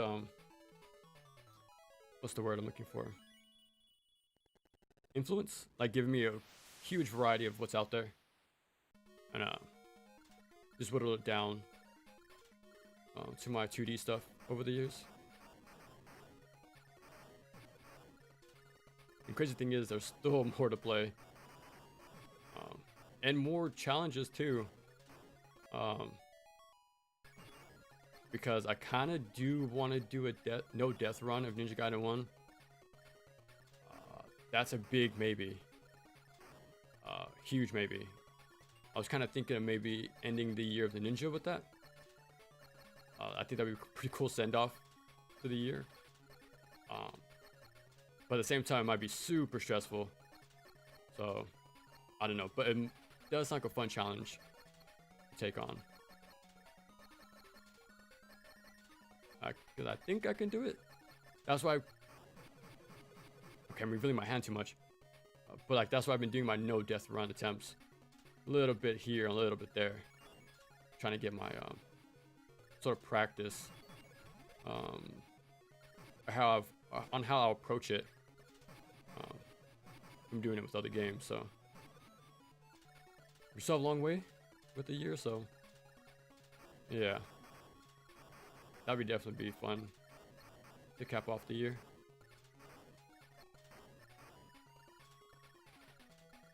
Did I beat every 2D Ninja Gaiden game? I think. I have them all archived on my channel, on that playlist I have. Even the Game Gear Ninja Gaiden game I beat. So that's a connection there, but ooh, look at this sprite. Yeah, the only game I know of that I haven't played was Ninja Gaiden X, but it's like some Java flip phone game that came out in like 04, I think. It's like a prequel to the first game. You sort of do like a Coliseum sort of thing, like tier-based arena fighting. And there's actually another game on the smartphone early on that looks similar to Warriors Abyss, like a top-down game taking on a bunch of different enemies. So I think that is also lost to time, besides like videos here and there. But yeah, besides that, I think I've pretty much gone through everything. Oh crap.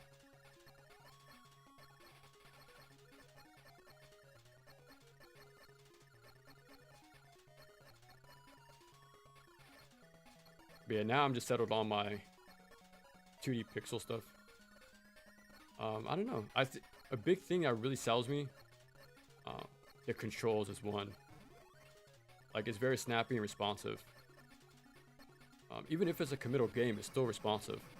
Like Sunsoft Batman and Castlevania, it's still very satisfying to learn, especially since they control vastly different from one another. So yeah, the controls, the creativity with the pixel art, the uniqueness with all the control schemes too. Like nowadays, that creativity is not as seen. It's not seen as much as it used to be. There's definitely like things have become standardized over the years. But back then, man, it was kind of like the Wild West of mechanics and creativity.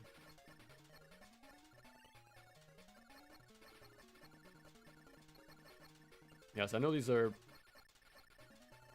like, to me, I don't consider them old, but like Castlevania 1 came out like 40 years ago at this point. So, because like Kingdom Hearts 2, Ninja Gaiden Black, and DMC 3 came out 20 years ago. So that's like crazy to think about, right? And the games, yeah, so those games are considered retro at this point. Well, this is pretty cool. I like the little switch up.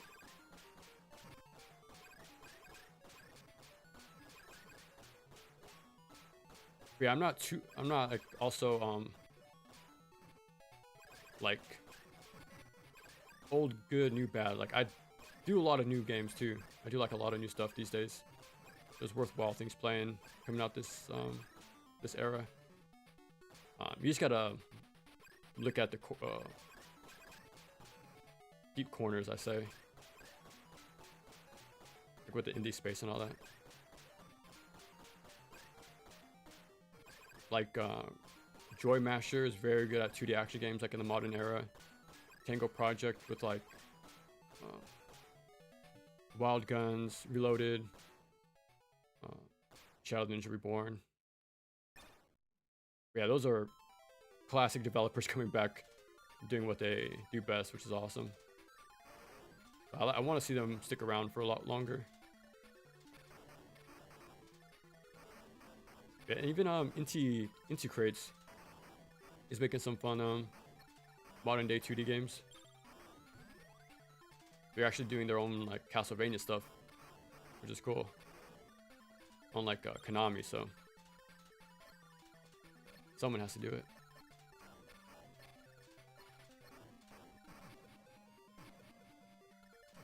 Oh crap! Fingers crossed. Like they brought back Silent Hill in a big way too. Like they did like 5 projects for Silent Hill. There's like that internet show, the free demo.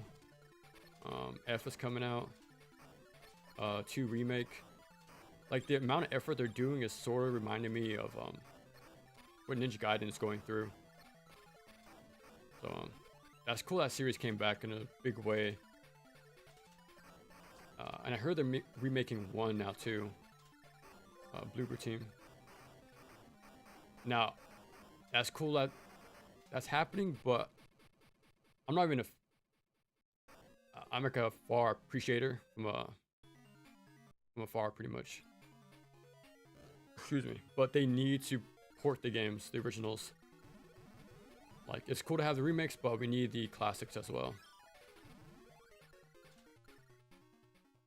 A little bit, something for everybody, pretty much. Yeah.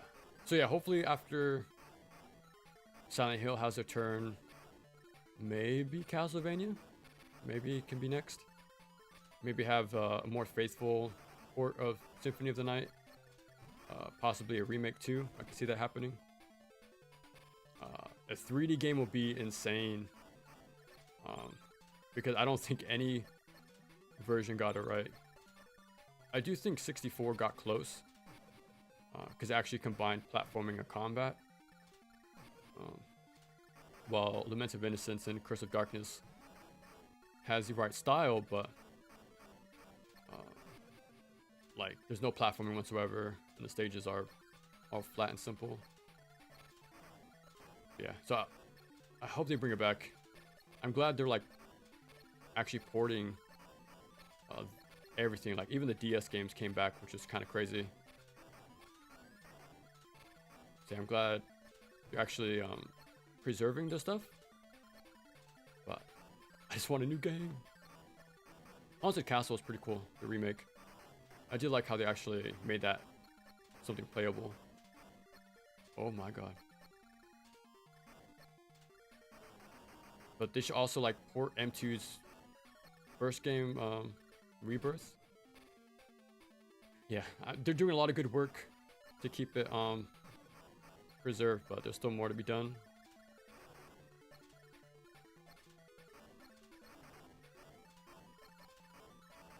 No. Okay, yeah, this game's putting up way more of a fight. There we go. I just wish DMC enemies were more aggressive and would contest you in the air more often. DMC4 did that. What we call it? What were they called? Something seeds. Like, they were not free juggle food. You had to disarm them first and then make your way in.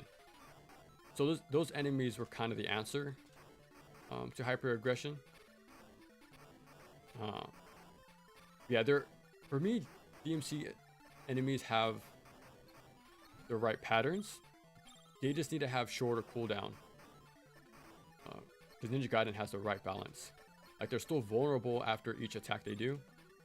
Like, you see that in Ninja Gaiden Black. But Ninja Gaiden Black, they attack more often compared to DMC.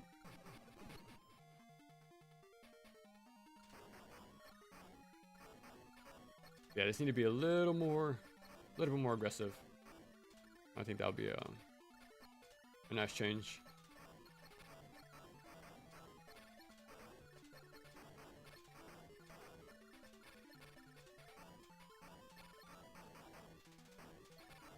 Holy crap.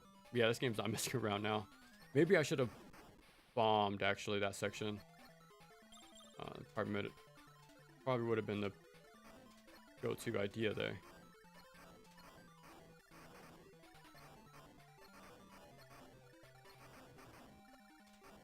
Oh, crap. Gotta go left to right, maybe? Oh my god. Ninja Gaiden 4's enemies can test you in the air. Yeah, they parry you in the air. Yeah, they do all that. And when I found that out, it made sense why people, they don't go for Zuna drop a lot. You notice they'll do the full combo but end with the Shurikens in the air. So they'll abandon the Zuna drop a lot more often than Ninja Gaiden 1, for example. So yeah, so I think that's going to be like the go-to strat. Like, ignore the Zuna drop and use the Shurikens instead. That's good because it looks like you can get crazy airtime with the weapon switching. Yeah, I remember that clip, Sense of Storm. A lot of videos came up on my recommended about that stuff. Now, I'm hoping that was just for showcase purposes and not like how it will be in the game. Because, you know, like Razor's Edge, for example, right, had those archers to keep you in check, to constantly keep moving. So if they have something similar, like, okay, you can't just juggle someone for 15 seconds. You actually have to, like, keep on moving, as you should. So yeah, maybe there's projectile enemies, maybe like Vangelts will be nearby to like air dive you like they used to. So yeah, there's ways for them to anti-air you. It's been like that before. So yeah, I'm really hoping that was just for showcases, for a showcase, and not like the actual how it'll be normally. Because even early videos, like you'll see comments saying like enemies are very like docile, very like tame. And it seemed back then it was also for like showcase purposes. So maybe that's what's happening now, but yeah. Again, we'll find out soon enough. Oh crap.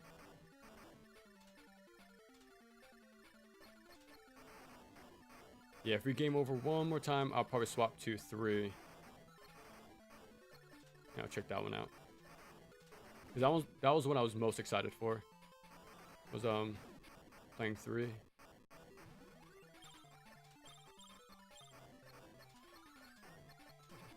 Oh my god. Maybe homing attack just got nerfed in comparison to this Predator 1. Like maybe that's not the way to go in this game. I wouldn't doubt it.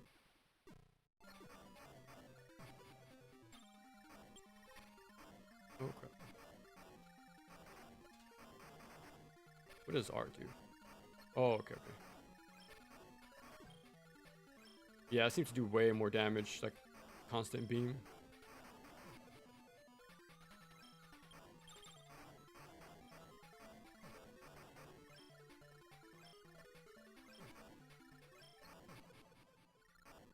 Boss fight?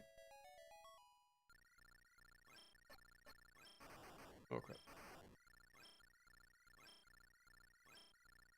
Yeah, you can even see like the details on top of the roofs too, which is crazy. Yeah, this is definitely testing on your micro dodging.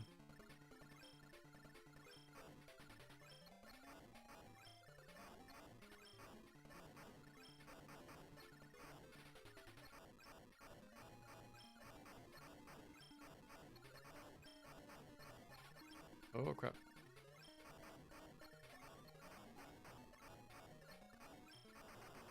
Nice. Some progress. Yeah, this might be the weapon for this game. Ooh, that's pretty sick. Yeah, a lot of DMC enemies reduce to punching bags if you can open them up. Difficulty is more mixing your moves. There is some challenge to it though. Like there is like, you gotta maintain it. It's like a mental stack sort of thing. Like, okay, which moves have been like staled? Which ones can I throw in now? Okay, watch out for the enemies while I'm doing this. Like there's some mental juggling you have to do. Yeah, enemies could be a little more aggressive.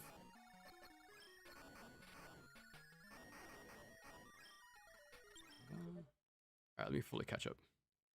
I like that the spiders and reapers dimps create that. Yeah, so like they actually put up a fight and you have to respect the options, right? Like they will parry, the spiders will parry you and do a counter attack, like how you'll see like in God Hand, for example. Like, you know, same thing in Razor's Edge. The gorilla enemies will do the same thing. So like, I don't think hyper armor is bad. It has to be done where the enemy is in and like afterwards, though. That's the big difference. You need to be able to punish them afterwards. Ninja Gaiden Black shows that perfectly. Even Street Rage 4, like every enemy and boss is designed that way. They'll have a hyper armor attack, but if you got through it with like grab iframes, jump, special, you get a guaranteed punish afterwards. And then there's like stuff to prevent infinite juggles with the escape right after like a few attacks. Yeah, Street Rage 4 has the right balance of like giving the player a lot of like expression and like how you approach enemies, but also have enemies that actually fight back. I think they found the right balance between everything.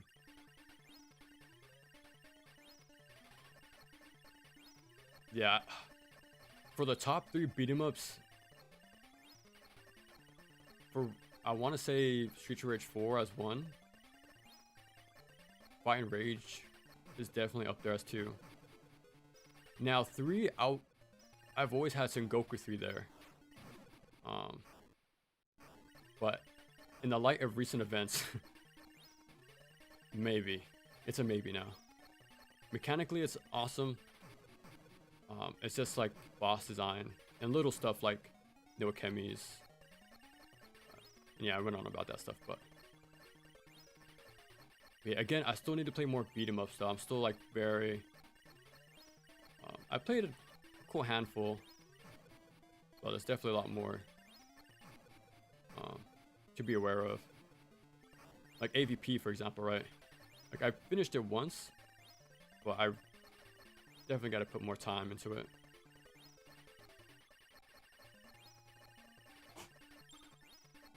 Oh my god. Ooh. Oh, I thought I can squeeze through.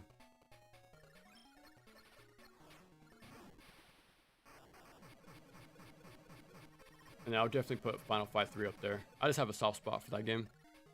I think that was like the first beat 'em ups that really got me hooked into the genre. And again, Lucia's in the game. Big fan of her.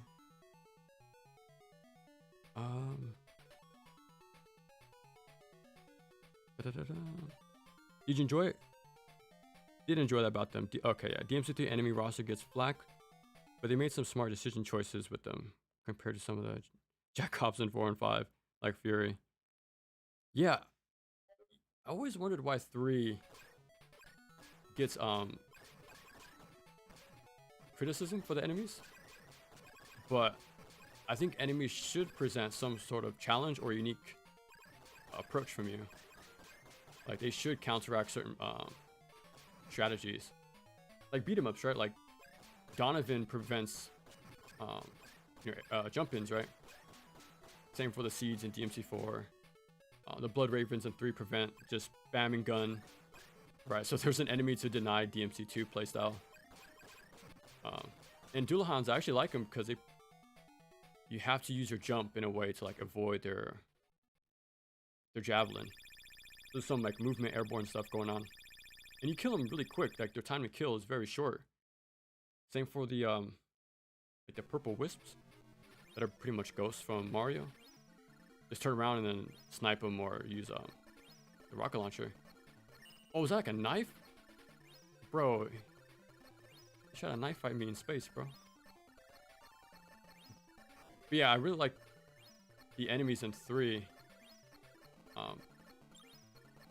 Yeah, I think I try to get that across. Like, enemies should present some different approach.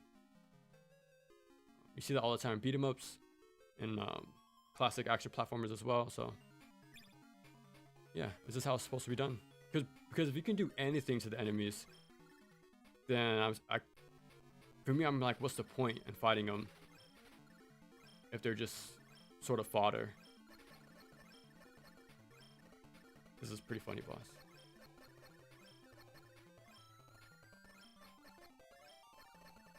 Like, Onin Chambada has a very famous enemy called the Mudman. You can only kill him in the powered up state or with the heart grab. It's like you have to do like a delay string to get it done, but at first I'm like, what the heck? Like, why isn't this guy dying? He's always regenerating. Like, bro, he's like an HP sponge, but he pretty much has like a DMC1 critical kill sort of deal going on. So once I learned about the heart grab, oh, okay. It's all about prioritizing this guy, getting rid of him as fast as possible. And that's what you should have in an action game, like enemy prioritization. Well, beat 'em ups, like for sure. It's all about crowd control, enemy prioritization. And that's why I like archers and Razor's Edge. They keep you moving, but they also like, okay, let me put like a mental order in my head of who to take out.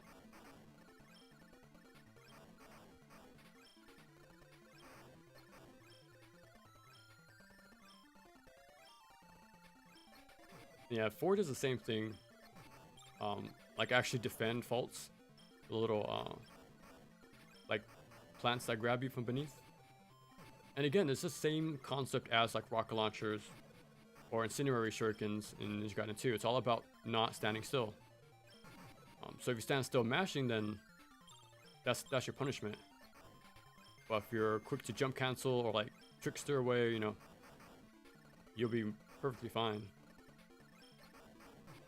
So that's why I like faults, because they prevent like static behavior.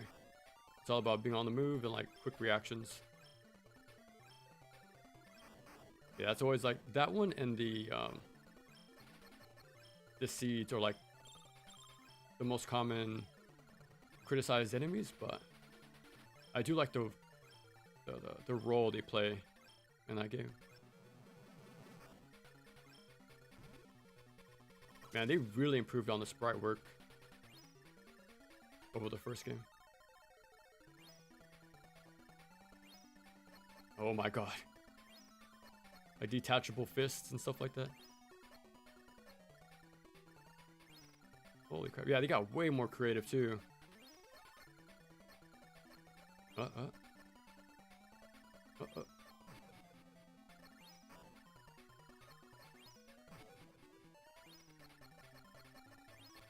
Okay, I'm seeing a bomb. No! There's no iframes on bombs.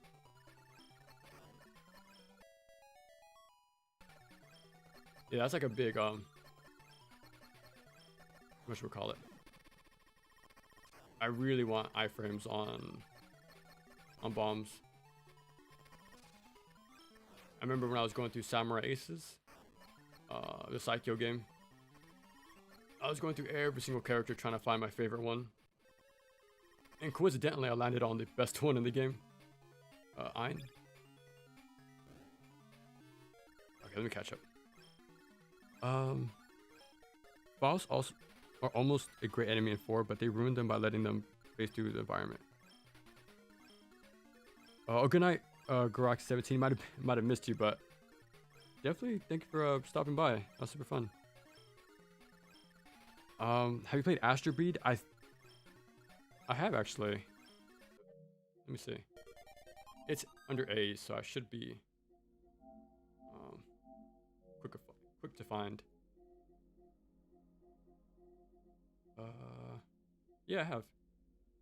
I did like a quick one playthrough with like the PlayStation. What's it called now? Like the renting service thing. So yeah, I did like one quick playthrough, but yeah, I did like the style of it though. Fausto. But yeah, with Fausto.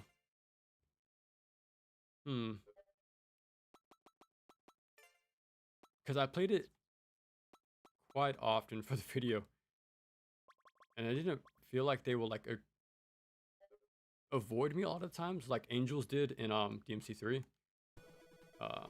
And plus, you can like snatch them and do like quick kills, but yeah, they do. Yeah, they do like phase through the walls. I think taunting helped, but it's been a while.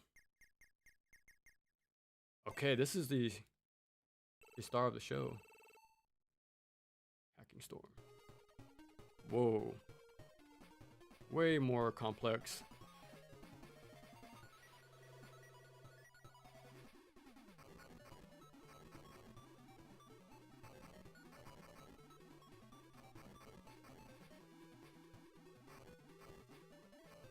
I like the character designs too on every single game.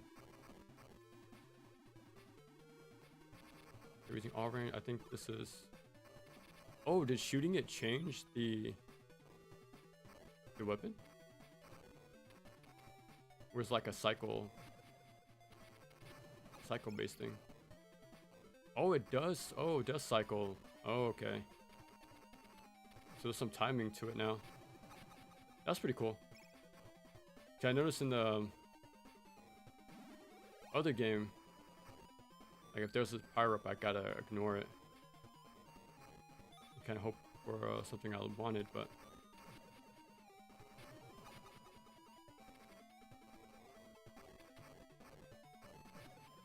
this is looking pretty damn strong so far.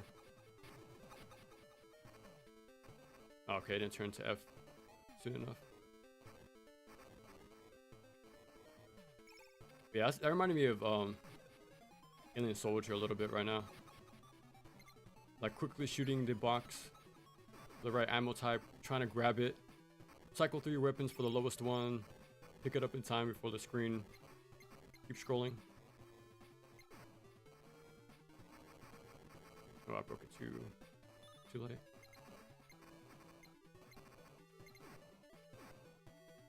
I mean, I don't feel bad for playing on super easy. The game is not easy. It just says that, but it's definitely a tough game.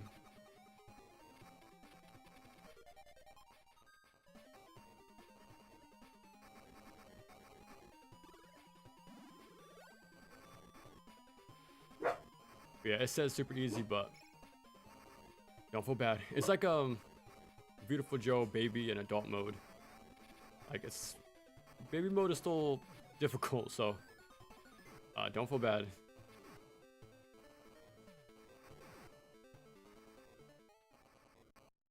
It has one of the most complex.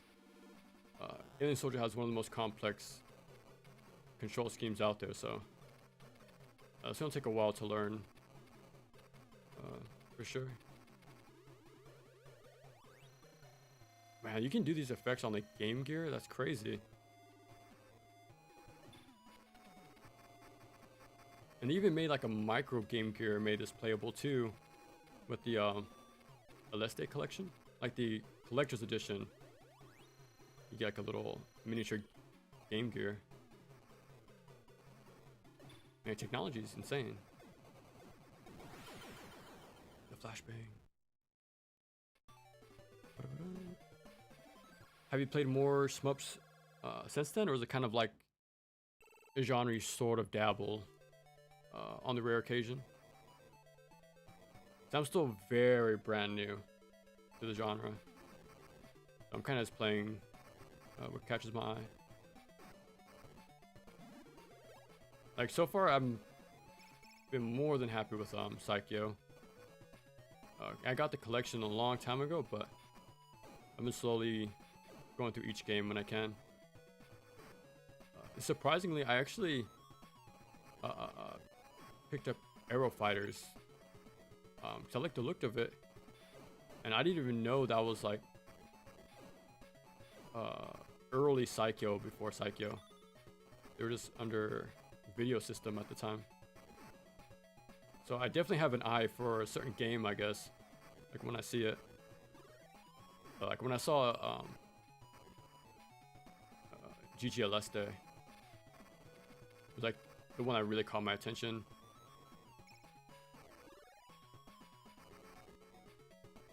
There is a game called, they made one video system called Turbo Chase, I think. You're just a flying car in space. So that alone makes me want to check it out.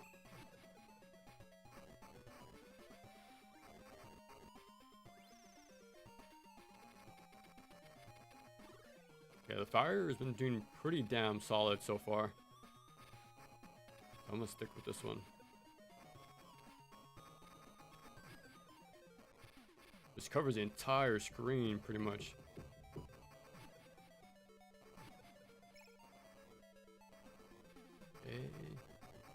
Okay, I don't know the order just yet. I wish you can speed up the weapon cycle though, in some way. Like maybe like precision single shots. Okay. Yeah, I gotta learn the order.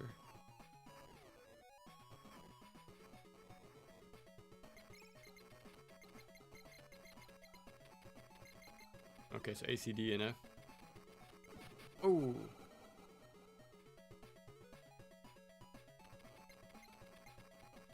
Okay, looks like you don't have bombs in this game anymore. Unless I unbound the button for it.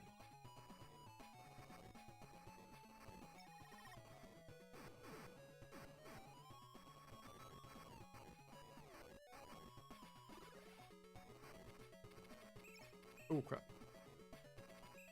Okay, just single shots. Okay. The little grass, the little light poles, you can really tell the difference. Like make out details like that on the ground. That's crazy. Uh-oh.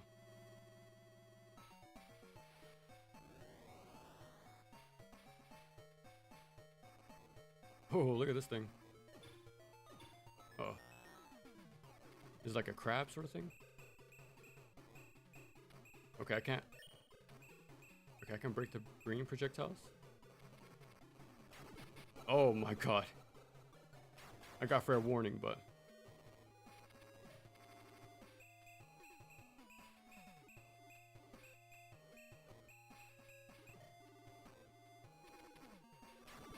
Oh my god.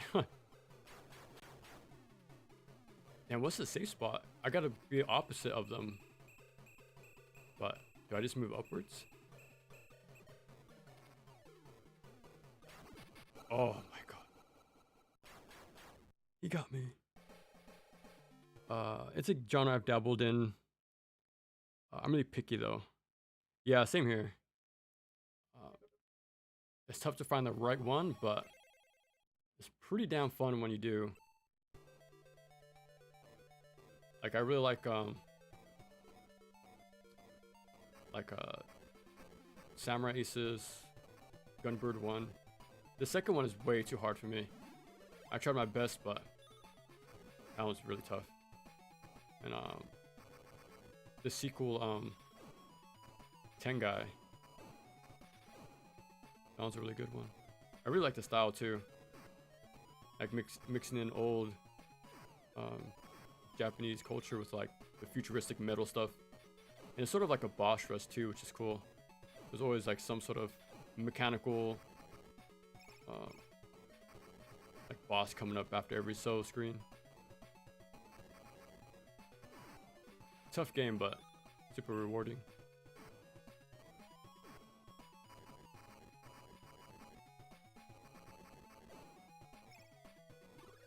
There we go. Yeah, it's always something you'll find like attached to other games, but not something I've played solely, like over the years. Like I played it in like platinum games, for example, or like, you know, some Game Boy game will like toss it in as a quick side mode in between levels. But for a long time, I never actually delved into the genre itself until very recently. Yeah, really fun genre, and there's countless games to go find. Those will be fun to experiment, see what's out there.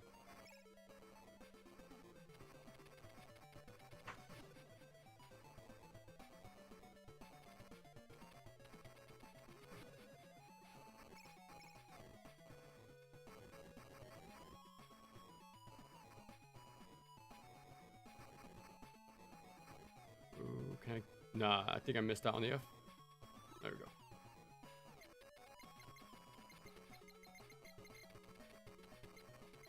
Oh crap. Oh.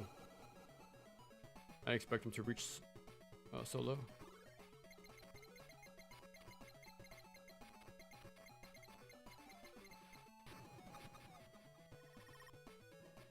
You know what? That actually reminded me of the Cuphead. The bird boss. Like the eggs will surround it, you have to move in once it spreads out too far. Yeah, crazy thing about Cuphead too, the more and more I played running guns and more like action platformers, Cuphead took a lot of things from a bit of everywhere. So like that game sort of like, what's the word? Made me a fan of running guns for one. But it only I only got more and more love for that game over the years. It's like the perfect what should we call it? Love letter to the action platformer genre.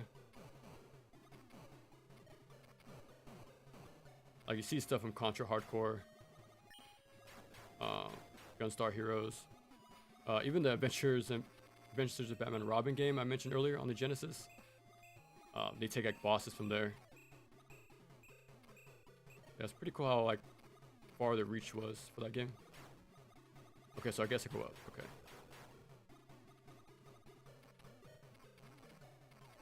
So it's gonna do the left claw now, I think. Almost down left. Oh, okay. I actually killed him.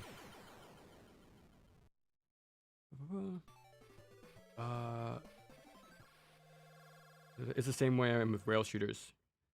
The only ones I really have experience with is Sin and Punishment. I think that's the one everyone knows at this point, but that's a really fun one. Next Machina was another great one. I've heard about that one, yeah. I like the really flashy bullets. Oh, really? Okay, okay. I like the Electric Underground's videos, and he's really into shmups. Yeah, I came across him when I was looking into Cyber Shadow and Messenger back in the day. It's like when I was looking into my action platformer stuff, like he'll pop up. Like when I really want some good like 2D action stuff. And then yeah, I noticed like the heavy shmup stuff. Okay, like at the time I wasn't playing them too much, but I was kind of like, you know, looking over like, okay, what's happening over there, sort of thing. And yeah. Oh, actually, that's fine. Yeah, his channel has a treasure trove of all sorts of stuff, which is cool. I actually really like, what do we call it? He did like a Psycho tier list, and I used that one to actually play more Psycho stuff. That was a really good like help for me.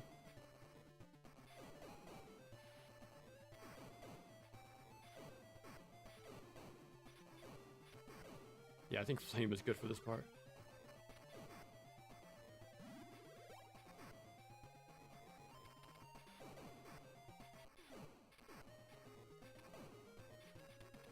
Oh, I hesitated because I'm not sure if it was gonna swap or not.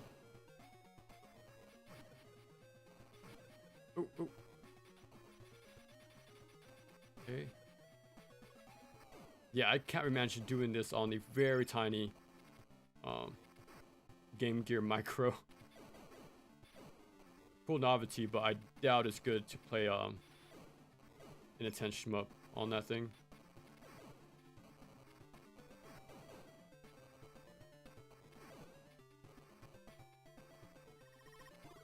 Okay.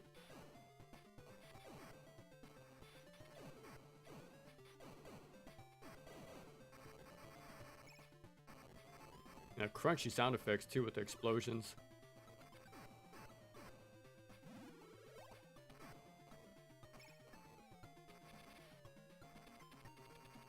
Oh crap. And that goes back to the other thing we talked about earlier with the whole feedback thing about audio and visual like on hit and stuff and on kills. Like listen to the explosions, how the explosions look. Like it all really sells each action you do. It's way more important than you might think. Holy crap. That thing just zoomed.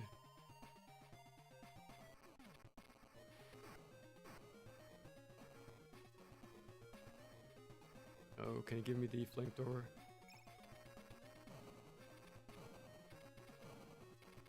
Throwing barrels at me? Oh, I was hoping to pick the items up for the iframes.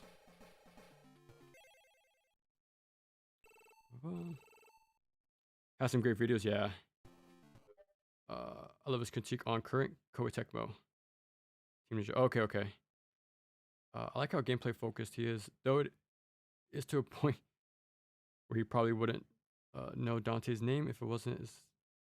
No, no.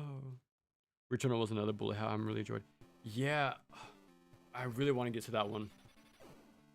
Like I want to play product number 3 and Returnal. Sort of like these third-person shooters, sort of shmup, or bullet hell sort of thing, right? Like actually using a movement and positioning to avoid projectiles. So again, a lot of videos, a lot of games, but eventually. So many cool stuff out there. Like I actually keep a log of everything I've beaten. Guess how big that list is? I'll give you a few seconds. So I've been playing. Okay, to give like a cool. Well, I'm sure we all have. We've been playing games since we've been kids, right? And I hardly abandon games. I try my best to finish most of them. I play a lot of action games, so they're a lot shorter. So that's another thing.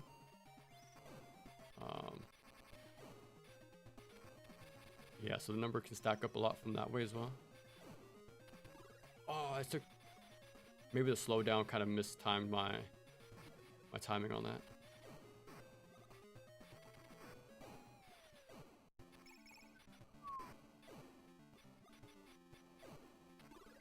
Okay. Yeah, once we get to the boss,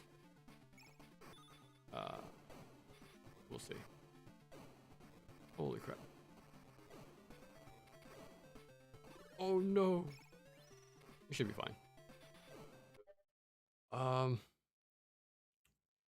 did a lot, but it was so good. Oh, I died a lot. Yeah, I heard it's like a roguelite, right? And I think it got a pretty cool like update over the years. Like you don't have to follow the story mode anymore. It's sort of like a co-op thing. Let me grab that.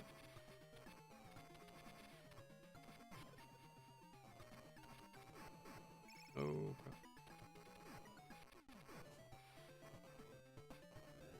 Yeah, I think the flame was meant for this part.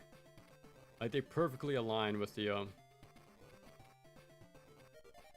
all 4 rails. I'm pretty sure there's multiple spots like that in the game. Like one weapon was clearly made for certain sections. Oh, the flame took too long. Maybe this one? There we go. Oh, I don't know what's hitting me. Oh, the barrels have a secondary explosion. Oh, I see. I couldn't tell. Okay, okay. I gotta like actually move out the way. Okay, okay.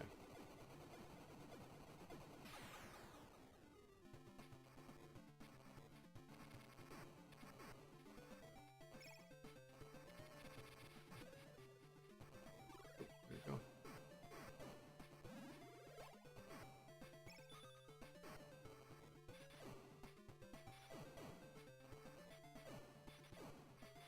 This reminded me of Super C a little bit. Man, I tried to play the original Contras, like the actual arcade versions. I don't recommend it. One big thing you'll notice is when you jump, you do the front flip, but your hurt box doesn't shrink as much as it does on the NES. So you can't really do the quick like air shuffling to avoid projectiles like you would think. A lot of projectiles and your hurt box is massive, so it's really tough to play that game. I don't really want to try to practice that game. Maybe one day, but I'm not in a rush, honestly. It's more of an oddity for me.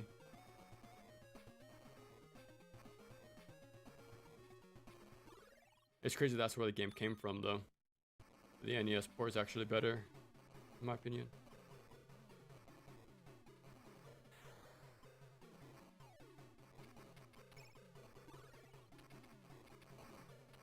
Oh crap. They actually have like revenge bullets.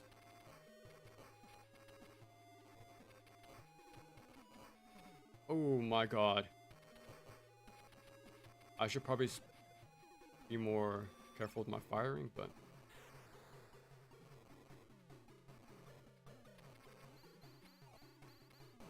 Oh, okay, okay. Oh, there's a follow-up explosion?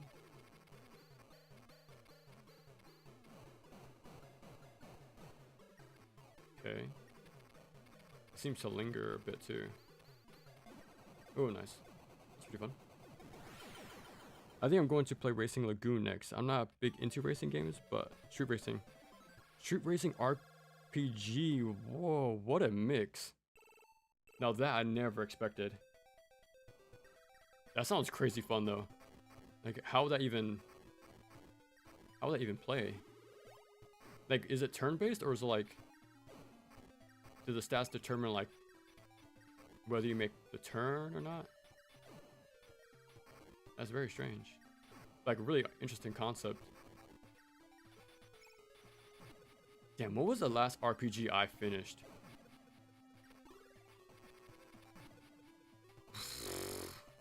That's a tough question. It's not a genre I really touch much. I really like my shorter action games.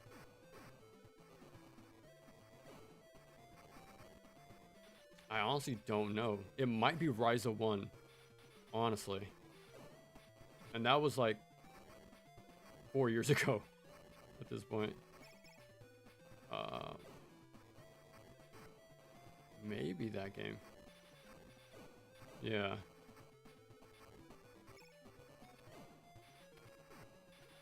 And I know like stuff like Expedition 33 is making massive waves right now.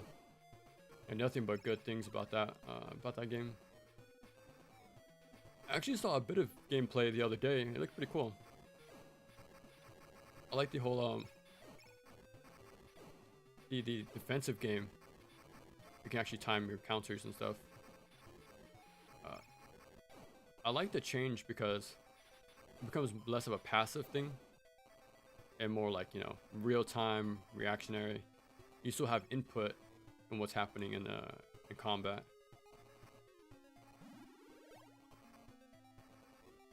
I think stuff like that was already done with like Mario RPG. I beat Super Saga on the DS back in the day, so I always thought the time mechanics was pretty cool in turn-based RPGs. But yeah, Expedition 33 looks pretty cool. I do want to play Lightning Returns. I think nowadays it's not so much of a hot take, but I enjoyed 13. 13 too, not so much, but the music was crazy good. 13 in general has really good music. At the same time, I can be trapped in nostalgia. That was like my new Final Fantasy for me growing up. I did really... Oh, I was so active. Final Fantasy 1 was the first Final Fantasy I beat on the PSP. And, like, my whole PSP was like a Final Fantasy console. Like FF1 Remake, Crisis Core, Dissidia. The whole thing was nothing but Final Fantasy and the Birth by Sleep. But yeah, 13 really caught my attention when it came out. 13 too, I was so hyped for that game. I actually pre-ordered the collector's strategy guide and actually followed it. That was a pretty fun experience. I've never done that with any other game or since then, like with an actual book. But it was pretty fun. A pretty fun way to experience a game. But yeah, like I still have all 3 games on my PS3, like physically. I just need to get to 13.3, and it might be interesting for a video. Maybe it just depends if it speaks to me, I guess. I never really covered turn-based stuff, but I've also been recommended like Rebirth, the 7 remake, because it gets more into the real-time action stuff than you would think. So that might be something too, like the whole idea of like turn-based RPGs, but with a little more like real-time stuff going on. But maybe.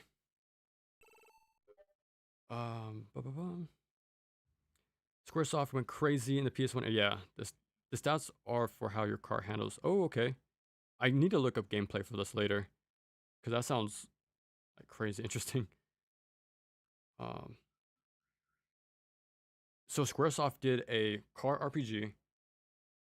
They did Bouncer for beat 'em up, and they did Einhander as a PS1.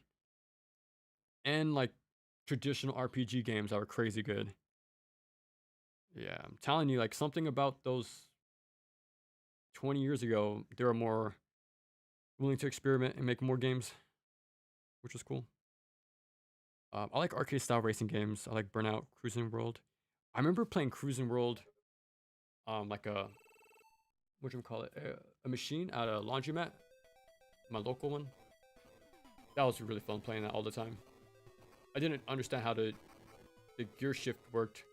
Like I got like 6 or 7, but I like using actual like steering wheel to control the thing. You even got like a what are those bikes called? Like a racing bike, sort of like arcade game in there too. Like no way they made a game with like a motorcycle like controller. I thought that was so crazy.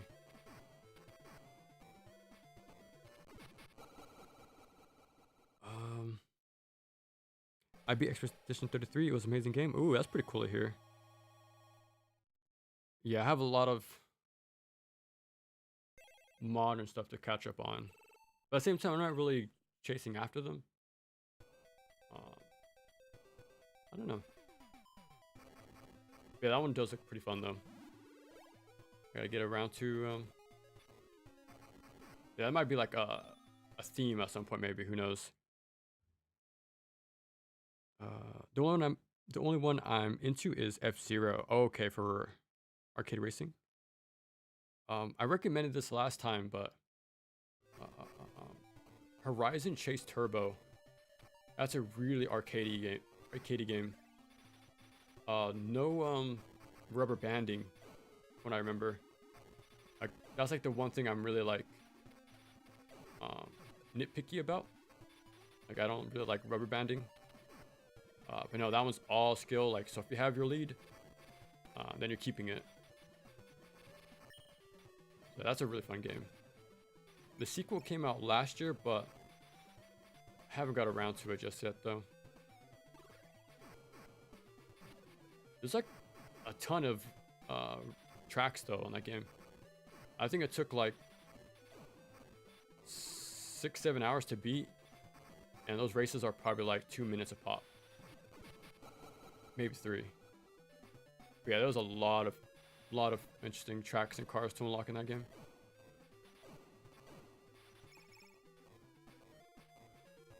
Yeah, our racing games is another genre I haven't touched much, but there's like some cool looking ones on the PS2 though, like drifting ones specifically. Now that looks pretty fun. Cause like my favorite kart racer is the Crash Team Racing, the remake, and those drift mechanics are one of my favorites. So I'd like to have something that'll scratch that itch again. Oh, I forgot they kind of linger. Yeah, this thing looks exactly like something from Operation C, the Game Boy Contra game. Don't you think had the best music out of the trilogy? I liked one the most combat-wise. I could imagine if the paradigm shifting was more not tied to like a move, like if you can do it more freely. I think I'll like it more nowadays. But yeah, I have a lot of fond memories of that game.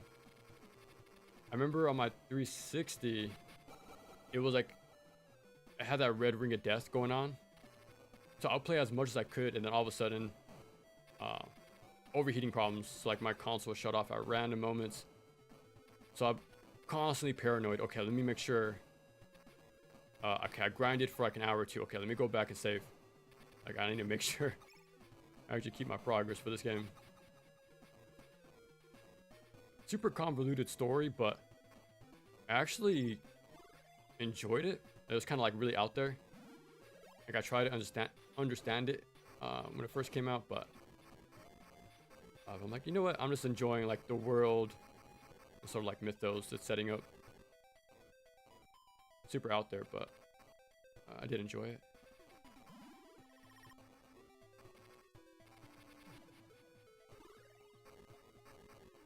Yeah, surprisingly, I never played the third one. even though I like the first two quite a bit. The Thunder Racing games. Ooh, I never heard of them. When my ex told me about rubber banding, what rubber banding was, I was so pissed. It was like finding out Sonic. Yeah, it's like you realize your skill isn't rewarded. I'm like, no way. Like yeah, it's that's my somewhat problem with Burnout 3. I really like the controls, the whole like risk reward mechanics with grazing, going on different lanes and stuff. I like, you know, getting being aggressive, get a kill, increase your meter stuff. Like everything I like about it. But there's rubber banding, like very powerful rubber banding. Like I would get ahead and like, you know, with actual skill and with the map knowledge. But it wouldn't matter because we just teleport next to me, so I would purposely keep myself slowed down,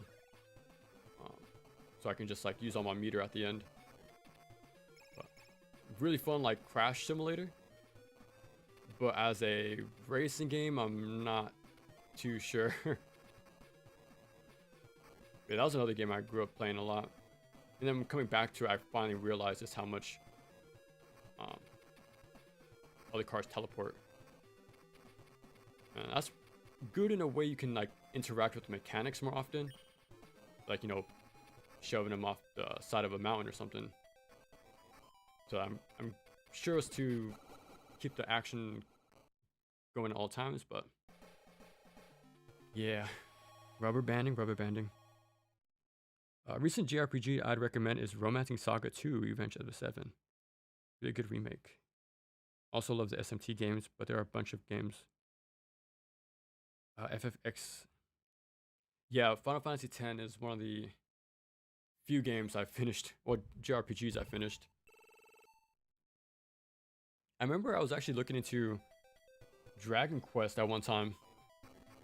I think I even got them already. Like I got the preferred like DS ports. I think I got the Game Boy Color version of 3 with like the extra dungeons and stuff. Like I went all out to get like the preferred like versions that I could. But I just never sat down and played them. I heard they're very grind heavy though. That's the sucky part. I feel like that's common for a lot of RPGs though. Like they expect you to like sit down and grind for stats, but that's what's so interesting about what should we call it? Expedition 33. Like the fact you have the counter means you can like go up against more tougher enemies than you're supposed to. But yeah. Because the last time I grinded for stats was Final Fantasy 1 on the PSP. I remember I was in like the caves grinding ogres the whole time. Like the same like 6 tiles running back and forth. So yeah, I put my time in for one game. So I'm not trying to do that anytime soon. Even though that was like 15 years ago at this point.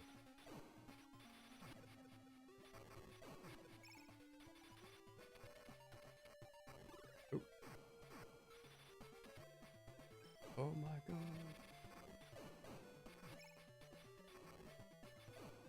What's your guys' preferred genre then? Because we have a large, like, we brought up a large, like, range of games. Action games, action RPG, racing JRPGs, racing JRPGs. Like, what would you consider your favorite? Because, mine's obvious, but I know it also comes down to, like, to mood. Yeah, like, you might be, you just might prefer something at that time. Like maybe within a year or two, I might have the mood to play an RPG, something way more, more passive and laid back, and sort of like a time sink in a way. But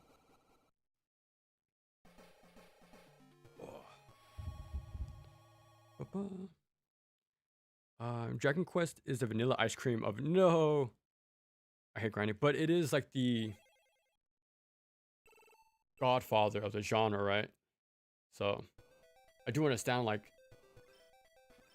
it has very classic like design choices, and they maybe kept them for tradition reasons, but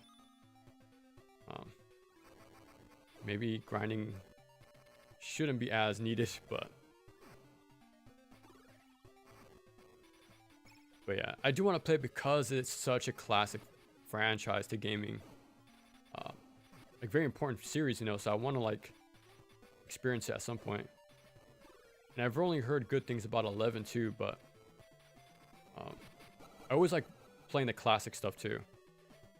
I like to have a wide what's the word? Wide range of every version of the franchise. I might play 3 just because it's on the Game Boy Color. I'm a sucker for handhelds, but I know there's like Dragon Quest 5 and 8 on the DS, which I heard are pretty good. But eventually, if I can at least beat one of them, I think I'll be fine with that. But yeah, I hate grinding. Yeah, hack and slash will always do it for me, but my preference depends on my mood. Yeah, action games, but I like JRPGs if I want something more chill. Dragon Quest 11 is sort of comforting. Is it bland because like the story, the characters, the environment, the theme? Yeah, it could be a lot of things, huh? Because like, just like the discussion we had about Neo, like trying to find that line is super interesting from player to player. We all have our own different little tastes, which is cool.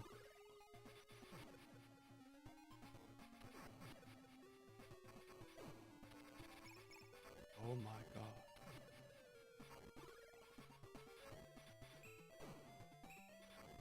Holy crap. Sniping me from the entire map.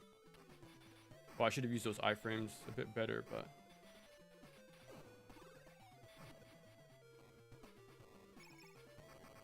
do you guys ever go through a franchise and kind of binge the entire thing? I've done that multiple times, and it's super fun to do. Like, I remember going through Crash again. This was like before 2020. So it's been a long time, but like I would go through Crash, Twin Sanity, or what's his name? Like the 4th game, the unofficial 4th game. Cortex Revenge, I think it's called. Like playing the GBA games. And I was going through the whole catalog. Just kind of experiencing a whole franchise that way. It's super interesting. Like to see the growth. And then kind of pick and choose why you like a franchise or why it fell off for you, or like,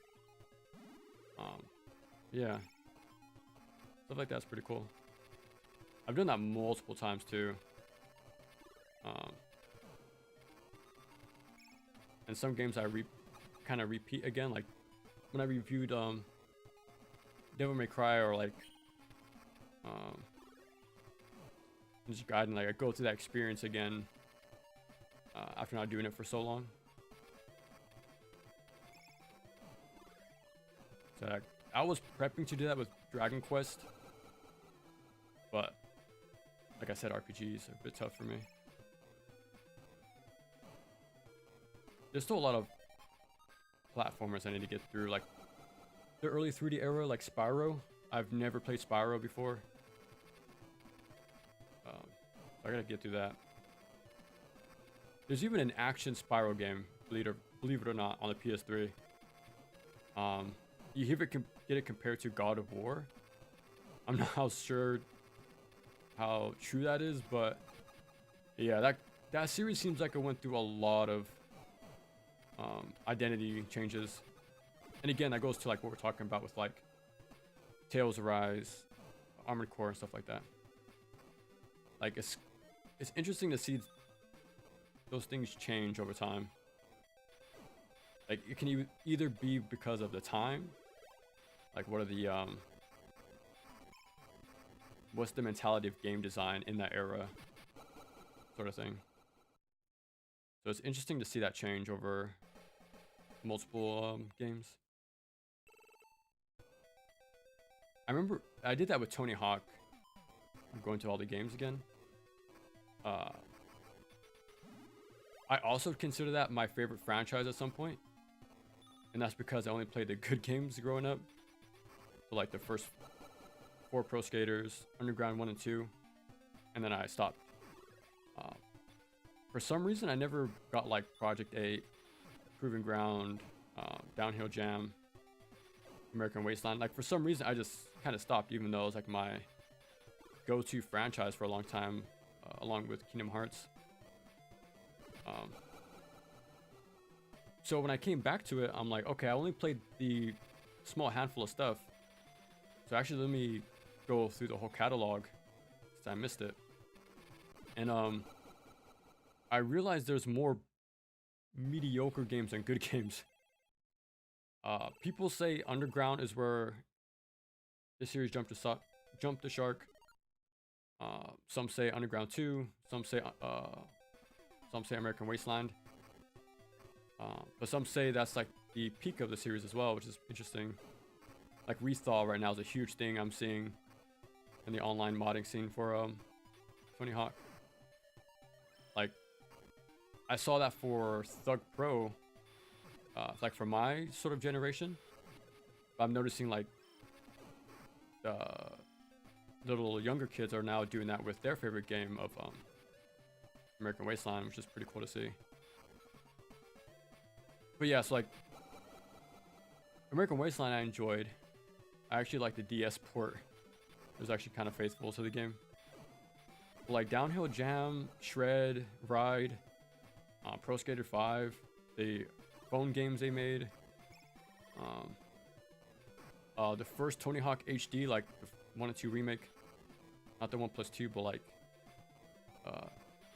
an XBLA sort of downloadable thing. Like there was more bad than good.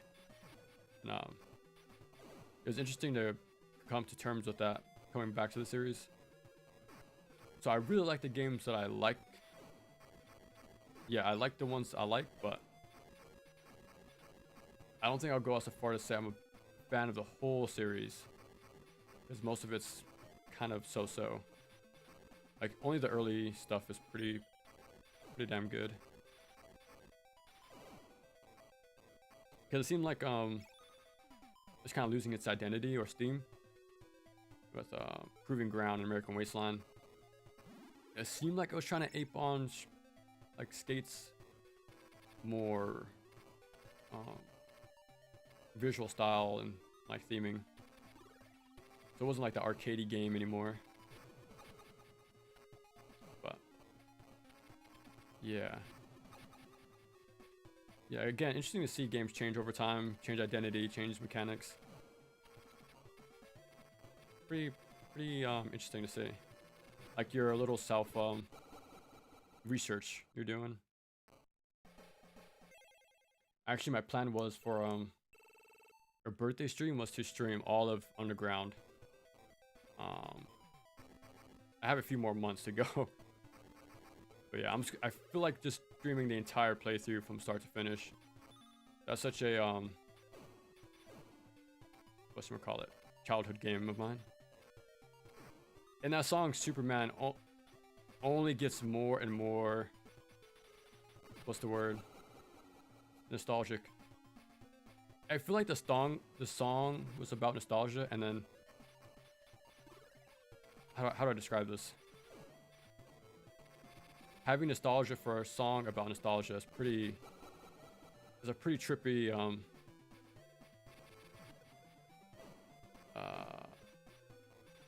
thing, pretty trippy timeline. Yeah, that song only gets better with time, weirdly enough. So yeah.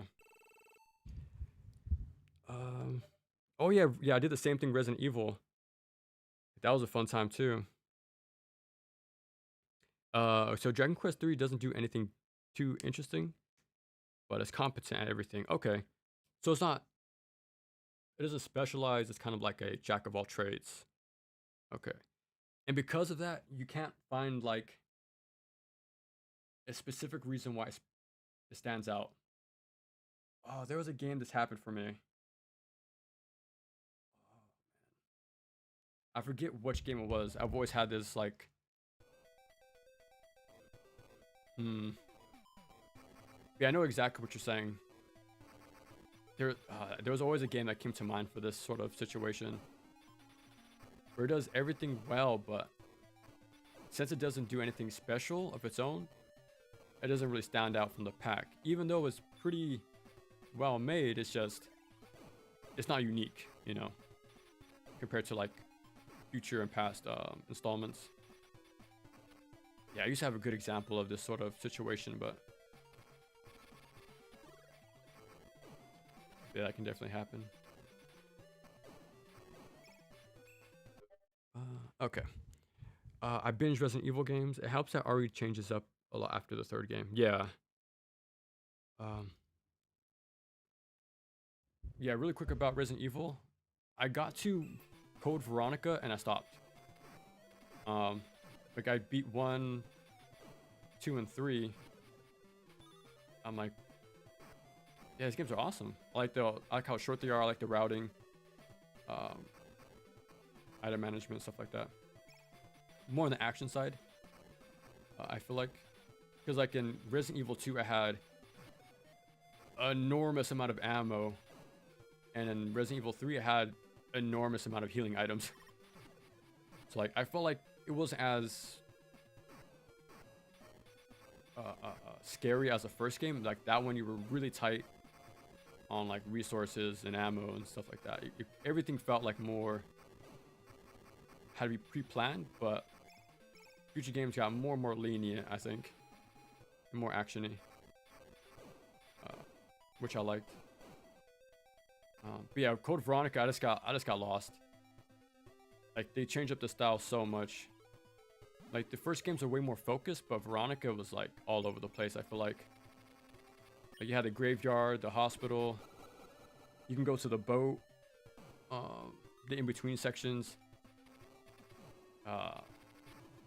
Yeah, those like, it felt a little too open compared to the past games. I kind of fell off and didn't finish it. I did experience it through the light gun game. I'm not sure if it's Umbrella Chronicles or Dark Side Chronicles. It's one of them. But yeah, so I got through that game that way, but yeah. And I think 2 is my favorite. I think that's a pretty standard take from the trilogy. I actually have a physical copy of that game. I actually reassembled it. Like I got the disc from like really cheap, and then I bought the just a case on its own for a deal, like a bundle deal online from one seller. I actually got it along with my Ninja Blade order back in the day, so she gave me that for a good price.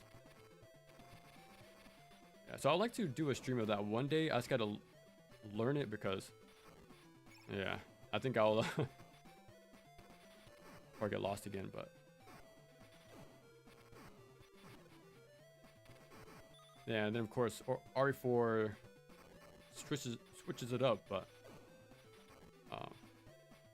yes, instant timeless classic. I would like to find like forums from back in the day, like discussing that game, the reveals, like the whole like Capcom 5 thing. Like I want to see what was the general discussion at the time. As crazy as YouTube and like game discussion is nowadays, it is interesting to think all this stuff is documented. Like weirdly enough, I'm getting recommended like 6-year-old videos from like what's that game called? The EA game. Um, the Iron Man type of Destiny game. I forget. But yeah, it's really old like dramas popping up on my recommended for some reason. I just find it so interesting. Like, yeah, that stuff is forever documented pretty much from the beginning to the end, from the announcement to the massive amount of drama, the fallout from it. That's pretty interesting to see. But back then it's like you only had like probably niche image boards or whatever, like text boards, like private ones or like very unknown ones. So the info is all spread all over the place. But yeah, I wonder what they thought about it 20 years ago.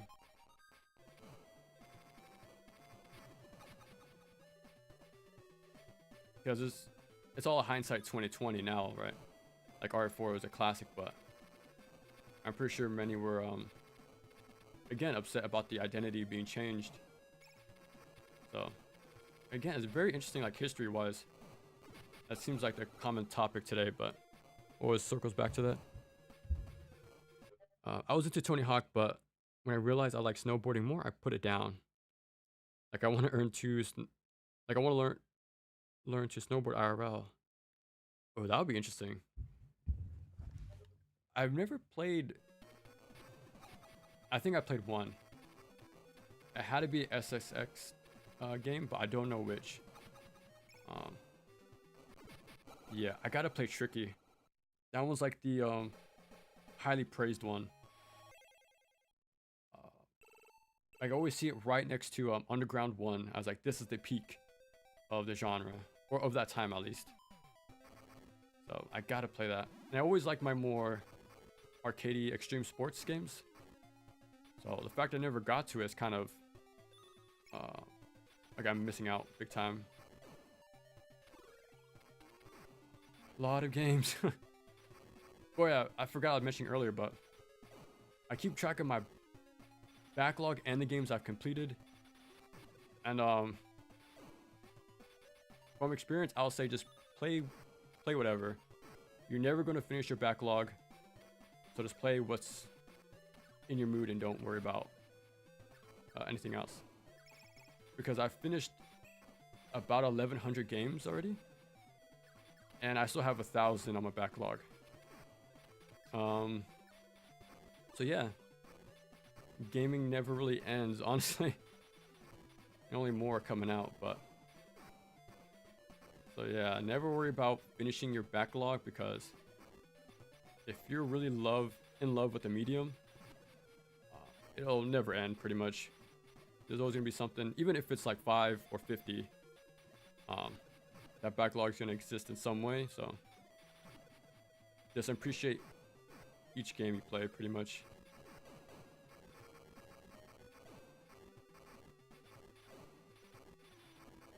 So many games out there. And nowadays, for skate games, you just see a lot of sim stuff. That's pretty cool, that sort of market is being filled. But because skate fell off the map, right, for a while. So it's cool, like Skate XL and Grind Session is a thing. But I really want my more arcadey stuff to exist. But yeah, I'm glad like 1+2 came out, and then 3+4 also. So there's still around, but not like new ideas, so give and take. That's pretty cool. The diamonds do extra damage.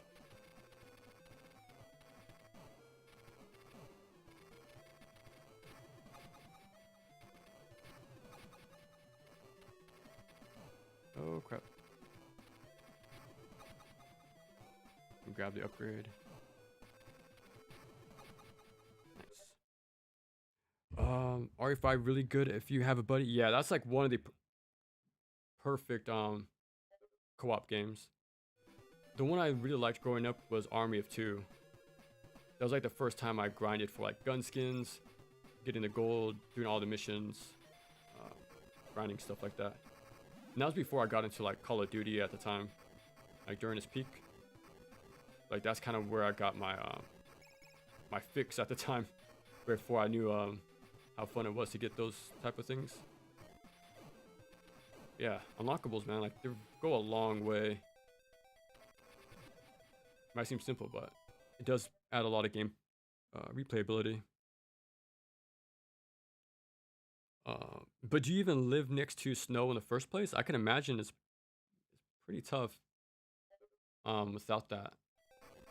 Having a nearby mountain just to take a trip up to snowboard. So at least with street skating, you know, you can just kind of do that wherever or go to a park, but yeah, snowboarding, you need snow, right? A little more exclusive to where you live. Yeah, I feel like maybe the diamonds was the way to go on this level.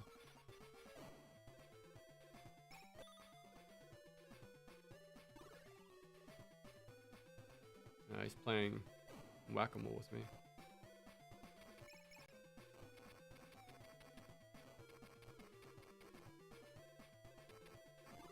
Oh crap.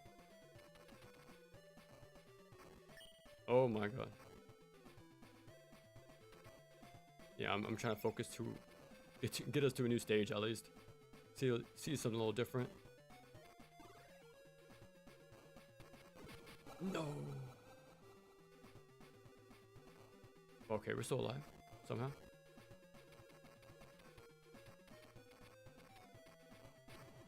Okay. Yeah, being up close is probably a little more risky.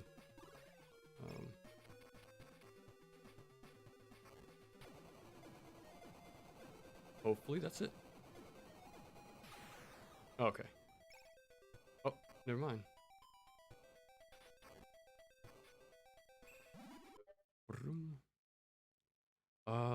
Anthem, yeah. Sengoku 3 looks like that. Yeah, you haven't seen it before? Are you gonna play Lost Soul Aside? Maybe. But like I said, I'm focusing on Ninja. I'm waiting on Ninja Gaiden 4 right now. So yeah, we're kind of on hiatus right now, but I'll get to it eventually. Don't know when, but yeah, since it is like one of these newer, like hyped up action games, I would like to check it out.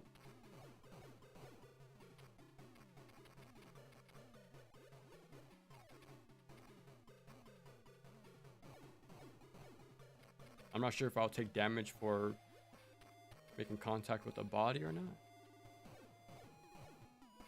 Oh, yep, I do. Now we know.